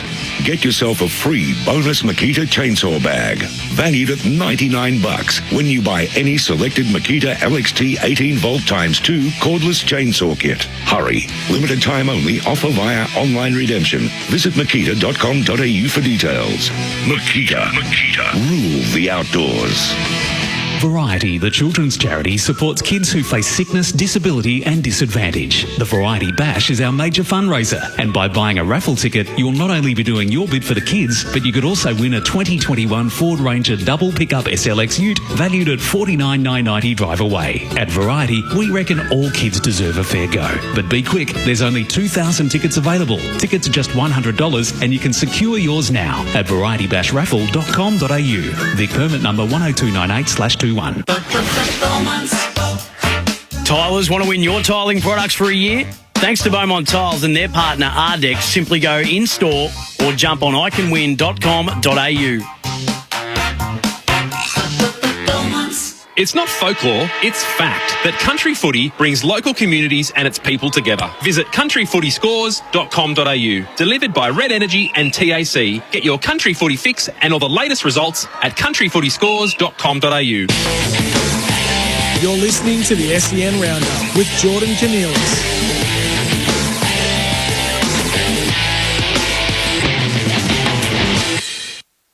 Welcome back to the SEN Roundup. Help me turn my mic on. There we go. The three matches from the day's play in footy. The Giants, 64, lost to the Suns, 65. 1 point win for the Suns. The Swans, 19-point winners over the Dogs, 60-79 at Marvel Stadium. So a good away win there for Sydney. Their away form has been pretty good this year, the Sydney Swans. And the Tigers, 11-5-71 to Collingwood, 13-9-87, 16-point win for the Pies. We'll speak to Nick Negropontis from the website in a moment, but we'll take your calls still here on the SEN Roundup. We'll begin with Daniel from Lang Warren wanting to chat about the Pies Richmond game. Daniel, welcome. Hey mate, how are you? I'm good, thank you. That's the way. Yeah, just wanted to look. I haven't been in much footy, and probably albeit we all haven't been in much footy. First game in a couple of years myself, but I just really was pleased to see just the way Harvey probably orchestrated that back sort of second half there. Mm-hmm. Murphy probably went to a wing and Main went down back, and it was just really impressive to see that structure hold up a lot better. Two pivotal contests, Quano against Martin late in that game there. They were only up by 3 goals, I think, and that was an awesome one-on-one to win. And then Maynard also, I don't know who he scored the ball from at centre forward there, but for our will and our drives, just to not give up and just push on and have the run of the ball there was fantastic. And Grundy just stepping up also. I just thought it was really good to see us, off the back of it, a pretty rough year outside and inside the club rooms, I'd say. So, yeah, just super impressed and a happy Collingwood supporter, that's for sure. Is it as positive a game style as you've seen Collingwood play this season, especially now that they've, since they've had a pretty sort of dour year, I guess? Yeah, look, I did enjoy it. Look, he's had the foundations, he's got the game plan. I don't think Harvey needs to change too much. I think what Buckley worked on to the back end of his tenure there, albeit sort of rushed in and he was kicked out. But when we take the game on and just do that 45 kick in the inside, I think it's a bit of a risky kick, and we did it sort of maybe halfway through the second, right to the end of the game, and it did pay off. Richmond did get some turnovers there, but we kept taking it on, and I think it just comes down to backing yourself, have a crack, and it came off for us in the end tonight, and it is going to go your way sometimes. So yeah, I like the game style, and I do like that we do take the game on, and I think it's much better for us to play that way. Team set up too well these days, so you just got to have a crack, I think, anyway, and just take that 45 on and try and break them up through the middle. Absolutely, yeah. I understand, and I can completely get where. So I have been and seen a couple of Collingwood matches recently where when they play slow and they take their time and it's slow build up and it's not really playing on instinct, the fans get restless, and I think rightly so. I mean, they get restless. They're a demanding bunch, Collingwood fans, but I think they have the right to be when it's evident that when they play fast and they take the game on, and not just from them either, but from other sides as well, that's how effective football and high pressure football is played, and that's what most of the time will bring teams success, is taking the game on. So, I think it's right. I think fans rightly have the right, I beg your pardon, to get a bit restless when teams are a bit slow and urge their team to play faster, and that's where Collingwood's successes has come from this season. Yeah, absolutely spot on, mate. Yeah, 100%. And we just, albeit back to all teams, you just got to, I think, have a crack. They just set up too well, and they've all got at least 1 or 2 intercept markers that are going to at least take half a dozen a game. I mean, Grimes tonight killed us, and we got a couple of ground balls, albeit grubby kicks in there, and he was probably only beaten on those ones. So we took the game away from him a little bit, and it was really good to see, and a really, really good turnaround in the last quarter. I didn't probably deserve the win, but we never were out of it, just with the way and stats-wise. We really held in there, and the stats did show that we were never too far from that contest. So, really pleasing win and a nice positive, and Harvey should sit back and just put his feet up tonight and enjoy that victory, I'd say. Absolutely. Thank you for the call, Daniel. Good on you. Daniel from Lang Warren giving us a buzz here on the SEN Roundup, talking Collingwood and the Tigers match from today. Mitch is with us in Cheltenham, wanting to do the same thing. Good evening to you, Mitch. Hey, Geordie. How are you, mate? I'm well, thank you. That's the way. Yeah, no, I think Jim was a bit from Mildura was a bit sort of. Thank you for the... not worrying about his own team, really. I think, about the call, sorry. Not worrying we'll about to Nick Negropontis in just a moment. You can you give us your calls, 1300 736 736, or you can send us a text on 04 33 98 11 16. We'll continue to take your calls in just a few moments. Nick Negropontis is with us here from the SEN website, sen.com.au, where he's been covering a number of things, including footy and also basketball, which we'll chat about in a second. Nick Negropontis, good evening to you, Nick. Geordie, thanks for having me. Pretty language on a Sunday afternoon. Oh, I know. Just Tigers. I was expecting it fully. Tigers and Pies fans having their say. But firstly, what's been the story of the day for you from the footy world? Well, to me, it's obviously the Sydney Swans. I think they've once again proven their credentials in a game that matters. I mean, whenever you hear people talking about, who are the flag contenders, who's making up the numbers, you usually hear, well, Sydney are 5th or 6th. They'll finish 6th, and they'll probably get knocked out in the first or second week of finals. It's hard to argue that they're not a contender at this point. They in games that matter, they lost to the D's by 9. They beat the Dogs. They beat the Cats. They beat Brisbane. They just lost the Port. They smashed West Coast. They smashed Richmond. They beat St Kilda, and they beat Essendon. So, I mean, what would the general public like them to do? Yeah, there was from the handful of games that we had today. I mean, the Sydney Swans were impressive. Collingwood obviously have been turning things around. Let's start from the top, I guess, from the three matches today. The GWS Giants. How much I want to like the Giants, but I don't know if I can have faith in the Giants for just the results that they've had in the last couple of weeks. So they've lost to the Gold Coast Suns today, but they beat Melbourne last week. They lose to Hawthorn.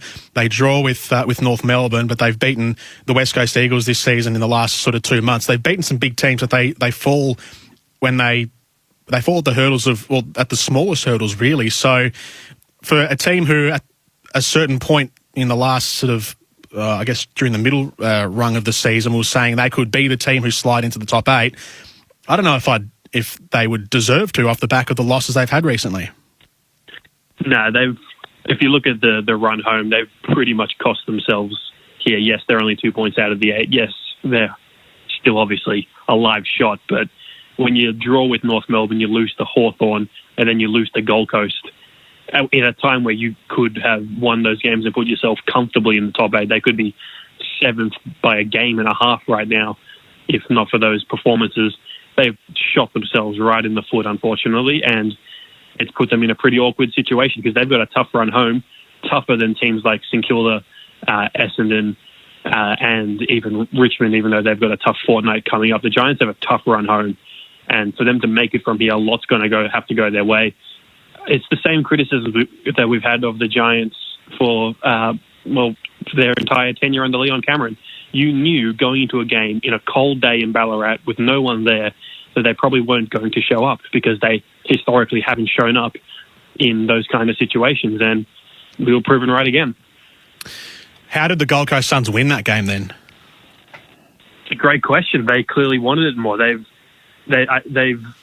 come under pretty fair criticism for where they're at and what's going on with the development of the Gold Coast Suns and the way they've built the team and the way that they've competed mostly in the second half of the year. But they've now come out. They were clearly the better team against Richmond. They should have beaten them by much more than 10 points. And now they've knocked off GWS. So they're clearly the finals reaper. They're going to cause a few upsets, it would seem, on the back half of the year. I know. They've got the Dogs next week, Melbourne the week after, and Brisbane the week after that. Any of those teams feeling a little nervous now? I'm going to say no. Same. But you never know. They have a percentage of 91 now. So they've not only won these games, they've been competitive. Percentage of 88. But still, it's a very competitive percentage for a team that's been smashed pretty heavily this year in the media. And they're actually getting wins now post the halfway mark of the season, which is rare. Well, I read somewhere, I haven't verified this, but I read somewhere that it's the first time they've won 2 games in a row post round 16 ever. Yeah, I think that's right. Because I know post round 15. Oh, ever. I think the last post round 15 in the last 5 years, they've only won 2 matches. So this is now 3. Oh. But back to back games. Yeah, I think this it'd have to be one of the first times ever, I'd say. Well, there you go. And well, good on them. Like, I know people naturally root against the Gold Coast Suns because, they got a team before Tasmania, they got a team before Darwin. Tony Cochrane isn't exactly a likeable figure if you're not a fan of the club, but, good on them. Good on them for putting this together. They've got a lot of key players out of that team, and to be effectively 3 games out of the 8, if you want to be generous, that's good for them, even though they've got a pretty tough run home from here. The middle game today, the Swans and the Dogs. This round of football, and really the last couple of weeks of football, the last maybe 3 weeks of football, we've seen plenty of upsets. We've seen surprise losses. A lot of them have been Richmond related as well, but maybe that's turning into not so much of a surprise now that it happens. But the Swans win today against the Western Bulldogs, a week after the Dogs had made the most of Melbourne's mishap and took top spot on the ladder. The Swans now get the win at Marvel Stadium, which it'll go down as a surprise win because the Dogs are very good on Marvel Stadium, but the Swans are also pretty good away from home, and it's another away victory for the Swans. But they closed down that game superbly well. They defended the ground brilliantly, and they really blunted the strengths of the Western Bulldogs. It's a win that, when you really delve into it and you see how the Swans did that, it's a win that you look at and you can maybe apply that to any other team in the top six, and any other team in the top six should be wary when they face the Swans. They're so impressive, and they can beat you in so many different ways. Like we've marvelled here about Franklin and Heaney and Papley all year, and these guys who just bob up and kick goals when it matters most. They were mostly, Papley was all right, but they were mostly non-factors today. Yeah, especially inside 50. It was Jordan Dawson who kicked 3, Hayward kicked 2, and they just had a spread of goal kickers around them. So they can beat you in a lot of different ways. They're not here. It's not a fluke that Sydney are right now on the precipice of the top 4. Like, they deserve to be there, and they deserve to be talked about in the same breath as the 4 teams above them. Like, there's no doubt about it. The Bulldogs, though, far be it from me to call out Luke Beveridge, a premiership coach, and I would love to know what Bulldogs fans think. But what are they doing with their key position players? Yes, Norton goes out. Tim English rocks solo pretty much against Tom Hickey, who has been incredible this year. The one issue the Bulldogs have had over the last 3 or 4 years is their lack of ability to compete in the ruck. And Hickey absolutely monstered English when it mattered most today. Yes, English kicked a goal. He had 22 disposals, but Hickey was comfortably the better player. They really should have picked Jordan Sweet in this game over someone like Jamara, because Lewis Young had to do some of the ruck work. This guy is a promising young key defender who is being thrown all over the shop for no good reason. And I just think they're losing games at selection. Jamara clearly wasn't ready. And, he got monstered by some pretty good Sydney defenders. And, I think these are selection issues. These are not performance issues. Yeah, Jamara, yes, he definitely looked like he was a level off. Again, I'll cut him some slack, and I think we all will generally because it was his debut. But having said that, if you were picking your team, sort of best place to win that match, then I don't know if Jamara would be in it. I don't know if they gave him the debut just for the sake of giving him the debut, because everyone's been asking when is he going to debut. I think the Tim English talk, I think that sort of that kind of sort of hard does Tim English a little bit. I thought he had a decent game. I think Tom Hickey definitely sort of won the ruck battle, the one-on-one sort of ruck battle, but Tim English certainly had an impact around the ground. I thought his overhead contested marking was great. He took some marks inside 50. Probably could have kicked more goals, actually, in relation or in comparison to the amount of marks he had inside 50. He only had 1, and I think scored 2 or 3 behinds in the match. But his around the ground work was pretty solid. His intercept marking, pressing up on the wings, was very good. I thought he did that better than Tom Hickey, even though Hickey, as I said, won the stoppage battle. But your point on Lewis Young, I think, is pretty sound, because what the Dogs have had this season is Tim English can go into the forward line and play as an extra forward, and you still have a reasonably reliable ruckman, a very reliable ruckman if it's Stephen Martin, but a reasonably reliable ruckman if it's Jordan Sweet in the ruck.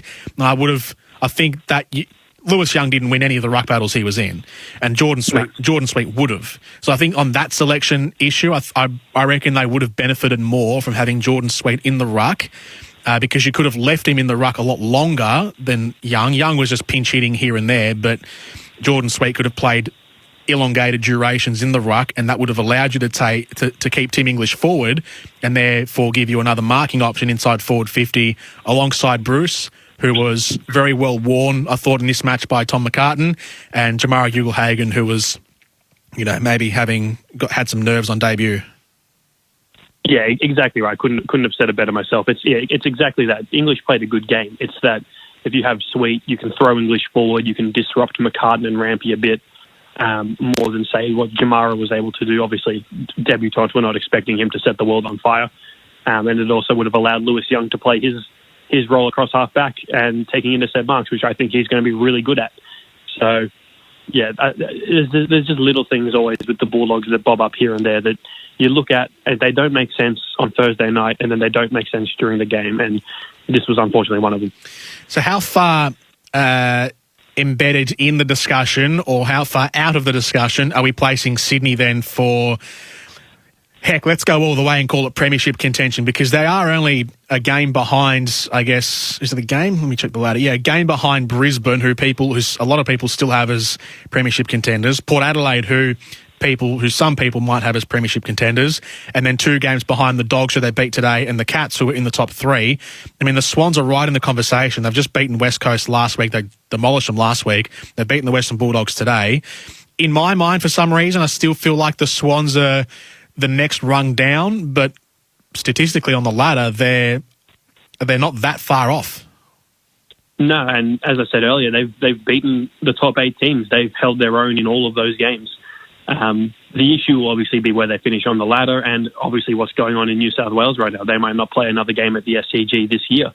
Not that it appears to be bothering them right now, but in 6 weeks' time on the road, young team, that might grind them down. But yeah, it depends on where they finish, really. If they sneak into the top 4, where they're only a game out right now, you never know. At the moment, they're probably going to finish 5th or 6th, and that puts them in a situation where they'll be on the road. But as we said, they might be on the road for the rest of the season. This might just be their lot, and it might galvanise them. It clearly has so far. So, yeah, we'll have to wait and see. They've got extenuating circumstances that no one else in the top 8 will have to deal with at this stage.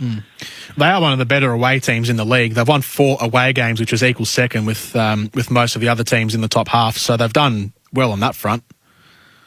Yeah, I mean, what was it? Was it last year or the year before we were saying that Sydney was more of a threat on the road than they were at the SCG, where they were losing all these home games but winning away from home? And now they've gone up a level as a team. They're a better team this year, and they're just a good team no matter where they play. Richmond and the Pies today. So this is where a lot of the discussion has been coming in off the text, and I'll get to some of those text messages in a moment. But full disclosure, I was calling the Dogs game today, so I didn't get to see the Tigers and Pies game. I've only just sort of got back to the studio not that long before the show started, and I've seen some of the highlights and the stats and the bit of the report. How did the Tigers actually lose this match after being 5-ish goals up in the match? It's a great question. I was also pretty entrenched in the Dogs-Swans game and only really saw the last quarter, but if what the last quarter showed was Collingwood just took complete control of the midfield, whether it was Grundy in the ruck or whether it was Pendlebury winning the ball at ground level. Pendlebury got a nice free kick at a perfect moment as well out of the centre. They just got completely on top in the midfield, and it just snowballed. De Goey kicked a pretty nice goal. Brody Mychek took a mark outside 50 and hit up a target inside 50. Everything, just all the little things that can change the momentum of a game swung, and Richmond had no answers. The reliable Tigers, who have closed out more close games than anyone over the last 4 years, had no answers. And it's a head scratcher, because you would have thought after last week the Tigers would have been, all out to bounce back after the Suns loss. And at 3/4 time, it looked like they were going to do it comfortably. And, if you were going to pick any team in the league to kick 7 goals in the last term, you would not pick Collingwood. You'd probably pick them 18th out of 18 teams to have a 7-goal quarter. And yet they did it, and they won the game. I don't mean to say this to sound sarcastic, even though I probably will, but who'd have thought that playing positive football would give you positive results? Isn't it just so refreshing, I guess, when you see a team, especially after the season Collingwood have had, when they play advancing football, where they move it quickly up the ground. And this isn't just for today's game, but really over the last sort of 5 or 6 weeks, in the games where they've played well and maybe lost, or played well and won. Regardless, they've played well because they play the ball quickly. They take the game on, they take their opportunities. Sometimes they mostly play on instinct when they do this, and it gives positive results. This is how teams should be playing in this current age of football. Geelong, who are a team who like to control the tempo of the game, and they play a little bit slowish and backwards and sideways, and they'll probe for a bit. Even West Coast can do it. They both have the ability still to take the game on and click through the gears quickly and play fast. And when Collingwood play fast, they get positive results. Who'd have thought? AFL coaches, they're there for a reason. They know what they're doing. But you summed it up pretty perfectly. Like, when Collingwood have played fast this year, they have looked like a good team. It is is, to use a pun, it is black and white. When they go fast, their forward line looks dangerous. When they can get the ball to Goey and Majacek at speed, when they've got players at ground level who are really impressive. I like all of their young players. Poulter, I know he was omitted this week. Bianco, he looks like a good player. Yep. Names are escaping me at the moment. Isaac Quaynor had a few really nice moments with one-on-one with Dusty in that last quarter.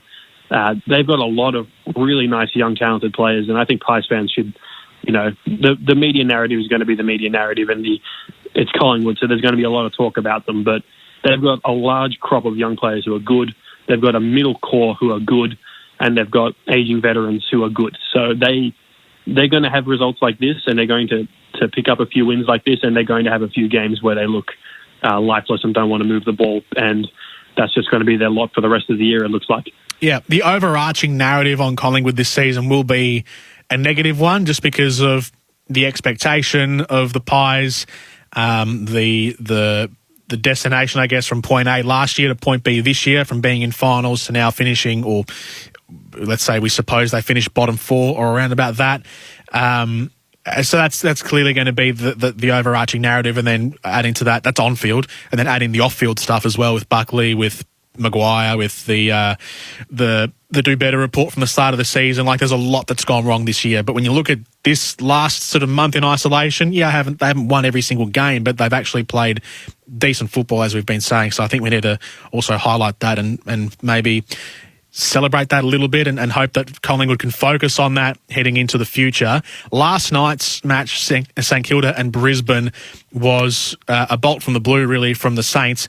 We haven't really seen St Kilda be able to stack goals like that, like they did in the second half last night. This season has been, as we know, it's been a rollercoaster season. It's been a frustrating one for St Kilda fans, but they've won 3 games in a row now, and the way that they were able to pile on the goals, especially against a quality team like Brisbane, it's been a rare sight for Saints fans this season, but they did it last night, and they got a 32-point win away from it. They did, and their record when Rowan Marshall and Paddy Ryder both play is pretty phenomenal. I'm trying to find it here, but I think there's something like 14-6 when they both play, and their record when either one or the other or both are missing. Yeah, here it is. So with Ryder and Marshall, they're 14-6 since the start of 2020. When one or both are missing, they're 5-10. So clearly they are the core of the team, whether it's the forward structure, the ruck structure, combination of both, the flow-on effect with Max King. They are such a better team with these two in there. And, well, no one else wants to finish 8th. So will it be St Kilda? I guess that's the question. Their midfield has been really impressive as well. Luke Dunstan is in really good form. He's never really had an issue finding the ball. It's his disposal, his defensive running, his speed that have been talked about. Brad Crouch has quietly been pretty good for most of this year since he's been back in. Zach Jones is an underrated player in that team, and he adds a lot to that midfield. So, yeah, St Kilda they've turned things around, and they are as good a chance to finish 8th as anyone right now because, all of the results went their way this week, and it sees them 9th on the ladder on percentage. Unless North Melbourne beat West Coast by 100 points, they'll finish outside of the 8 this weekend, but anything is possible for St Kilda going forward. They're what you could argue they're the 7th best team in the competition right now because you'd take them over West Coast on form, and you're probably taking them over Fremantle on form.